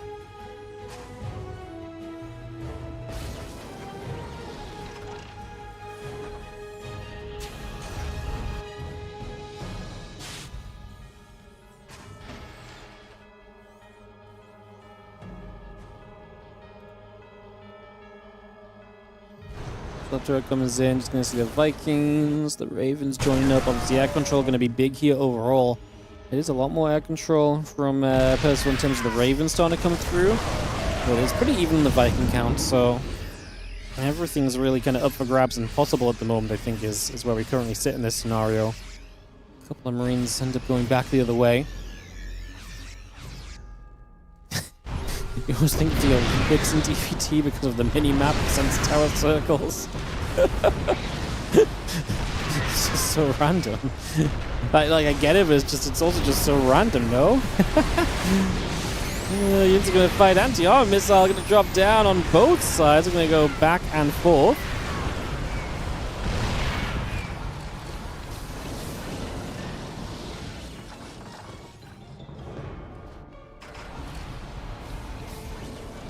See the, again, Raven, Vikings, the Thor's coming about. A few Marines are going to keep building through as well. Yeah, a few more Vikings attacking the Raven coming about from Cure. We've got a couple starports building up as well. Again, high-sec order tracking is on its way in. The +2 ship weapons already building from Cure too. So he actually has an air upgrade lead, which is a pretty big deal. His Vikings are going to be hitting that a little bit harder when it comes to some air battles.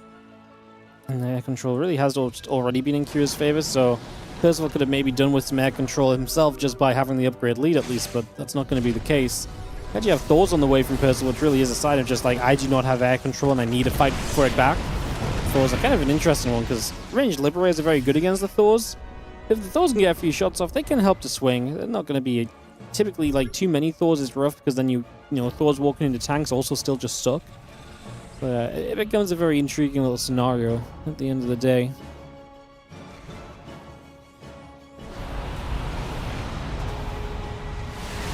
Vikings will get rid of 1 and 2 medevacs and knock both of those down.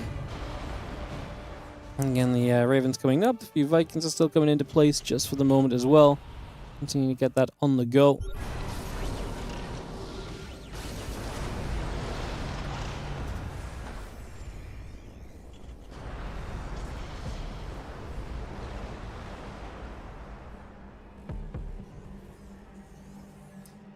I'm just going to pull back around the right side. Obviously, in the center, there's a fight brewing.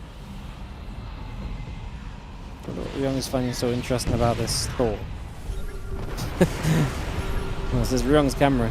He's been observing beautifully. But it was really interesting that Thor. To be fair, not much going on here, just some setting up. Now we do see the anti-armor missile on the Vikings. It's going to dissuade you from committing further through.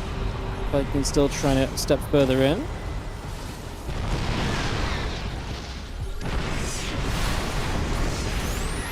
Got the return anti-armor missile. We're going to commit to this trade.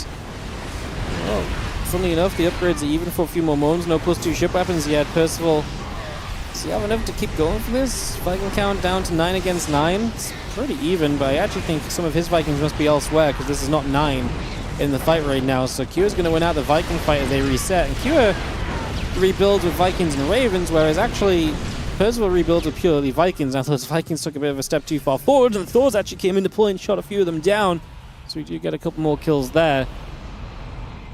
And this consistent contest for air control going to be an intriguing one. We actually have on the right side a drop play. Medevac trying to come through these few Marines. Unloading. And actually going to get a siege tank already. He's going to take a bit of attention from Percival to clean this up, although nothing too crazy. He comes across, he deals with it, and there we go.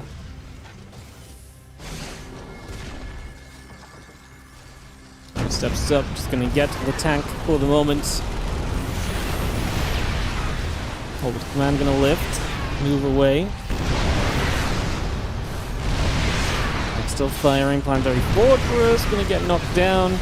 Another anti-armor missile lands onto those Vikings, onto those Ravens. We go back and forth again. The Vikings actually avoid the anti-armor missile for Q, so that helps.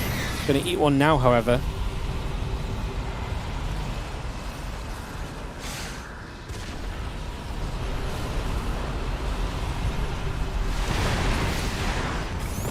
Back and forth again. A few Vikings going to keep on trading a little bit. +3 vehicle weapons and plating on the way from Percival. The plane's a little behind from Q, but otherwise still looking pretty good on the attack upgrades.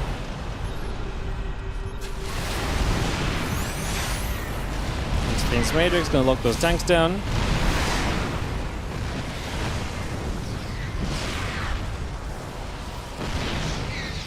Taking a few more shots. Just going to see another tank firing the other way. Another interference matrix going down as well. Oh, Marines are still trying to step on through. Going to take another fight here. Vikings going to get messed up a little bit. All the turrets coming down. The Marines are still stepping forward. Anti-armor missile hits again. Percival has so much money, by the way. He has like 4.5k, 3k banked. What's going on? I guess Q already just built around a radar. So is Percival, man.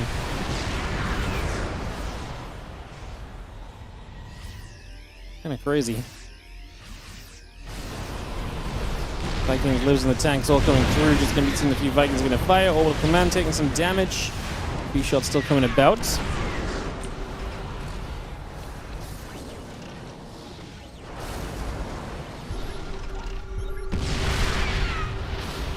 Tank shots going either side. A few Vikings going to step forward here. You see a few hits coming through. The libs and the tanks continue to set up. We are going to be seeing the advanced ballistics coming through at the moment, so again, getting that liberated range up and operational in the near future. Percival must be extremely cost efficient. It's been pretty even. Resources lost-wise. Might just be in the infrastructure. Wow, Percival's also got 6 more orbitals in kill. What the hell is going on? I guess it's just the 6 more orbitals. He's just milled a bunch more, and so he has a lot more minerals. And his army composition has been a bit different too. Yeah, that's kind of interesting, though. Interesting set of numbers. Marines going to get underneath, just going to chase that CC off over to the side. So Commencing again, chase off to the edges for a few moments. See another round of missile turrets coming up. Rest of that army stepping through. For the units going to unload on the bottom side. Kua and Percival have just been constantly locked in this scenario of just attempting to trade, attempting to find positions, attempting to figure out this scenario for so long now. Lip sieging, jumping onto that tank. The Marines step through. Just going to see the tank is going to get taken down. It's going to pick this off. Missile turrets helping to clean out for a few moments as well. Okay, a couple of scans continuing through. Liberators will continue to shoot at those tanks for a little bit. +3 ship weapons still coming by. Marine Viking medevac building also.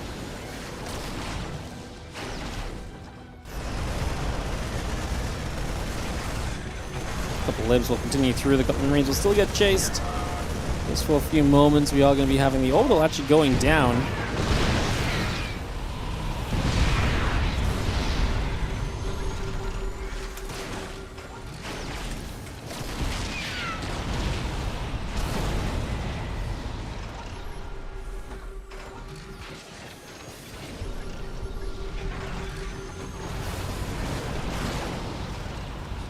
Seeing the other units continue to come about, just going to be having the turrets and the CC coming up. Marines coming through too.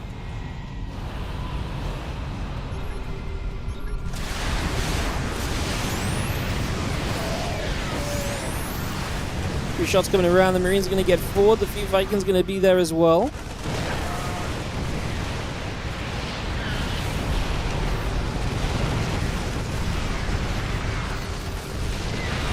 Tanks coming around, the Vikings still just going to be right there for the moment. We're not going to see Q actually getting a much better push into this at this point, and we're actually going to see Percival going to have to give up his forward position. That's rough, because that's like the heart and soul of this Terran setup, right? You break into the center and the edges are going to start crumbling around, I would imagine. It's going to be tough, because Q can push forward so aggressively here. And Percival, you got so much money. We got to spend it right now, Percival. We got to do something.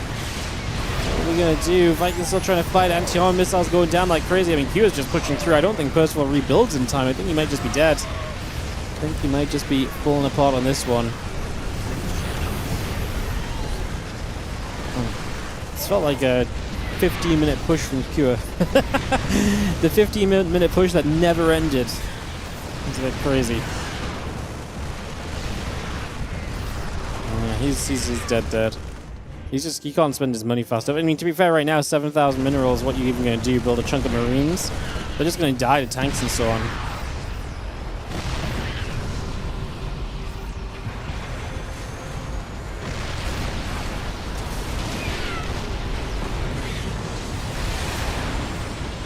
Percival has some supply coming up. He is getting some air units up as well. He had some gas in the bank, but again, the position is now too good. That upper left base of Percival is obviously not long for this world with the position Kira currently takes. And he's continuing to take fights into this air army, which is absolutely fine.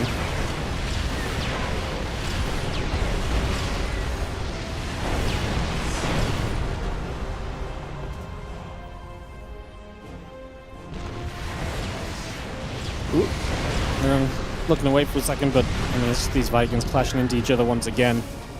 We are going to see Kua make the play down. This is a planetary, so it's a little rough to jump into, but I think the Marine count's just good enough to do it. So we're going to get through. The planetary goes down. The Ravens coming up on either side, but we're just going to say GG. This one gets to a closing point.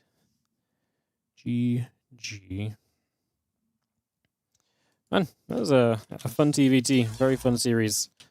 As we come out to a conclusion, Kua is going to get the 2-1 victory, and he is going to go up to 2-0 in this tournament then. Percival will drop to 1-1.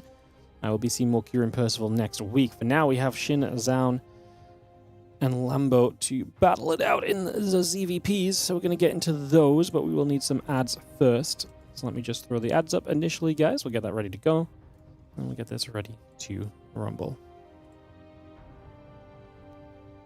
Alright. Let's, let me find the reps that I'm looking for. Send me in DM.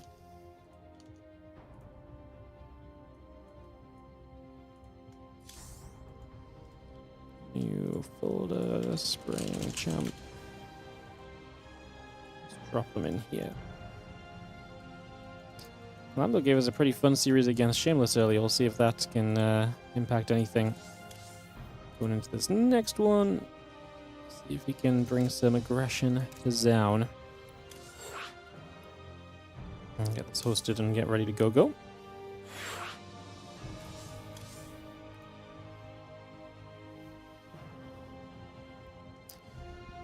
Coolio. And thanks for joining us, guys. Appreciate you all being with us today. Good to see you guys.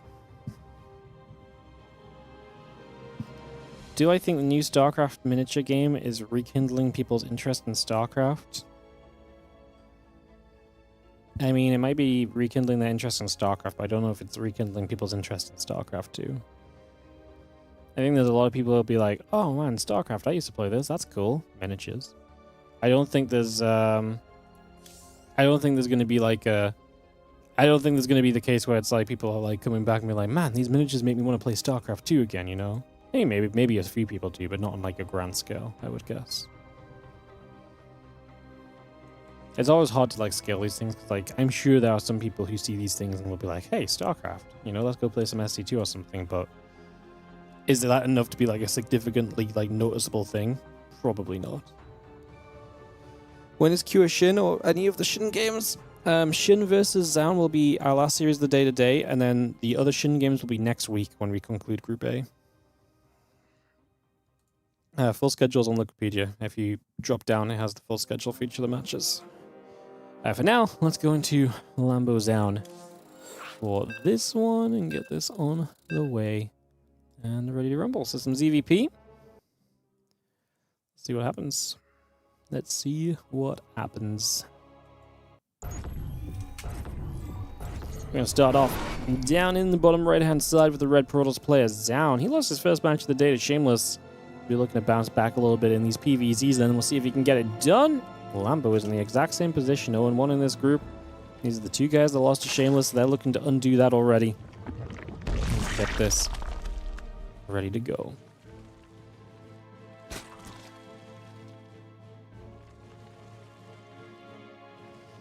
Me and 5 friends are getting back into ST because of the miniature game. Big Warhammer head since rekindled us for sure. Doing co-op and multiplayer. Hadn't played ST in decades. Well, there you go. I mean, there you go. I mean, straight up example. Yeah, I mean, I guess it does bring people back, right? Like, especially like, I think definitely like co-op and stuff as well. It's like such an access, like a re-accessible point.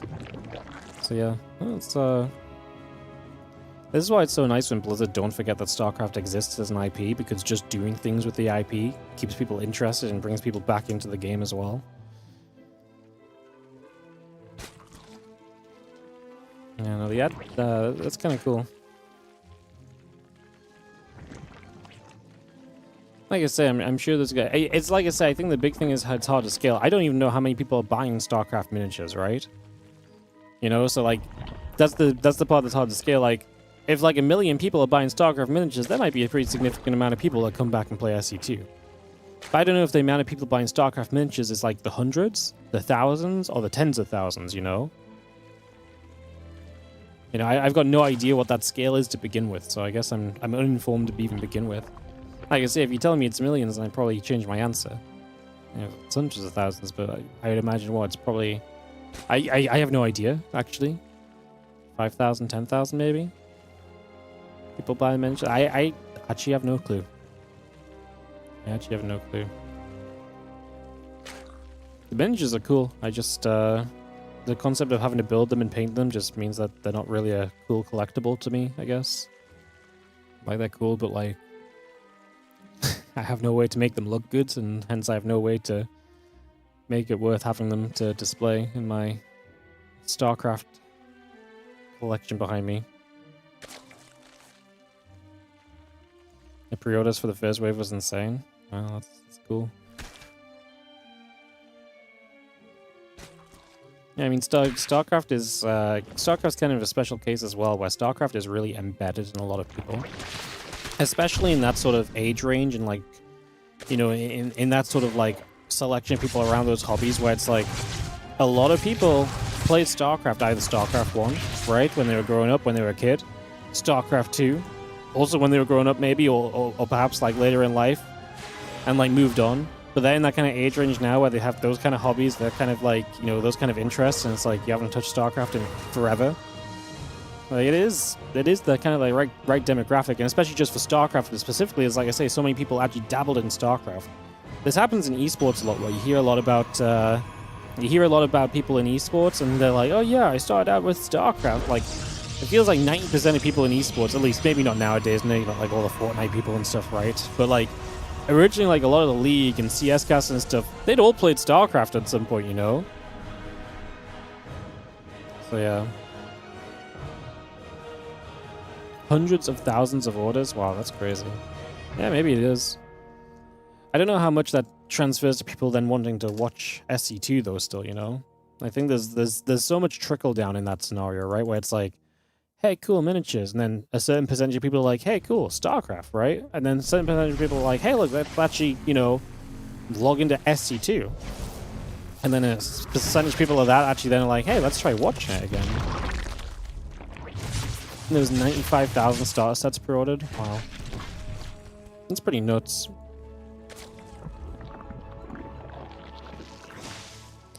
That's pretty nuts.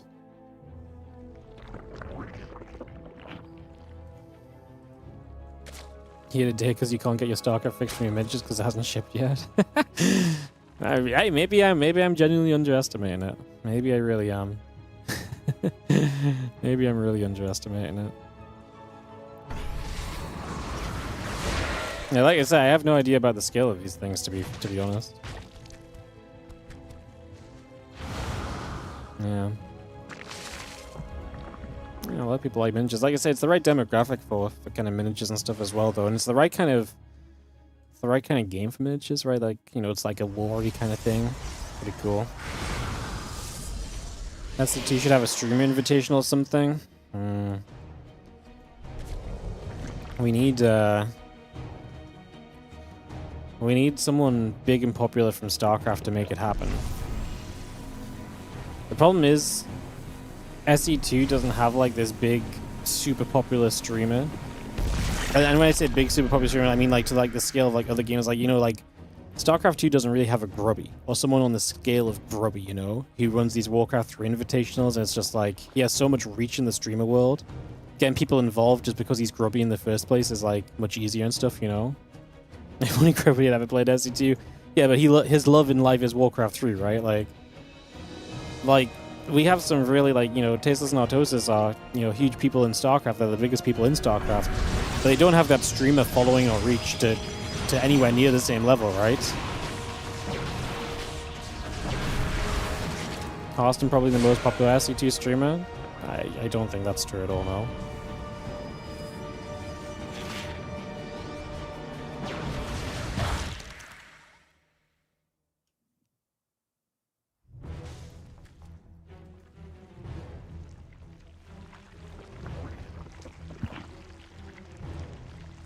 Ethan, the biggest YouTube? Yeah, I'm not talking about YouTube though, like, and the thing is as well as like these guys' YouTubes are big, but like they're also still just like, you know, they're drops in the pond when you consider them to like the overall YouTube world.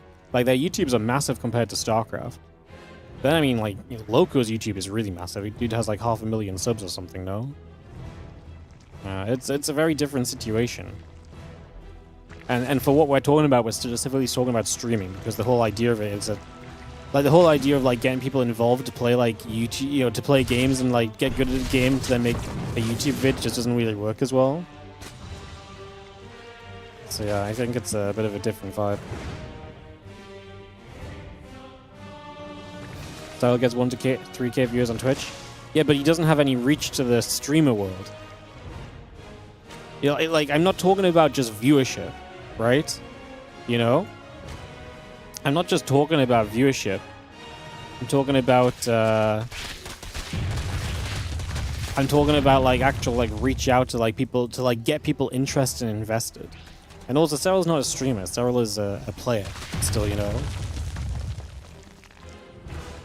This is what I mean. Like, in terms of what we're talking about, you need someone who's like big to get people involved in the first place.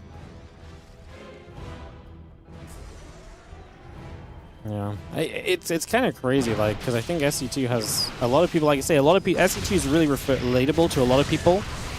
Let's watch this fight story. Lambo's coming in from two sides here on Zaun. Hydra's crashing in from the left and the right.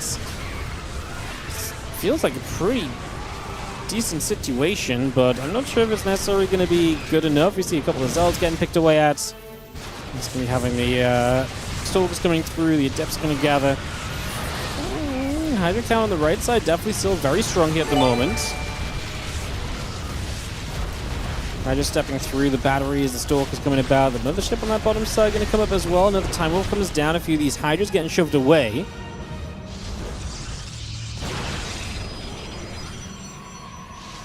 That's going to be that for the moment. Social connections, yeah, I just don't think anyone in SC2 right now has that. I mean, I'm not saying it's impossible, right? And it's funny because actually I remember 4 years ago, 5 years ago, someone came to me with this idea and said, would I be on board? And I was like, well, I actually don't think I have any kind of way to make this happen. But like, it's a cool idea, and they got like a lot of the pros interested. It's like basically like a pro streamer combination. So like pros would team up with streamers and like try and train them to be as good as possible. Nothing ever came of it though. Nothing ever came of it. But like, this idea was out so long ago, and I just think it's so hard to make happen for SC2, I think. It's kind of wild. Day 9 could accomplish it? Yeah, probably. But I don't think Day 9 has enough interest to make it happen in SC2, right? This is what I mean, like, we've had people involved in SC2 at some point that could maybe do it, but like I don't think they're involved enough right now to want to do it, you know? Storm's coming down, those Hydras taking a lot of damage. Lambo had good supply. He's losing workers across the map as the Zealots show up over there as well.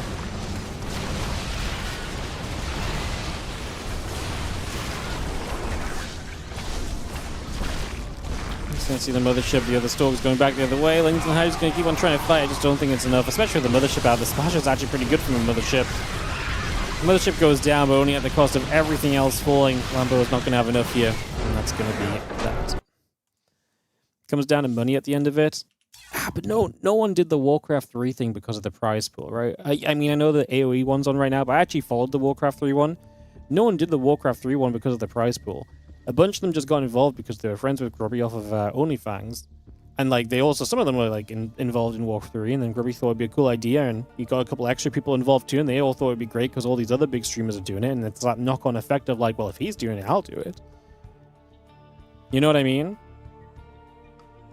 So I think it's a very different, I just don't see where that exists in StarCraft 2. I mean, I'd love for it to exist. I think it'd be really cool, but I just don't think that exists in StarCraft 2.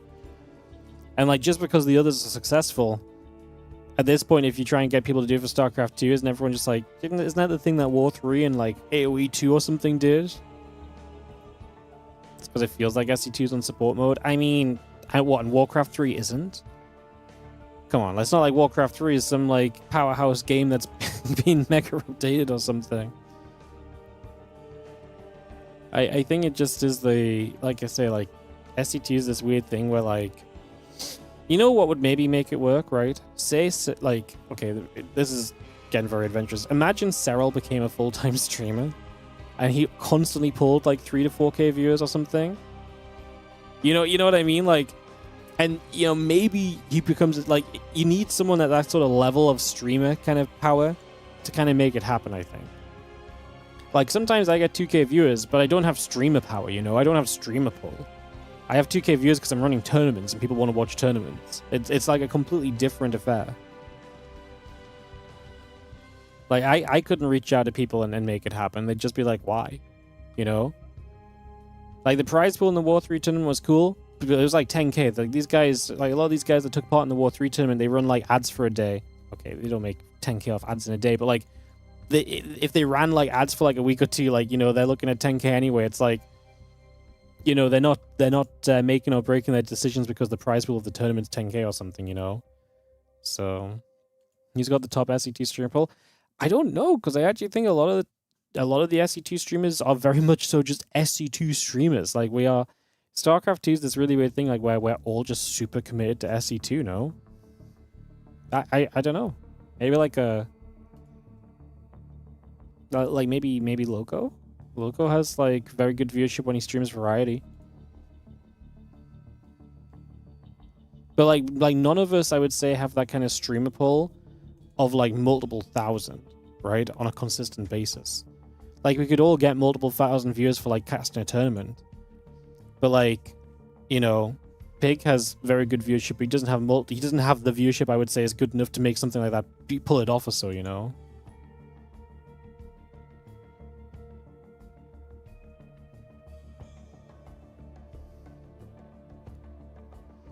Loco kind of hurts his pull by offline recycling his content. I don't think that's true at all.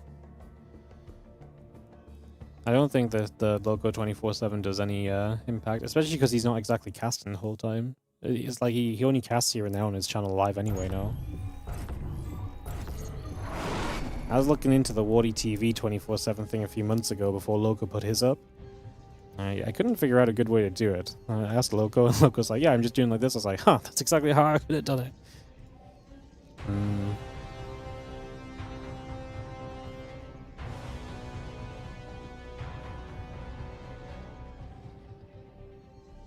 Game 2. Sorry, we haven't really talked about the game so much there, guys. We were just we were in a chat conversation.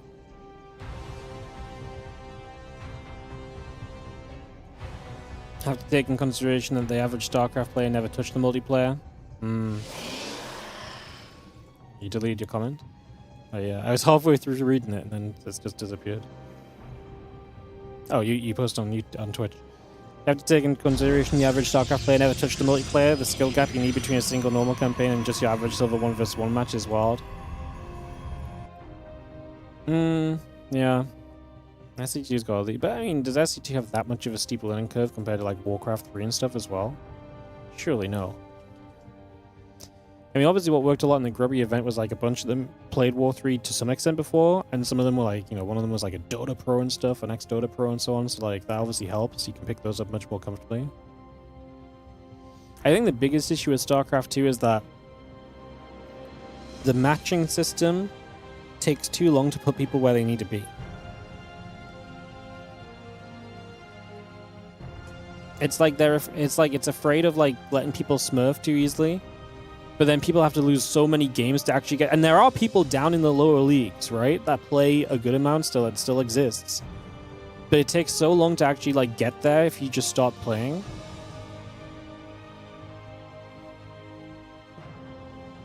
Yeah, it's tough. There's many people down there, yeah. But you have to lose, like, 20 games or something to even get down to that point where, like, you get... Like, there are people who are genuinely, like, crap at StarCraft 2 and they know no idea what's going on. They're terrible. And that's not, there's nothing wrong with that. It's not a slight. I'm just, you know, phrasing out. But, like, there are people in the bottom of Bronze League that play this game for fun still. But it's really hard to actually get to queue into the bottom of Bronze League, you know?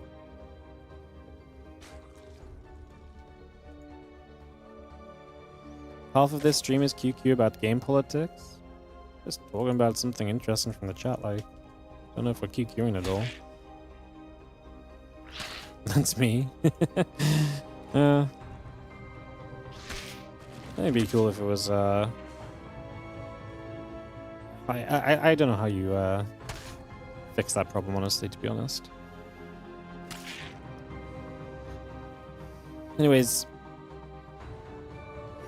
Leave all your placement matches, then some. Yeah, but that just feels bad, right? Because then you...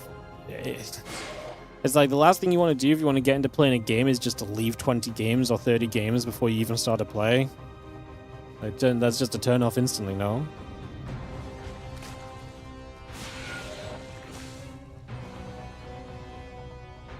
It's a degen move, just play the game. Yeah, but if you're genuinely new at the game, you have to play for so long before you even have a resemblance of hope to do anything. That's what I'm saying. That's kind of what I'm saying, no? Like that's just not a good onboarding process for like the very new players.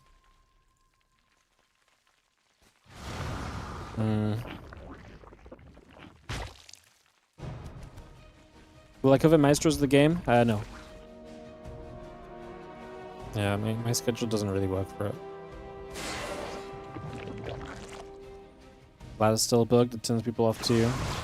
So it's not great. Plain and simple. Never played SC2 before, I've only watched tournaments. There's a lot of people in the same boat as that. There's a lot of people that have only ever watched StarCraft.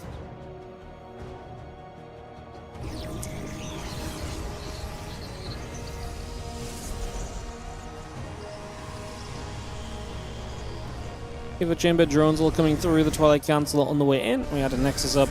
A couple of Oracles allowing us to take this third base nice and comfortably as we settle into Winter Madness here.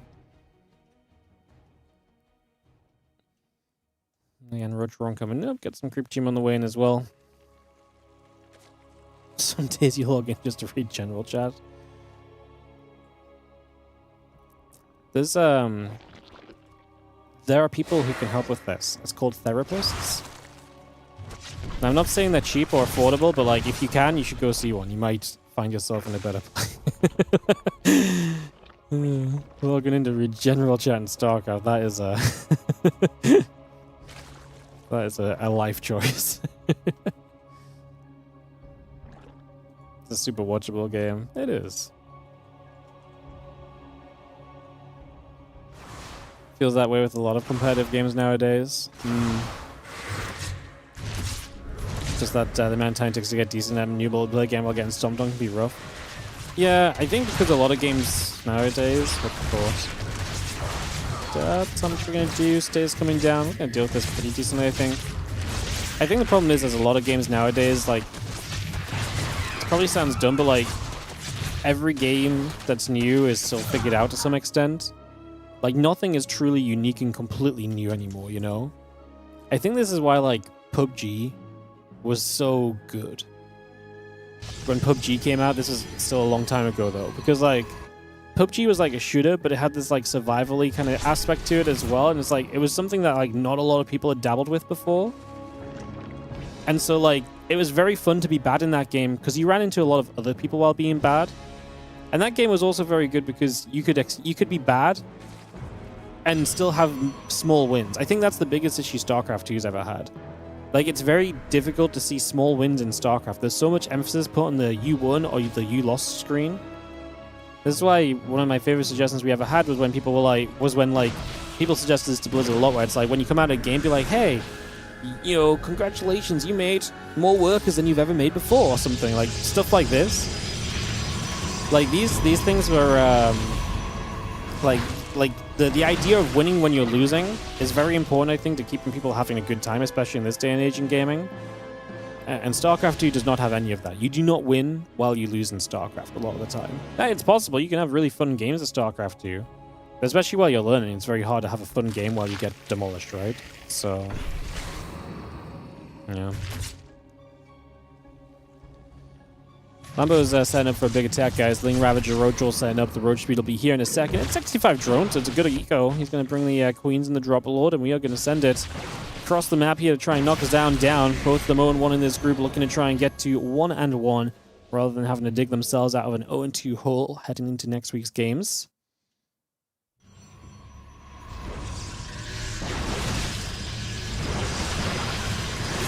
Stalkers gather, just going to see a couple stasis wards are going to get caught as well. That mothership building plus one on the charge coming through as well.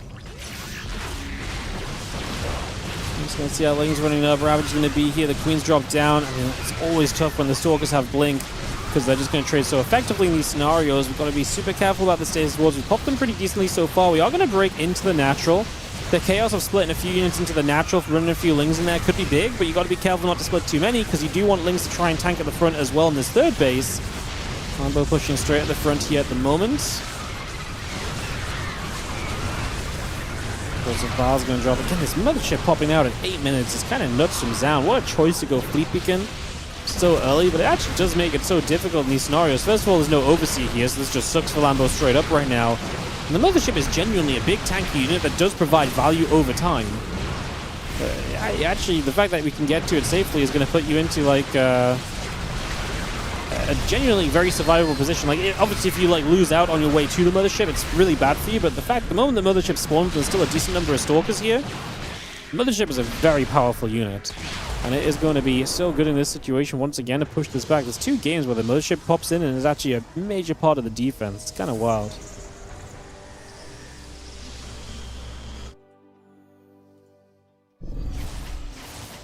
Oracle's activating a couple of Ravagers, get picked off. As the Oracle's chasing through, another Ravager. We can take some more damage. Queen steps forward. Oracles will take a few more hits. Hydrogen coming up, Infestation Pit coming through. Drones plus 2 melee upgrade. Building into place, those Oracles do get turned back the other way.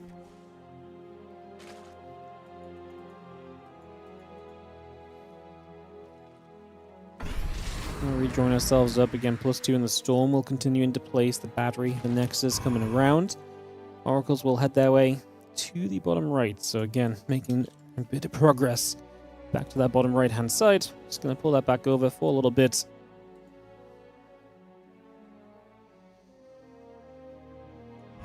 Not ball in too much. Sam wasn't even on his 4th. I mean, yes, in a way, but like, it's not impossible to kill a Protoss just because they're on 3 bases.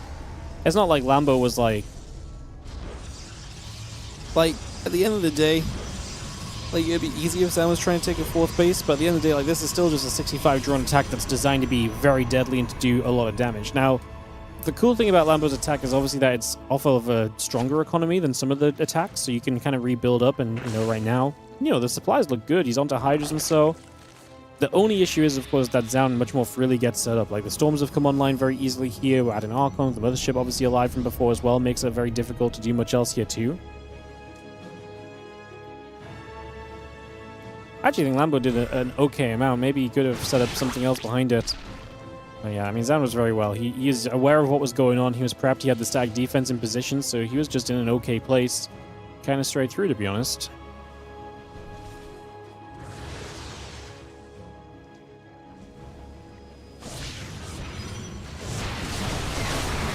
Storm's coming down, the Ling's gonna get caught.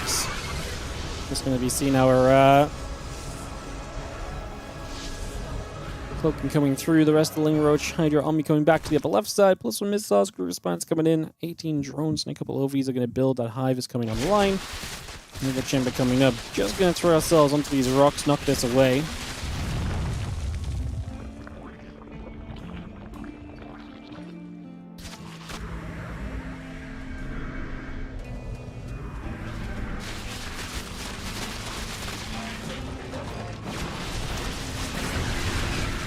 Storm's gonna push through, actually blink in with these Stalkers. Roach Hydra gonna take some damage, gonna try and come back down this ramp. Storm, the Time Wolf coming in, just gonna be seeing this little bit of a surround. Hydra still pushing up. That's not good enough. Lambo's army just getting monster moded here by Zaun. GG's. That's gonna round us out to a 2-0. Zaun gonna bounce back strongly in this group. I said until next week, obviously we still have Zaun SHIN to go, so actually maybe a possibility that we see some power here from Zaun still going into this final match of the day. Zaun turning around from a loss against Shameless to like being 2-1 in this group. That'd be great for him. Obviously, Q 2-0. SHIN is 1-0 right now. He's looking to also get to 2-0. Being at 2 wins is going to be very good because then it's in a very good spot. One more win, you're probably going to get through the group unless you get unfortunately tiebreak it out of it. So, yeah. All right, throw some invites out and get this ready.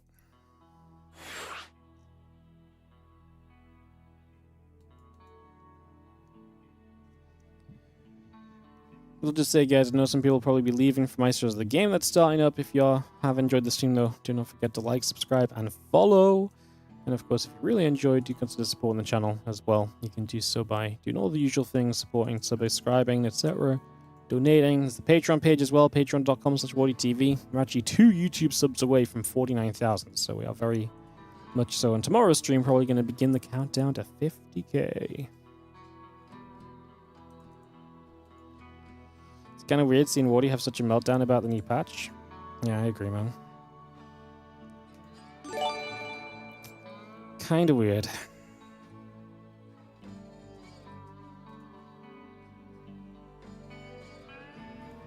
It's okay. Like I say, our StarCraft convinced me. It doesn't matter. It's better to just not care and not have any opinions and just be a blank face. Because otherwise you get abused and shit on for the weekend, which isn't fun. So, what's up, Severity D? Thanks so much for the 39-month resub on the Prime. Appreciate it.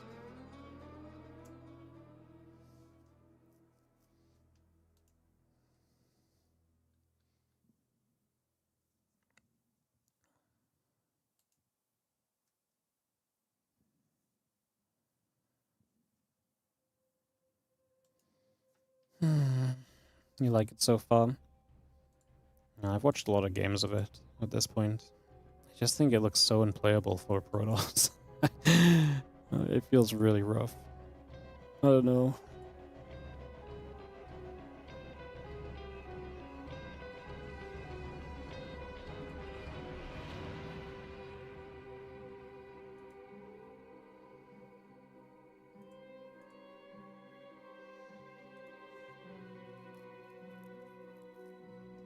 They should make it 4 worker start.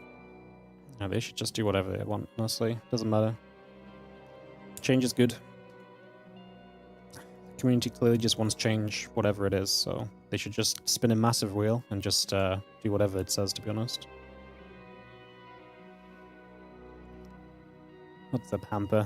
The 100-month resub. Crazy business. Thank you so much for the 100. Appreciate it. Little auspicious 8 and a bit years. Hell yeah, damn, another 100er, another triple digits. Crazy biz. What are you crashing out right now? No, I've literally had all opinions of my patch completely blanched for me. Like, I just don't care anymore. I can't be arsed getting shouted at for having an opinion, so I literally don't care anymore. Holy Hamper! Apparently a 100-month sub isn't good enough. The £100 donation as well. Holy, get some Wardy hypers in the chat for Hamper. Did that just say absolutely worth the support? I think it did, but let me just double check it. Let me just check my dashboard. Give me a second. Well worth supporting. Dude, thank you so much for the 100 months and the £100. Appreciate the generosity, mate. Thank you so much. Thank you, thank you, thank you. Alright, let's jump into the last match today, guys. It's going to be SHIN versus Zaun. Get this on the way. Yo, Saigons, thank you for 100 bits as well. All the hundreds coming in. Crazy biz. Thank you so much. Appreciate it.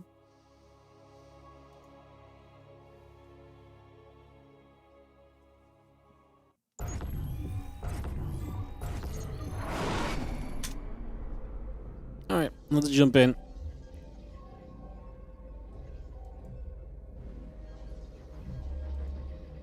Get this ready to go. So, in the top right, we're going to have ourselves the red Protoss player as we enter our final best of 3 of the day, guys. This is going to be Zaun looking to get to 2-1, while his opponent in the bottom left, that Blue Zerg SHIN, is looking to get to 2-0 in this group. And get this underway. It's part of the job for public-facing people.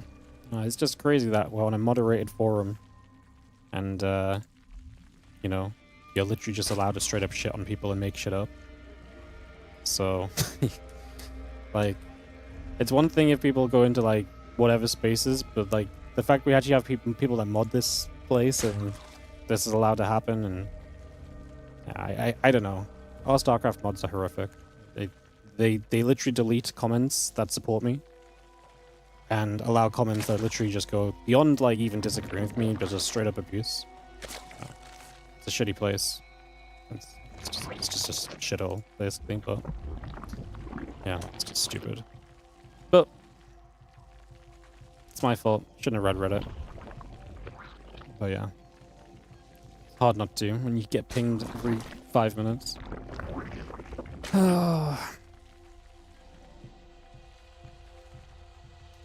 Talking about Reddit or Team Liquid. I think TL's fine.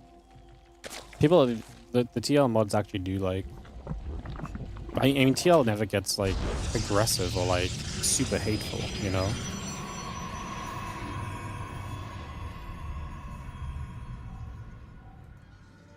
Like, all StarCraft is actually just a hateful place. It's actually kind of crazy. Like, people have some crazy ideas on TL, but they at least are kind of kept to express them in somewhat reasonable ways, so... You've seen some same things on TL? Yeah, I still just think it's in a different vibe, don't know.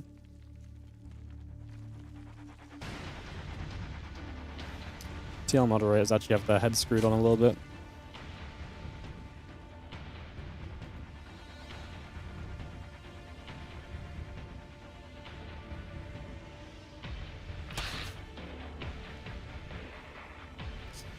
Lingy Lings are going to chase the probe for a few moments.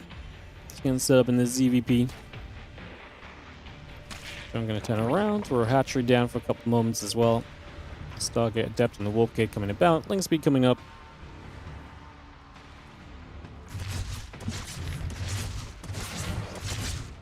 That's when Adept shows up. What are we going to be able to do? Nice save so far. Great save.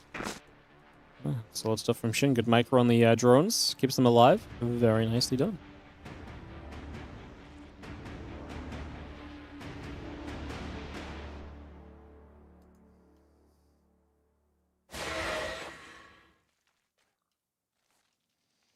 Discourse around Guardian Shield and Battle Aces told me that the community is too loud to listen to. The Guardian Shield and Battle Aces, what was that? I don't even remember this. There was a Guardian Shield?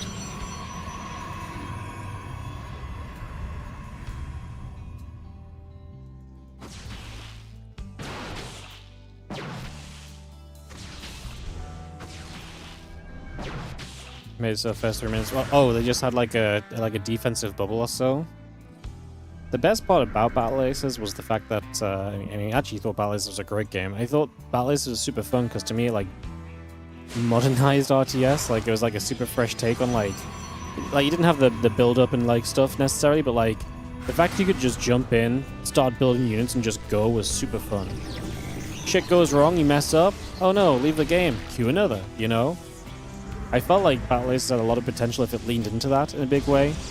I really thought Battle Aces could be really cool with like a monthly like a monthly ladder every month. Bam, balance changes or something. You know, one competition super broken for a month. It's okay. Next month those units are probably going to be useless. You know, I think Battle Aces was really fun with the speed of it and stuff. It had so much potential to be something very unique. Like it wasn't going to be for everyone, but it was genuinely just fun.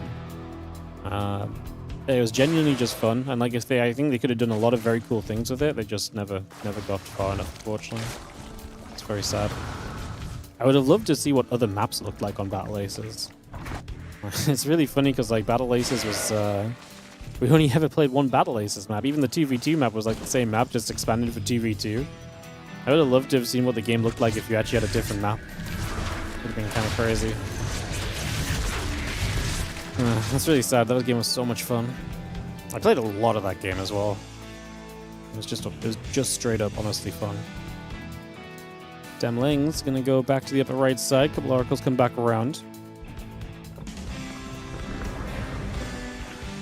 Ling's gonna hit across the other side. SHIN gonna get a bit of a surround here. A couple of the adepts already in some trouble. They stopped developing it. Yeah, they got their funding pulled by Tencent. They just got shut down.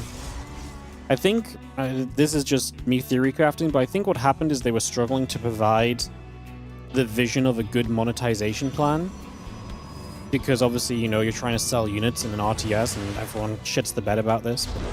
Fair enough, I don't necessarily disagree. But they absolutely wanted it to be free to play, but pay to, not necessarily pay to win, but pay to have additional units or pay to, you know, add progression and stuff.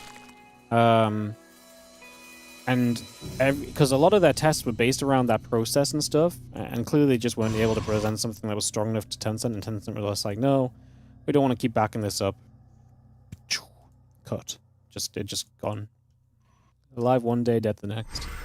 It was super sad. Monetizing units was a really bad idea to start with. Yeah, it's rough though, right? Because the problem is that you've got to convince the publisher that it's worth investing into. It's like, what is the most likely thing for people to spend money on, right? Units. You know, it's like, what do people most likely spend money on unlocking in MOBAs? Units and champions and stuff, right? And like, obviously afterwards, skins. But I presume a lot more people buy a unit before they buy a skin, right? So it's very difficult. Because I think they didn't necessarily want to lock their units behind paid progression. But then they maybe just didn't have a choice in order to sell it to the publishers. Yeah, it was rough. Yo. Stalkers cleaned out. Good defense by SHIN here. That's awesome.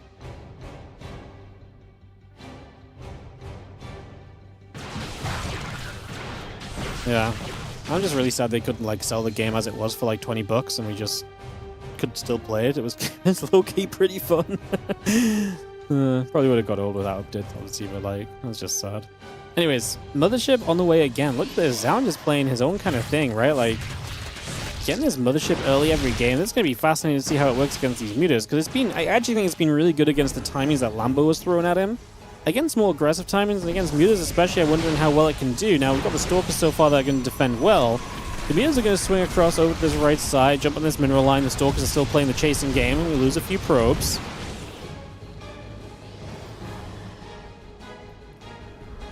Pulling back up into the main. Cannon's going to fire a few more shots off. A few more probes going down. The Stalker's going to be there. A few more of these mutilas still getting picked away at. The Mothership popping out. And we're going to see the Stalkers blink into the low ground as you see a few more probes going down as well.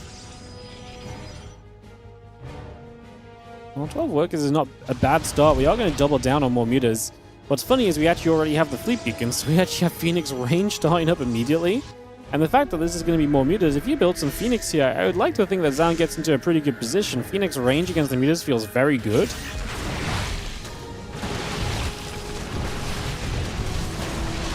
Lynx is coming across, a couple of Lynx going to try and get into the mineral line again. Obviously, this is also just a distraction for the mutas. We knock the cannon down. The speed and the different directions of attack is obviously going to be one of the things here that depowers the Mothership as well. In the previous games that we've seen from Zound, this Mothership has been very good because there's been one central location it pops out in and it defends in, and then you just see the value of that Mothership kind of, you know, through and through. In this scenario, the mutas and the Lings are going to keep attacking different places, and the Mothership's fairly slow moving, right? So it can't be everywhere. And now you're seeing 36 workers go down already. You're already starting to see some of the consequences of this. Corruptors will begin to build a response to the Phoenix as the mutas are going to not care right now, just dive into the main. Like I say, those Phoenix, they have range, so they're going to be much better at kind of controlling themselves against mutas than usual. It's funny because the Corruptors have a double use. Not only can they deny the Phoenix, they can also deny the Mothership. And once we've denied the Phoenix a little bit, we can go back into muta production. There is Storm on the way. That will help a lot against the Lings and the mutas, of course. It's going to make life a bit more difficult for SHIN the further down the line we go. You can go Void Rays now. You can go Voids. The problem is if you go too many Voids and the muta count builds back up, like it's this really odd kind of balancing act, right? Voids are very bad in, you know, the wrong situation. You kind of need, I think the issue right now is, do you get enough Voids up initially to even make this okay? Like right now I feel like we need to focus on something. I don't even know. I feel like if you make Voids right now, you end up in a rough position because you have like 2 or 3 Void Rays and they just keep getting jumped on. They're also very inactive and immobile. You need Flux Veins as well to speed them up a bit, I guess. I think like if you're more, I think the problem is just that Zound's already taking too much damage. I think if he was more stabilized and he could sit back and he have these mutas under control, then yes. Void Rays are something you can go into much more comfortably. I think the thing is right now, I don't see Zound ever getting to like a good enough Void Ray count for it to ever matter. So I'm just like, Voids, really? Obviously, I don't know if 2 more Phoenix in the production tab are necessarily going to change things either, but I think this is all just a remnant of just, at the end of the day, the muta Ling just did way too much already. They were extremely successful in their first run-ins, and we're seeing absolutely the follow-ups to that right now, essentially. Let me just pull back around into the center. Just going to be seeing a Stasis Ward there. Next Spire. Lings are just going to run on this. If we get rid of that Archon, Lings are going to just swarm everything else. And you know, again, it's an economy difference at this point. As the Muta Ling Corruptor has done enough. The Corruptor's just tanking a little bit. They have not necessarily been a major part of this, just tanking against the Phoenix a while. I wonder if we even really needed to make them. Probably just made it a bit easier against the Phoenix count that was building up. But SHIN, going to be good to take game number 1. And get this ready to go.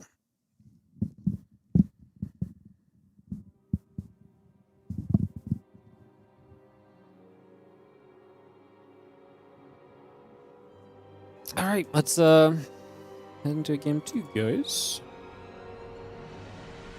Where are we on ads? I think we'll be fine for ads right now. We'll run ads if we go to game 3.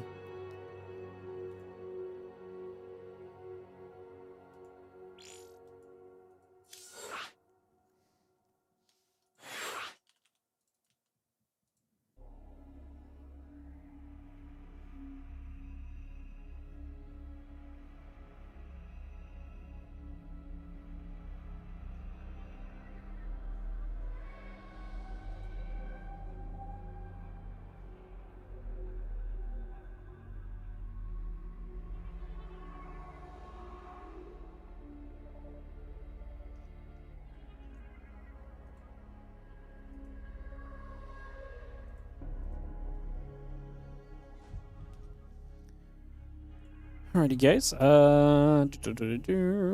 We can just go. Yep, we're not waiting on anything, just waiting for me. I thought I was waiting for people to join the lobby, but everyone's ditched me to cast the other event. What was killing all the drones at the end? Oh, sorry, I didn't see. I presume like a zealot run by or something. A couple zealots run by. SHIN's just pure attacking. That's very likely what happened.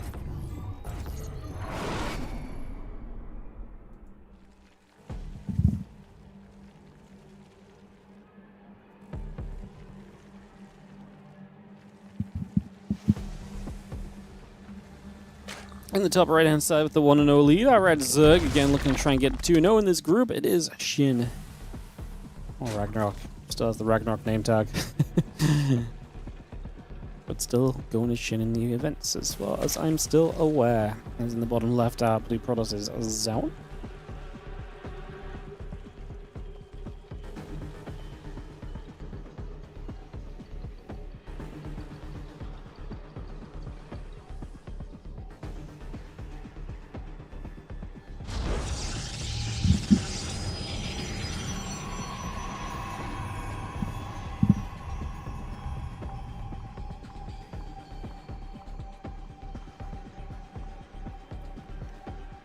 Alright, let's see what we get. Is Zan scouting? No scout from Zan. Okay, so Zan gonna go for no scout. A little bit of an eco build. Scary if SHIN was being overly aggressive in certain ways, but obviously that does not seem to be the case. We can see that Zan is going to be fine not scouting for now.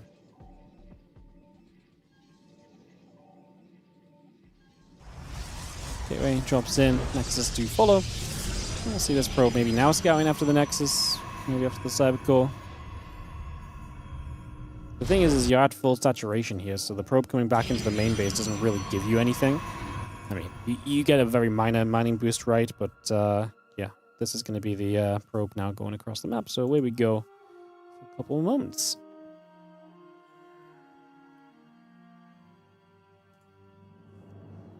Alright, probe to the upper right side. That hatchery is going to finish up on the natural. Just going to be seeing the drone coming to the low ground for a few moments as well.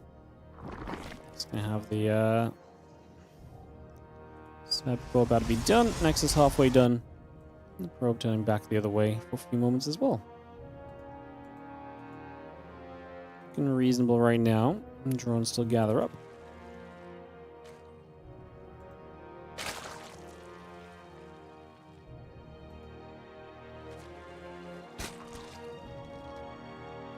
Link Speed Queen's in the Ling's building. The Stargate gonna build on the other side. Get that on the way.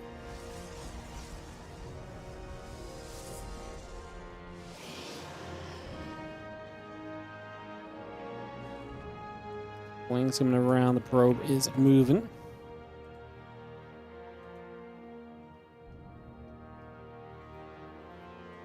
So that probe wonders. It's gonna be seeing the Link Speed still coming up for a few moments here. Get that on the go.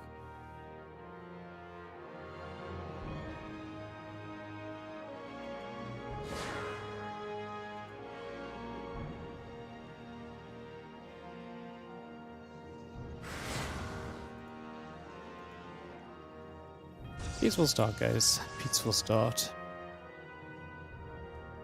Is Protoss cooked? Not usually. Usually they don't put themselves in the oven, so most Protoss players tend to just play raw, I think. Don't even know what this joke was meant to be. You know when you think you can be funny and you just can't? Realization, I just like, I want to back away, but I'm like, I'm too committed. New patch looks pretty grim for Protoss. There's a lot of issues with it, I think. I know there's like still the figuring out period, but it's rough, I think. It's rough. I think there's I think the problem is it's like it's gonna need so much fine-tuning to kind of go for overarching changes like this. It's going to need so much fine-tuning, and I'm not sure if it's really ever going to get that amount of fine-tuning to really figure out like a lot of the ins and outs.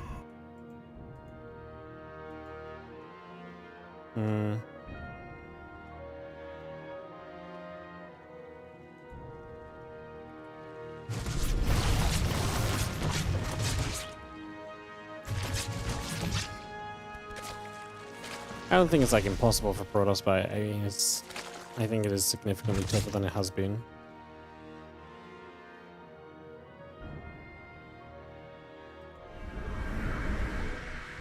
In several tournaments, why did Protoss win than the other two races? I don't know. I actually don't think Protoss win rate is stupidly overpowered or anything. I think it's just you've got a lot more top Protoss players playing than the other races a lot of the time. Tier 1 Classic and Max Packs playing in all the online cups pretty much skews the data. We don't have a Zerg that's in the same tier as them that plays in the online cups, and we have kind of Clem as a Terran. Is probably in the same tier as them.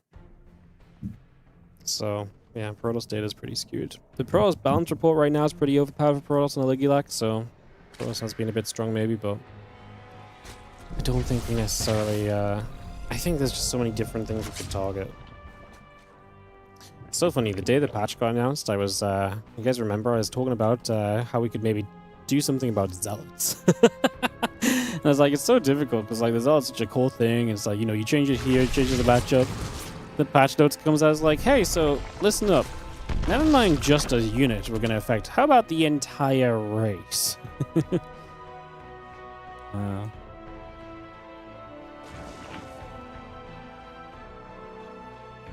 glad I don't have to make balance changes. It's very difficult to find smart things to do a lot of the time. Demlings running over, looking for some chances to get something done. Plus on missiles, roach speed coming up as well.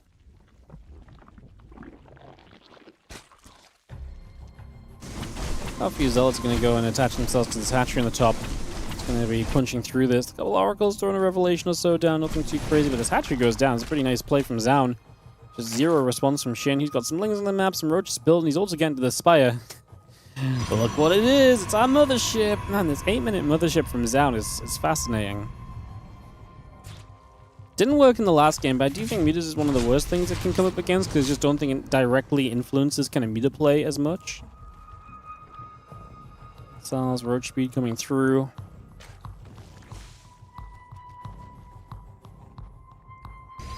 Those Lings will get to that bottom side. +2 attack, blink, the mothership all coming about, the cannon is coming up as well. Going to throw a Templar Archives down here. The Lings going to get chased away. The Stalkers will jump onto a couple of the Lings initially. And again, +2 and blinks are coming around. Roachling is ready to run up to this high ground. Templar Archives already coming up to being about halfway done. And mothership will finish very shortly. Do have the Zealots around the top left from Zaun as well, making another move here, so around they go. A couple Stalkers. It's going to go in after the Overseer. It's going to take that down immediately.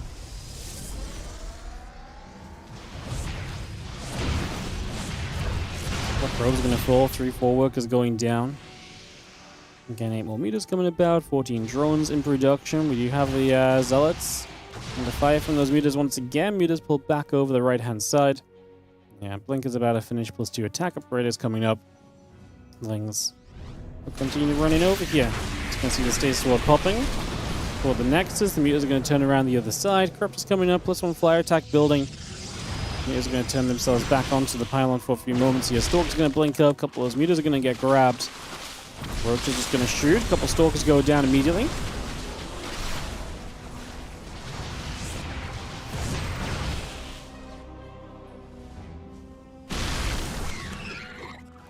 See, there's a bit of a different setup to last time because it's a little bit kind of a bit more roach focused rather than Ling focused. I think the Lings and the Mutas combine a lot better against this. It's also going to be tough to find access points. The defense has been a little bit better from Zaun all around, so actually holding on very nicely. And so far, Shin having a tough time. Now it's starting to be Corruptors, and yeah, I think Zaun's got the right idea. This is a moment in this game where Shin is not well set up for the future. So if you just push him right now, you're going to essentially force a base trade. A base trade against a Mutaflux that's being reinforced by Corruptors. I think long term you just love this as Zaun. I wonder how much he does before he pulls back.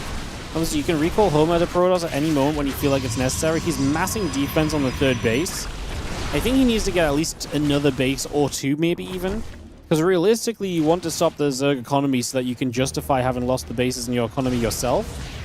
Say the static defense on this base is going to be a big deal. The Phoenix is going to gather up. Anything you can set up here is a big factor. Like I say, picking our choice of when to recall. If we do recall, maybe we just feel as though we're strong enough holding on this static defense. Like if these mutas can't break through this position, at the end of the day, these Archons are going to trade very well against the mutas. The Corruptors can't really do much once there's no air units left over. They can caustic spray, but against cannons and Archons, like that's not going to be a good idea. So I just don't think SHIN really has much going for himself. I mean, he was right to obviously be across the map and attacking. I think Zam was just even more correct to be attacking himself. He was absolutely in the right position to see this through. The Overlord's still going down. Spire going to be falling. The Zealots are going to get to work. Just going to see the Stalkers and company still working out. The Lings are going to run through once more. The Mutas are going to be here, so we try and just clean up the force. Even this is not exactly looking great. The two Archons are shredding, my goodness. They're putting some work in. The Mutas are not going to live long. And Zam is going to bring us to one final game today. It's been a great group. Obviously, it's not done yet today either. We've got part 2 of this group next week, but like, what a great group. So many game 3s, so much feisty action. And Zam coming out with this really cool little ZVP thing of this freaking mothership at 8 minutes in every game. Wild. Alright guys, I'm going to have to run some ads before we jump into a game 3, so I'll just get those started off. And then we'll get ready for this game 3 to begin. It's ready to go, go, go.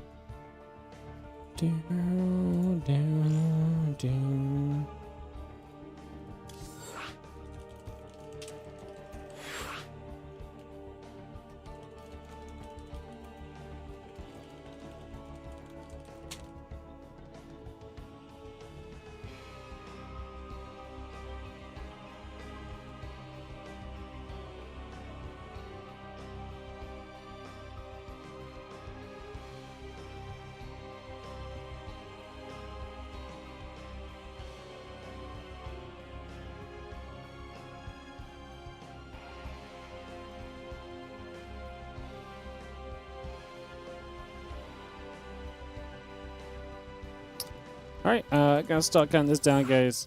Let's get into game 3. Last game of the day.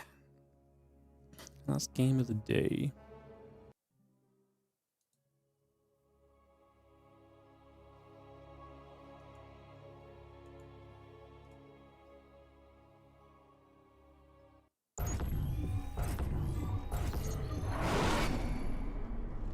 Alright.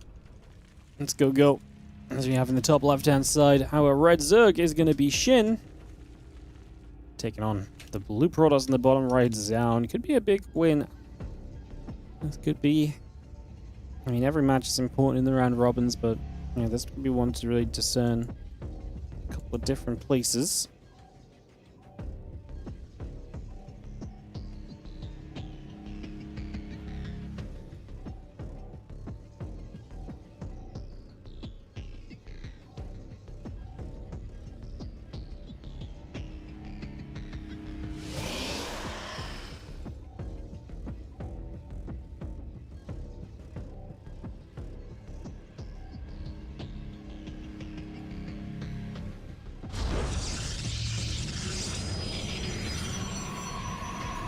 Alright, let's see where we go. Proby coming across game number 3. Final game of the day, guys. Again, after this, we're wrapped up. And we will be back tomorrow for Kung Fu Cup action. Kung Fu Cup Weekly 10.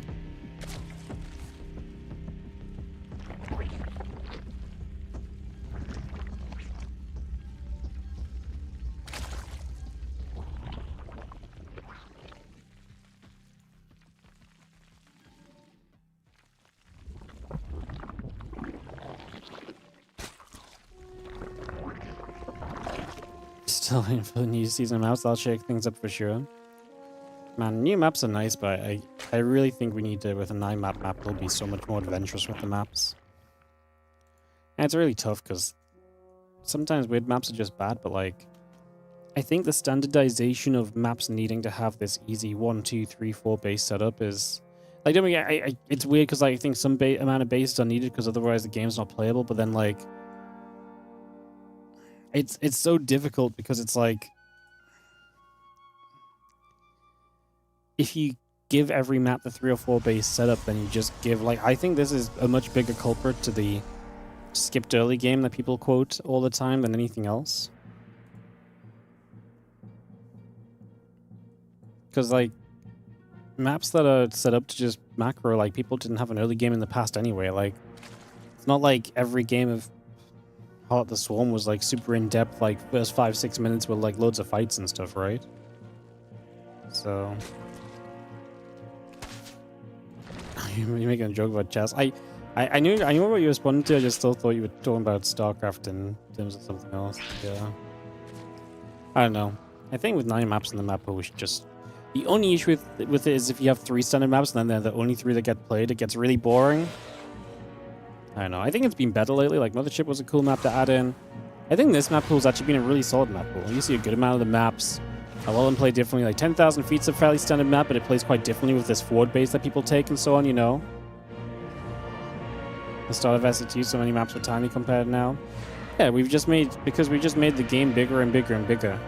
Because also, to be fair, they also patched the game in a way that bases the game around the idea that the maps are bigger. And so, you know what I mean? Like, the maps got bigger and we patched the game in a way that promotes that as well. And so you end up in this scenario where... it's just like, what is actually the culprit of... Again, I still don't agree with the skipped early game thing. Early game very much so exists. We just move through it quickly. Because the amount of, you know, interactions that happen in the early game are very condensed, you know? But, like...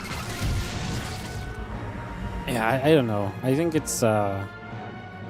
I think the reality is that you could have taken StarCraft 2 in a lot of different directions years upon years ago, but we've got years of patching built on the direction that the game's currently been going in. I think trying to change that on one patch is just never going to work, you know?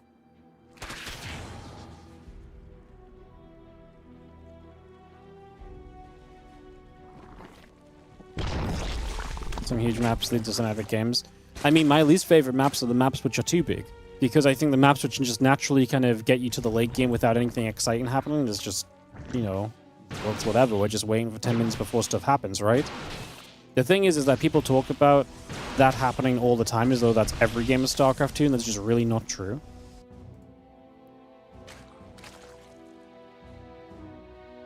But yeah, some maps are just big and just, yeah, they do naturally. And if something does happen early, it's like, okay, cool. And the map's now too big for us to even really care about it, and it's just going to get to a later stage. That's why I'm scared of, like, 4-player maps, because I think 4-player maps actually bring that into play a lot more frequently than other maps. Because they're naturally very large when you go kind of, like, top left, top right. Sorry, like, cross spawns. Vertical and horizontal spawns are usually better, I think, but... I mean, it's still, if you get into a long game, like the base in the corners, because they're set up as like a 4-base setup, are super defendable as well, and so you naturally get into like really long games. It's really interesting. Like I say, it's like you've got years upon years upon years of iterations of maps and patches and unit design and choices. And, like, it's really hard to overthrow the overarching scheme of the game in like a single patch, I think. In the world. Yeah, I think maps are the... I think being more adventurous with maps would be a big start. These bushes with the crew tumor on it, it makes it look really funny. It makes it look like the crew tumor is like a thing with like a little head with hair. It's just the way it's positioned perfectly in the middle of that selection of bushes.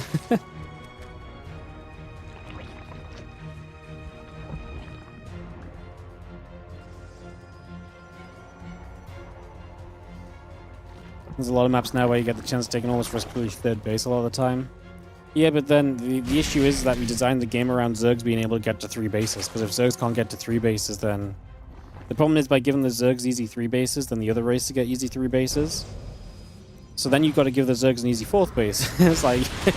you see? So then you give the Zergs an easy 4th base. Well, that becomes an easier 4th base for the other guys too. Like, it's very difficult to kind of figure that part out, no? what's the tentacle map feature? Those are destructible rocks, but they expire over time. So right now they're not losing HP because they're connected to the creep spread. But if you go to the other side of the map, here, they're still losing HP. Oh, come back, something. Oracle, come back. They lose HP over time, basically. So about 8 minutes, they'll destroy automatically, unless they're connected to creeps. So these ones, like I say, are stable. These ones will be dead in like 30, 40 seconds or so. Yeah, it's about 8 minutes that they pop. So it's just something where the map basically changes at a certain point. You can see it here, they're dropping HP, and they've got 100 health left. Without being attacked or anything, obviously. Hydra Lane going to be the choice here from SHIN as he pushes back some Stalkers. Just going to shove those away. It's kind of funny that Zergs can protect the Zerg rocks, but no one else can.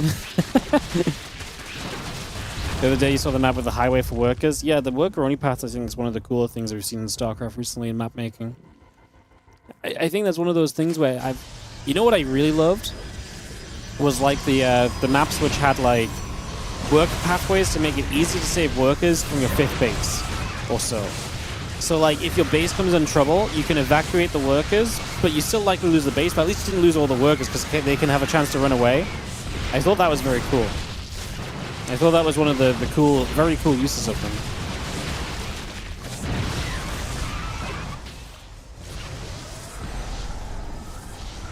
Like, I guess, like, on this map, if you take this base, but you had a worker pathway up to the main, so you can evacuate the workers up here super quick into a very safe place. So the base can be exposed, but it doesn't necessarily mean you lose all the workers, you know?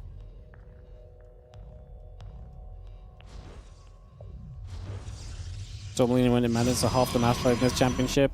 Yeah, but I mean, you also have, yeah, we're also on a map pool that's been around for months and months and months already. Like maps used to rotate so much more that they never got figured out as much as they do now. I bet you have so many good maps we could definitely rotate them more frequently as well, but SHIN is trying to find all the ways to be aggressive, but not really finding much. Zaun set up onto this mothership. SHIN is building Lings and Hydras, so it looks like he's going to send for even more aggro in the next few moments. Walkon's morphing in, Stacy's catching a few Lings. The Hydra's going to step forward, a couple of these cannons are getting jumped on. Mothership going to drop the time warp, a few of the Hydras getting caught, Storm coming down. Just going to see the rest of these Hydras stepping away again, a couple of Archons getting picked away at. Depth going down again, the Hydra's still chasing forward, eating a Storm. I mean, they've done a good amount of damage, but they're eating a lot of damage as well.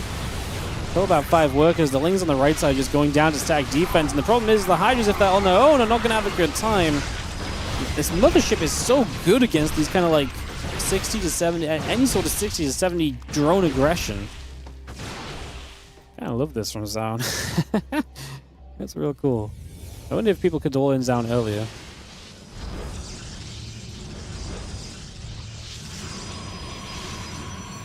Just see missiles coming up, Ling Hydra still building. Just gonna see the robe of still the cannons coming about. Robes coming through the sentry and the +2 attack upgrade coming around as well. We do also have this Ling Hydra force from SHIN. Maybe thinking about a push. You could do all sorts. I really like healing shrines. I like when we finally saw healing shrine on Persephone and it actually got used. People started to use it. It was just cool.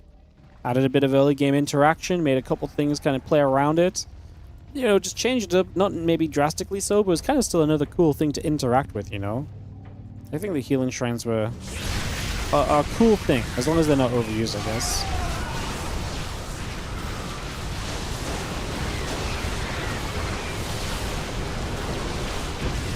There's a similar pushback to Zerg maps as there is to 8 worker starts. That's not true at all.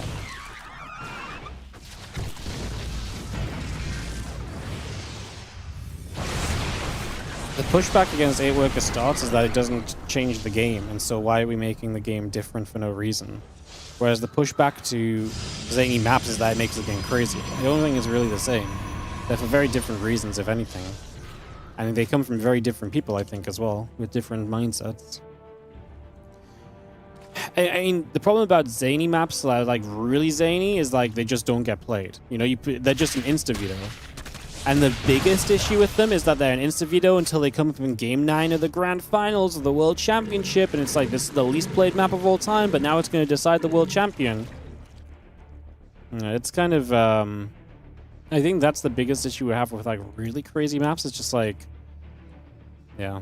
Like, too crazy just doesn't get played. But I think you can make maps much more interesting without them being, like, unplayably crazy or so, you know?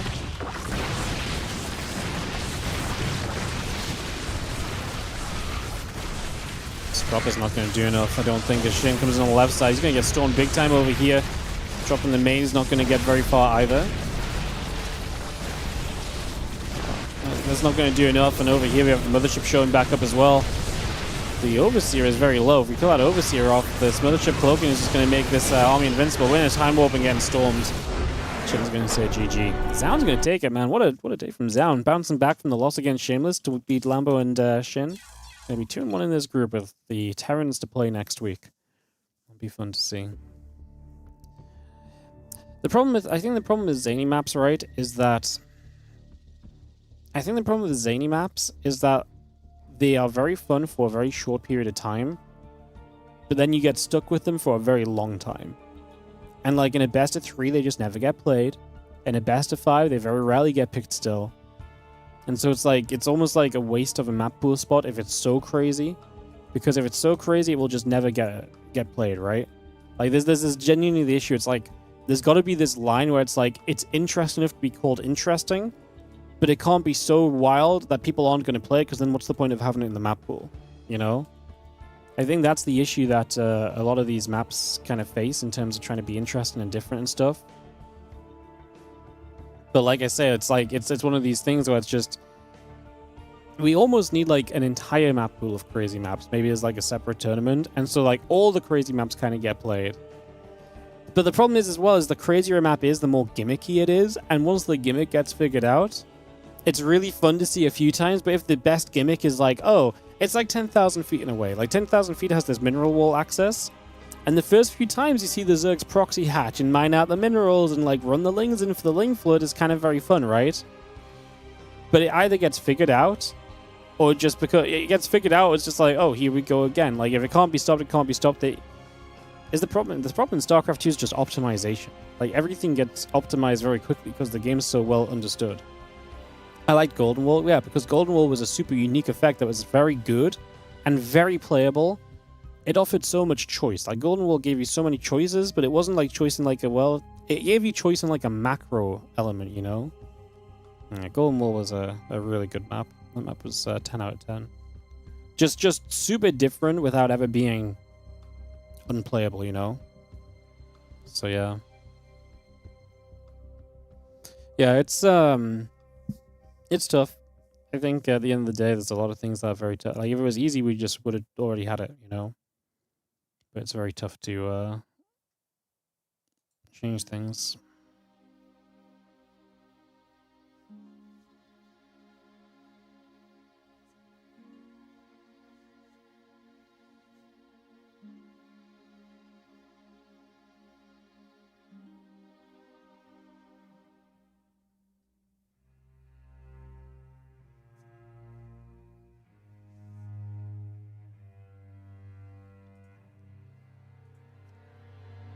Alrighty, guys. Appreciate you all. I hope you've had a good day. Thank you for joining us for some Spring Championship.